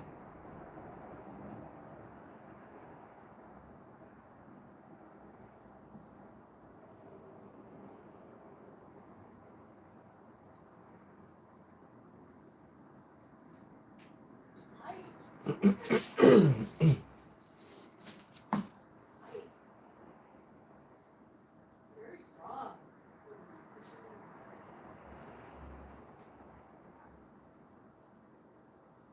Strong kitty.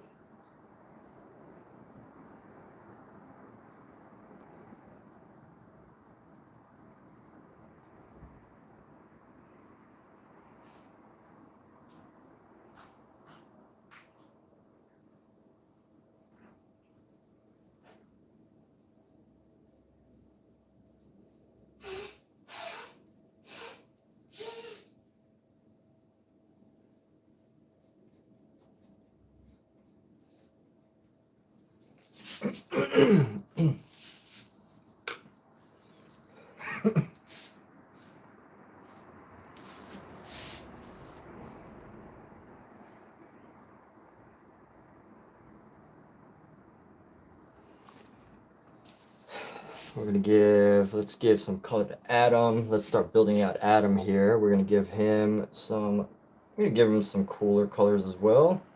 Let's give him some cooler shadows around the back here. Some cooler shadows.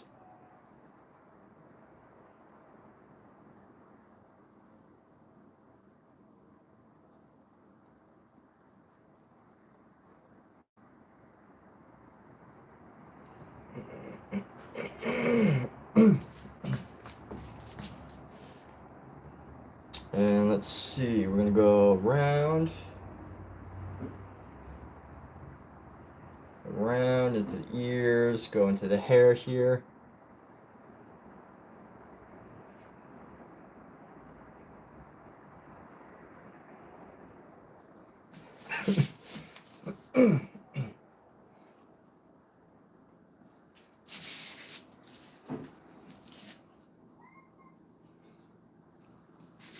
What's that sound? What's up, Scout? What's up? You okay? What's wrong?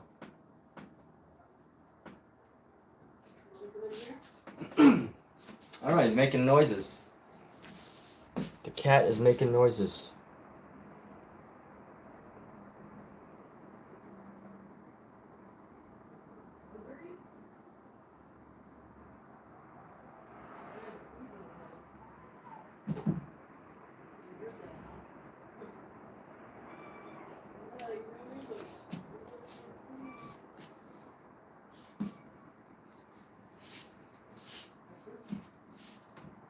Yeah.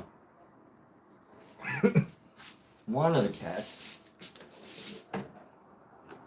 Alright, I am in the process of cleaning off my brushes and putting them away for the evening.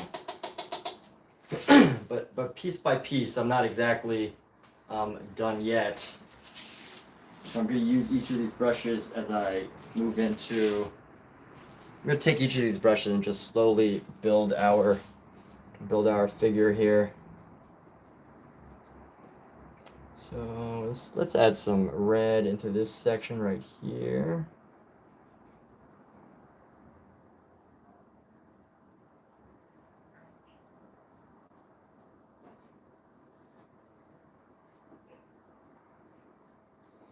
And we're going to give Adam the same colors, or similar colors going around the edges here, just to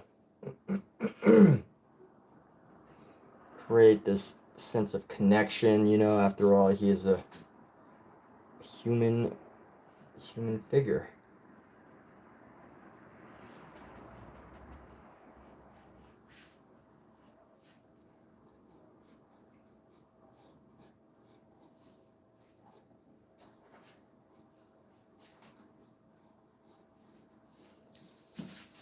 What's great about painting in this red is this this green helps to like neutralize it. So fortunately the red isn't going to be as strong, which helps me to paint a little easier, because if the red was like too strong, so this paint is still wet, so if the red was too strong I would have some issues. But working wet on wet, if you're going to work wet on wet, like just knowing that your colors are going to interact together is incredibly helpful, because it helps you to create, helps you to do some nice creations. So we're going to add some of this right here.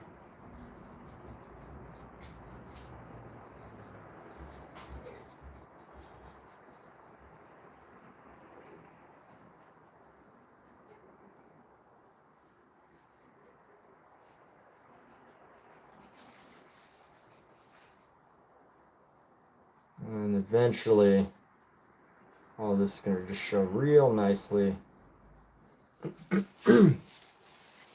think the colors almost have like this like chalky effect. Very wispy. Not how I usually, I didn't expect for it to be this wispy as far as the colors go. I'm actually quite surprised myself how these colors are turning out. I'm really liking it.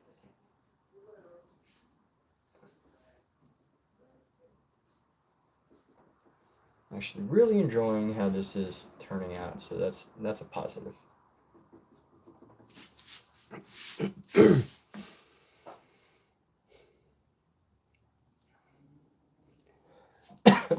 All right, let me clean off this brush. Let me get a little bit more red into here. I'm just gonna go. I'll be coming to bed soon. Huh? Okay, but soon. Soon you will be.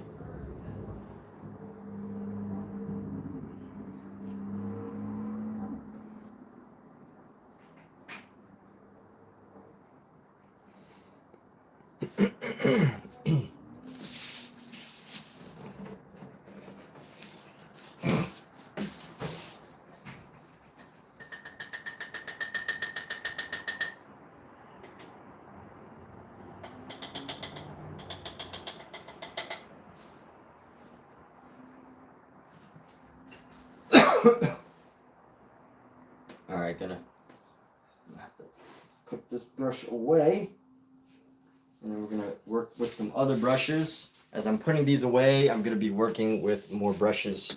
I think in the background, we're probably gonna want. Let's just go with How do you want to do this background? Let's go with some golden skies. So we're gonna continue on with this yellow ochre color. We're just gonna mix in some white here.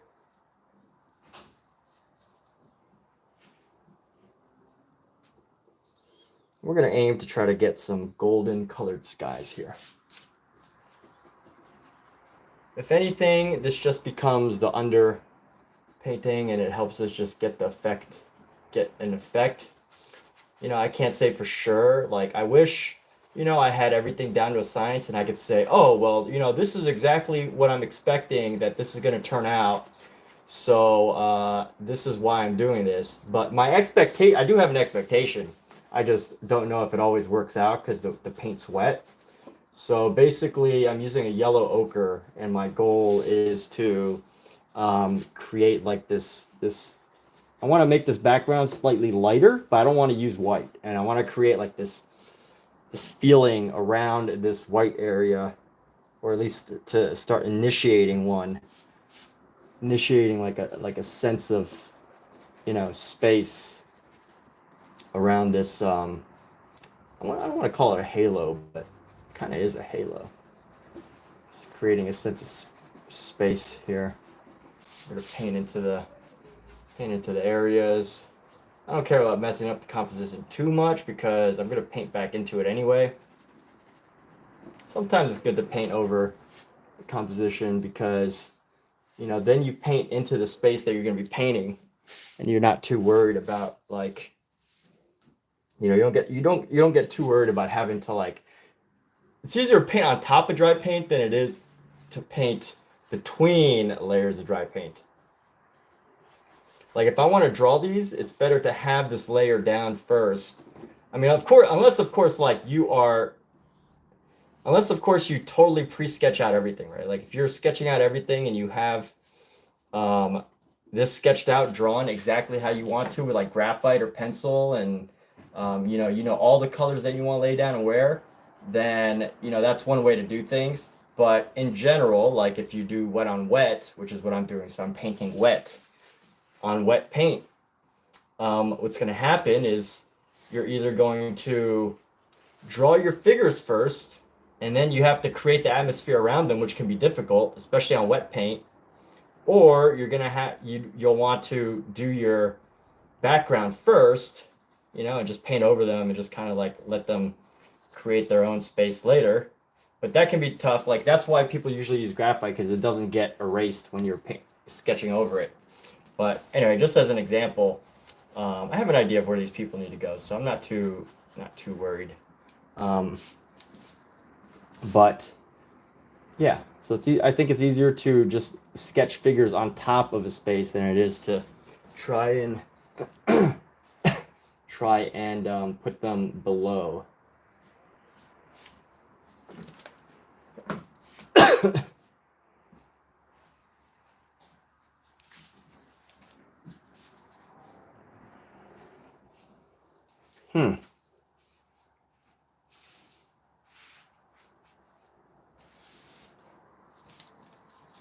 All right, let's see where I can possibly use some dark brown. Use some dark brown into here. I don't even know what this thing is.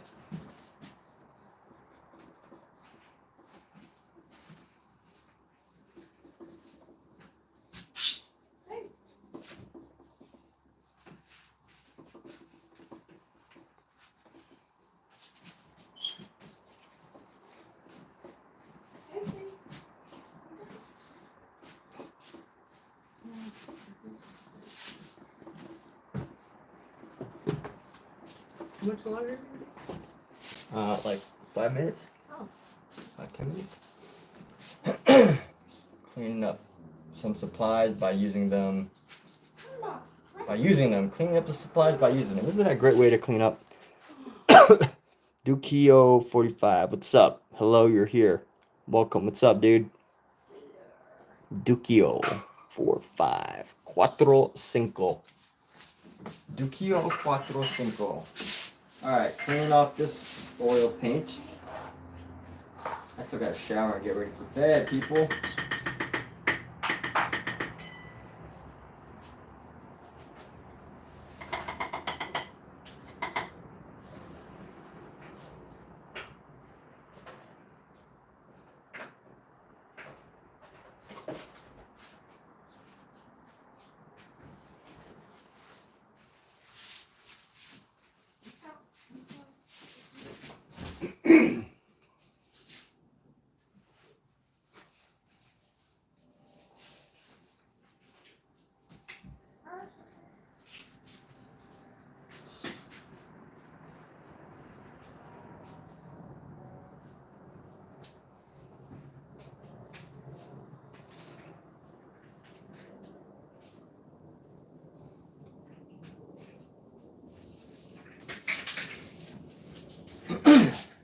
Alright. Keep coughing because somebody's smoking outside my door. Somebody's smoking outside my door.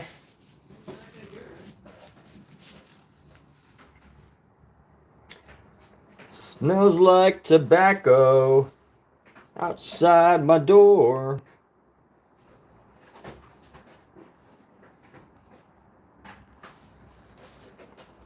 Somebody's smoking. Smoking outside my door. You got the wrong kind of cat.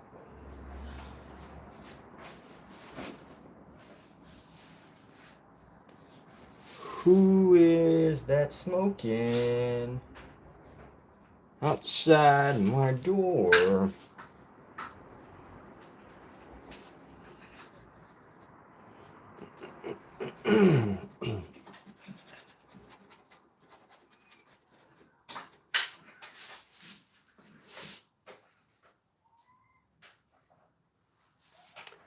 Who is that smoking outside my door?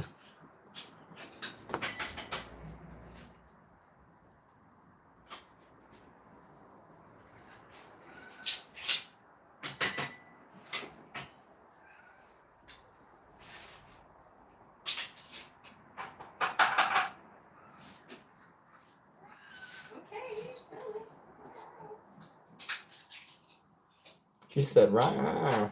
Yep, here.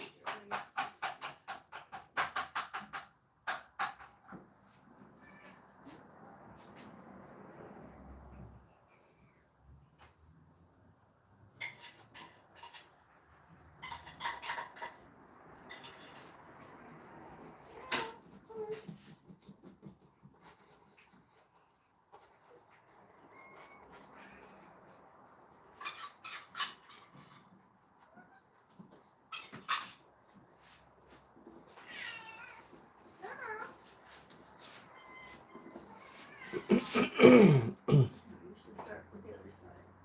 I changed. I like the shapes in this sketch here. They're very impressionist. Very impressionist. Coming from.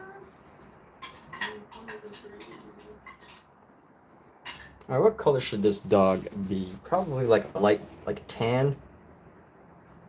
What color would a dog be from? What color?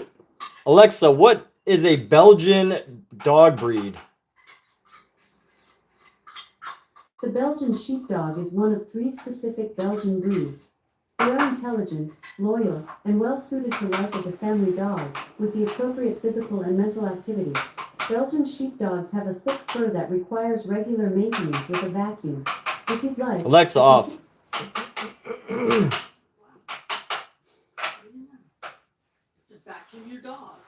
Okay, I'm coming. Well, you didn't think it was going to be easy, did you? Yes, even to the sheep. What? For the sheepdog.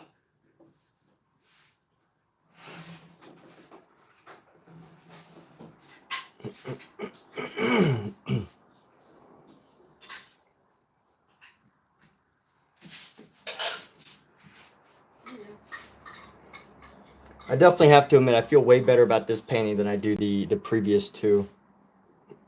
But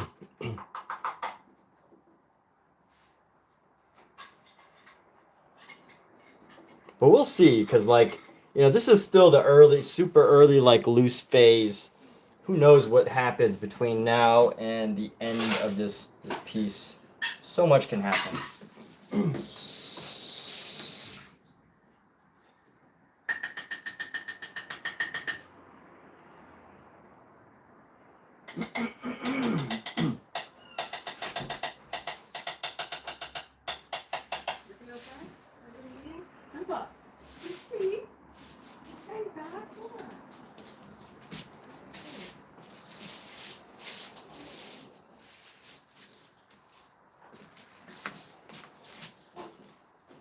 What color is this? Oh, there's a brown. It's like a dark green. I can use this. I can use this color to spread around some of the colors here.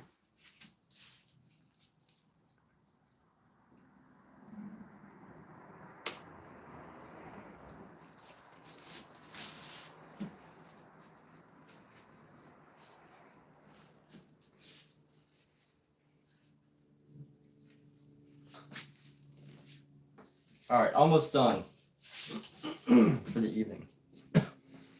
Let me see what sort of fine detail brush. What I would do with this fine detail brush here. Let's add an outline. This should be a leaf here.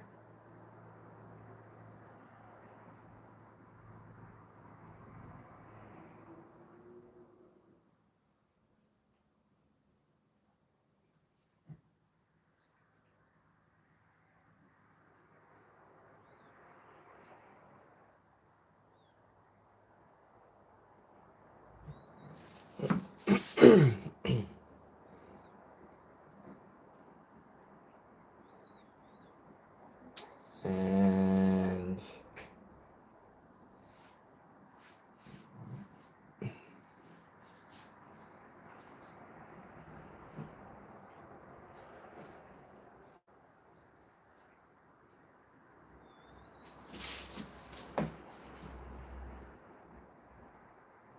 sketch out this figure. Our idol figure here. Get his hair right.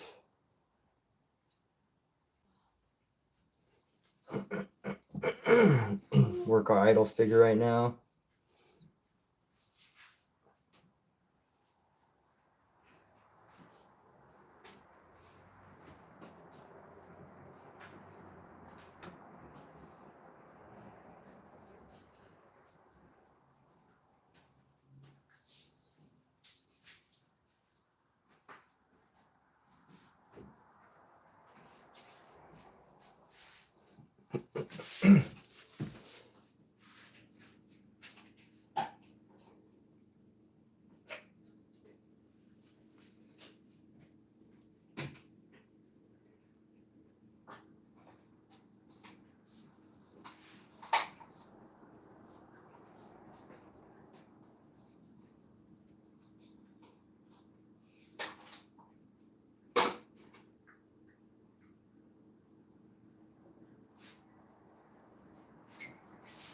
Oh yeah, I need to sketch this out right here that I totally forgot.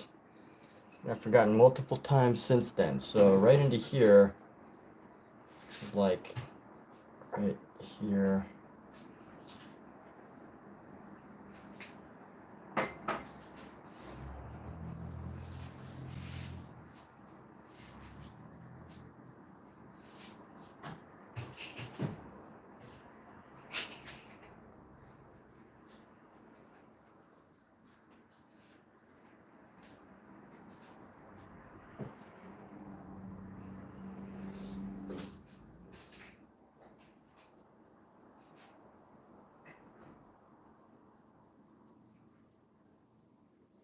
Yes, that's right. Got to get the sketch in.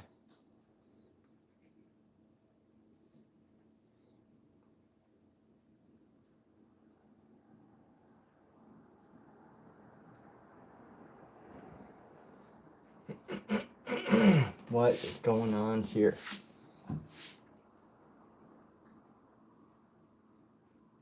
Oh, this is the other hand coming across. Okay, I see. I see now.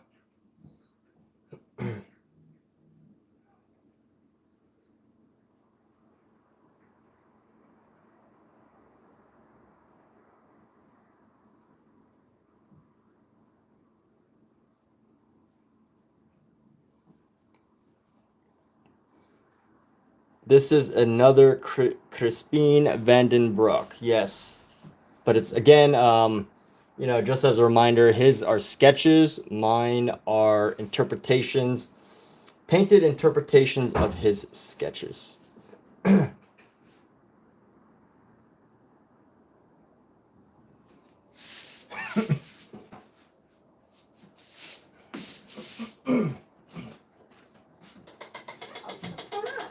All right, we got one brush left to use up before we go to bed here, before we wrap up today's painting session. One brush left. And I've got red on it. So what are we going to do with this red? Let's do something with this red here. Let's go right into here.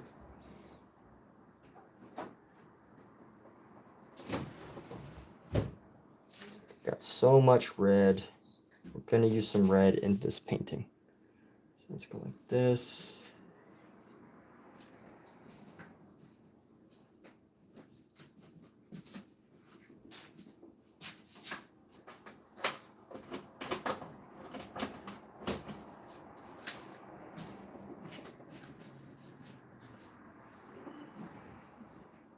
Crispin Vandenbroek.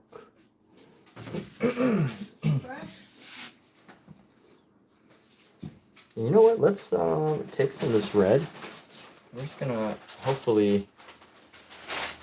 No, I'm not ready to accentuate areas yet. I'm not ready to accentuate. Actually, you know what? I will add a little hint of red to this bird's feather top right here.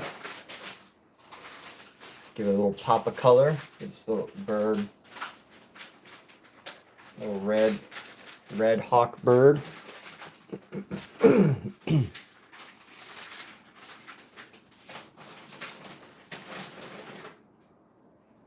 And I don't know what these giant fruit things are, but let's give this flower some red as well.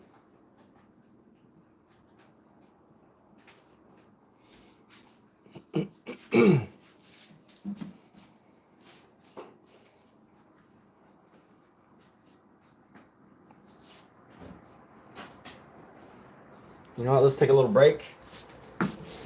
Well, not a little break, we're done for the evening. So those of you that are here, congratulations, you made it to the end of the race of life.